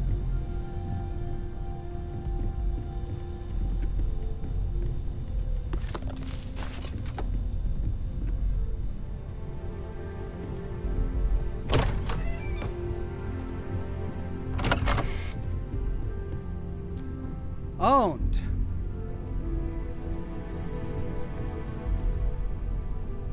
Old Earth baseball. Toy spaceship. All right. Huh. Well, who's the weightlifter?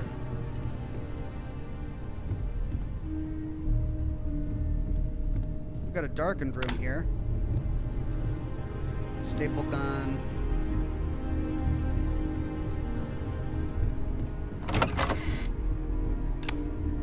This is way bigger than I thought it was going to be.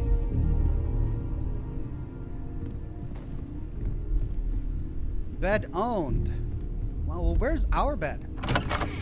This goes back out there. Okay.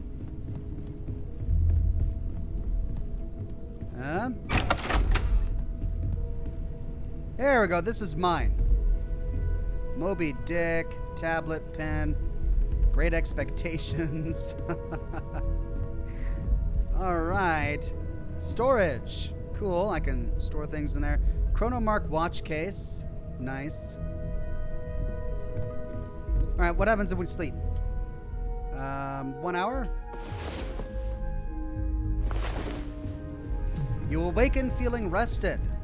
Autosave. All right. That's a bed that's owned. Notepad. Personal effects and a weapon case. Unlock inaccessible. This cannot be opened. And neither can that.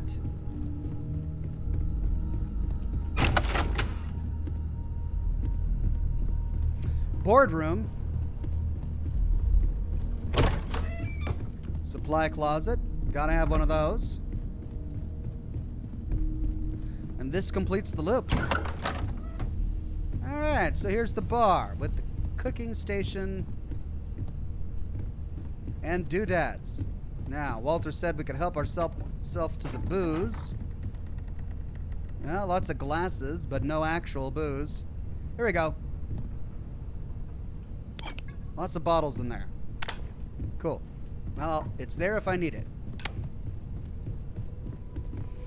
Alright, so that's Constellation's headquarters. Let's talk to what's her name. I am at your service, Captain.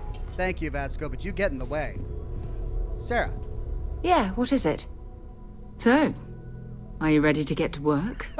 Or was there something else? So, what is it? So, you ready to get to work? I still need to get settled. What is Constellation? What do you do? We're explorers. Humanity has always hunted for knowledge in the unknown. We just take that a little more seriously than others. We were founded decades ago by a man named Sebastian Banks. He wanted a small group of people from all corners of the settled systems dedicated to the biggest question of all. What's out there? These artifacts could be everything we've been looking for. Another great secret the universe is asking us to unravel. Weirdbeard says, reminder to hydrate and have a stretch. Thanks. After I finish this dialogue tree, I'm going to go get myself another drink. But then I'll be back. I don't want to end the broadcast until I get into some more action. As much as I am enjoying the dialogue and the lore, I feel like I've been talking forever. And that's... I need to break it up a little bit. How well known is Constellation? I don't know what you've heard, but I can imagine. First of all, I think you can dismiss any stories about us no longer existing. Yeah, obviously, yeah. I don't believe in smearing our name everywhere we can. Exploring the universe, charting the unknown, that's what counts. Besides, having a little mystery gives us room to maneuver. A fixed reputation could fence us in a lot of ways. What do you know about the artifacts? Not much, but you've seen them for yourself. It doesn't take a lot to realize we're dealing with something extraordinary. Just what that is, we'll have to figure out. It's what we do. I'm ready. We're going to be doing some old-fashioned detective work. The artifacts are relatively inert once they're out of bedrock. That means people can pass them around, not even knowing what they are. I've been letting my contacts know to be on the lookout for strange metal objects. Get back a lot of noise, usually, but a tip from the UC Vanguard sounds promising.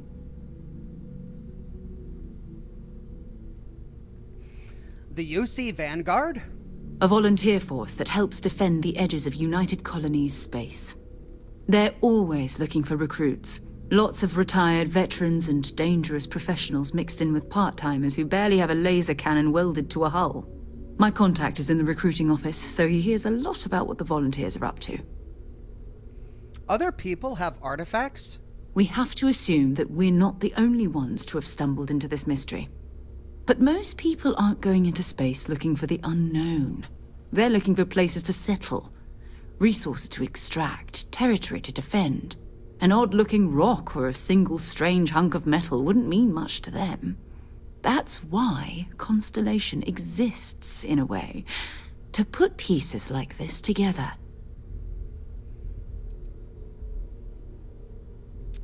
Legwork never pays off quite the way you expect. I have to admit, I'm excited. My first mission, or good. A chance to learn more about the United Colonies. Jumping to anthropology on me already? Oh, well, good. We all need our own reasons to be out there. But it's not just that. I want to take this opportunity to see how you handle yourself, and for you to learn more about us. I'm going to be sticking with you for this. We'll be traveling together until we either find an artifact or this lead runs dry. Sarah will be locked as your follower if you continue. Okay, What do I get out of this anyway? Constellation have a salary? You mean besides the ship, the robot, and a place to stay all rent-free? We do have some funds we can disperse from time to time. Not to mention, I think we can get you a proper suit. We're explorers. We keep a lot of equipment on hand for that purpose. So the more you work with us, the more we can share what we have. Okay, got it. You and me until we get that artifact. We'll need to head to Mast. Check in with the Vanguard recruiting office where my contact works. And listen, whatever you were before, or whatever you do once you're out there, I don't care. So long as you don't bring UC security to our doorstep. Every member of Constellation is their own conscience. Understood? Sounds reckless. An organization should have rules. What do you mean? You don't care if I steal as long as I don't get caught? Or understood? I guess I'll say, what do you mean? I mean, Constellation has a roster of members who haven't always been on the right side of their respective society. We're risk takers. Some of us have seen the inside of a jail cell more than once. If you join us, it means you're committed to our mission. In exchange, we give you latitude in your choice of means. Okay, understood. Good. Let's take a little stroll through New Atlantis, shall we? Sarah Morgan can't be dismissed until the old neighborhood is complete. We need to talk to John Tuala in Mast. All right, first of all, let's trade gear. Glad to haul whatever you need. How am I encumbered already? 140. Jeez. And I thought I sold everything. Oh my god, inventory management is going to drive me crazy. Is it aid? It's not. Is it resources?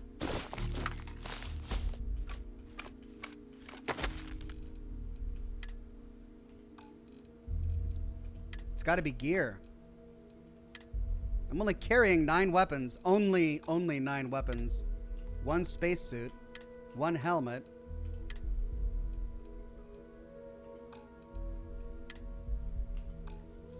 Is it ammo? No, ammo has 0 mass. It's got to be 8 items. Ship parts, 10. Yikes. Repairs 4% ship holes for 10 seconds.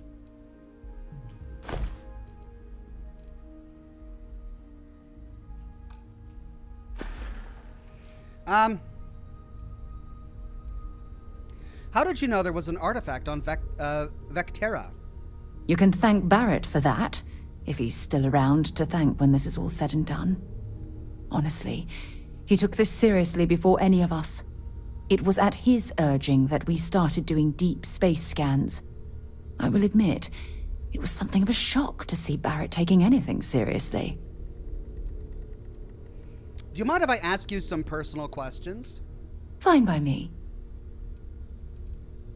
Oh, we can ask her about religion. Do you have any religious beliefs? My parents considered themselves to be enlightened, but their lives were so busy they rarely pursued their beliefs. By the time I was old enough to start questioning these things, the idea of following any organized religion was almost an afterthought. It's not that I don't want to believe in anything, it's that my scientific mind is often at odds with my spiritual center. Having been out there, in the Starfield, seeing all those magnificent wonders with my own eyes, I need answers, not religious theory. I'm sorry if that disappoints you, but don't worry. While we're on this journey together, I fully intend to respect your religious beliefs. Did I choose a religion at the beginning of the game? I don't think I did. What do you consider your areas of expertise? You mean apart from being the chair of Constellation for the past 5 years? Well, let's see. I pride myself with my aptitude for astrodynamics, calculating optimal trajectories for grav jumping. That's been quite useful in the past. And as far as planetary exploration, my area of expertise is botany. So don't worry, I won't let you eat anything that might put you in the hospital. As long as you're good at combat, that's all I care. Jared Rizor says, my religious belief is the Holy Church of the Ox.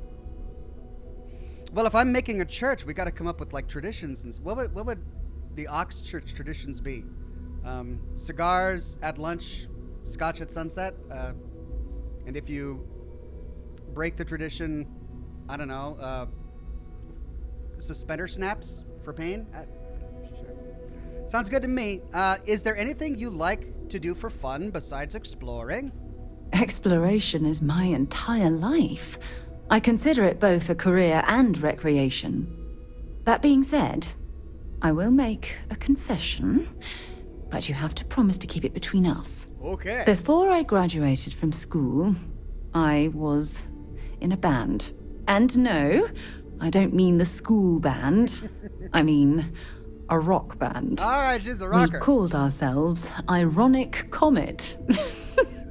A ridiculous name, I know. But we were just a bunch of teenagers getting together and having fun. And before you ask, no, I wasn't the lead singer. I actually played the drums. The band never really went anywhere, of course, but those were good times, and I remember them fondly.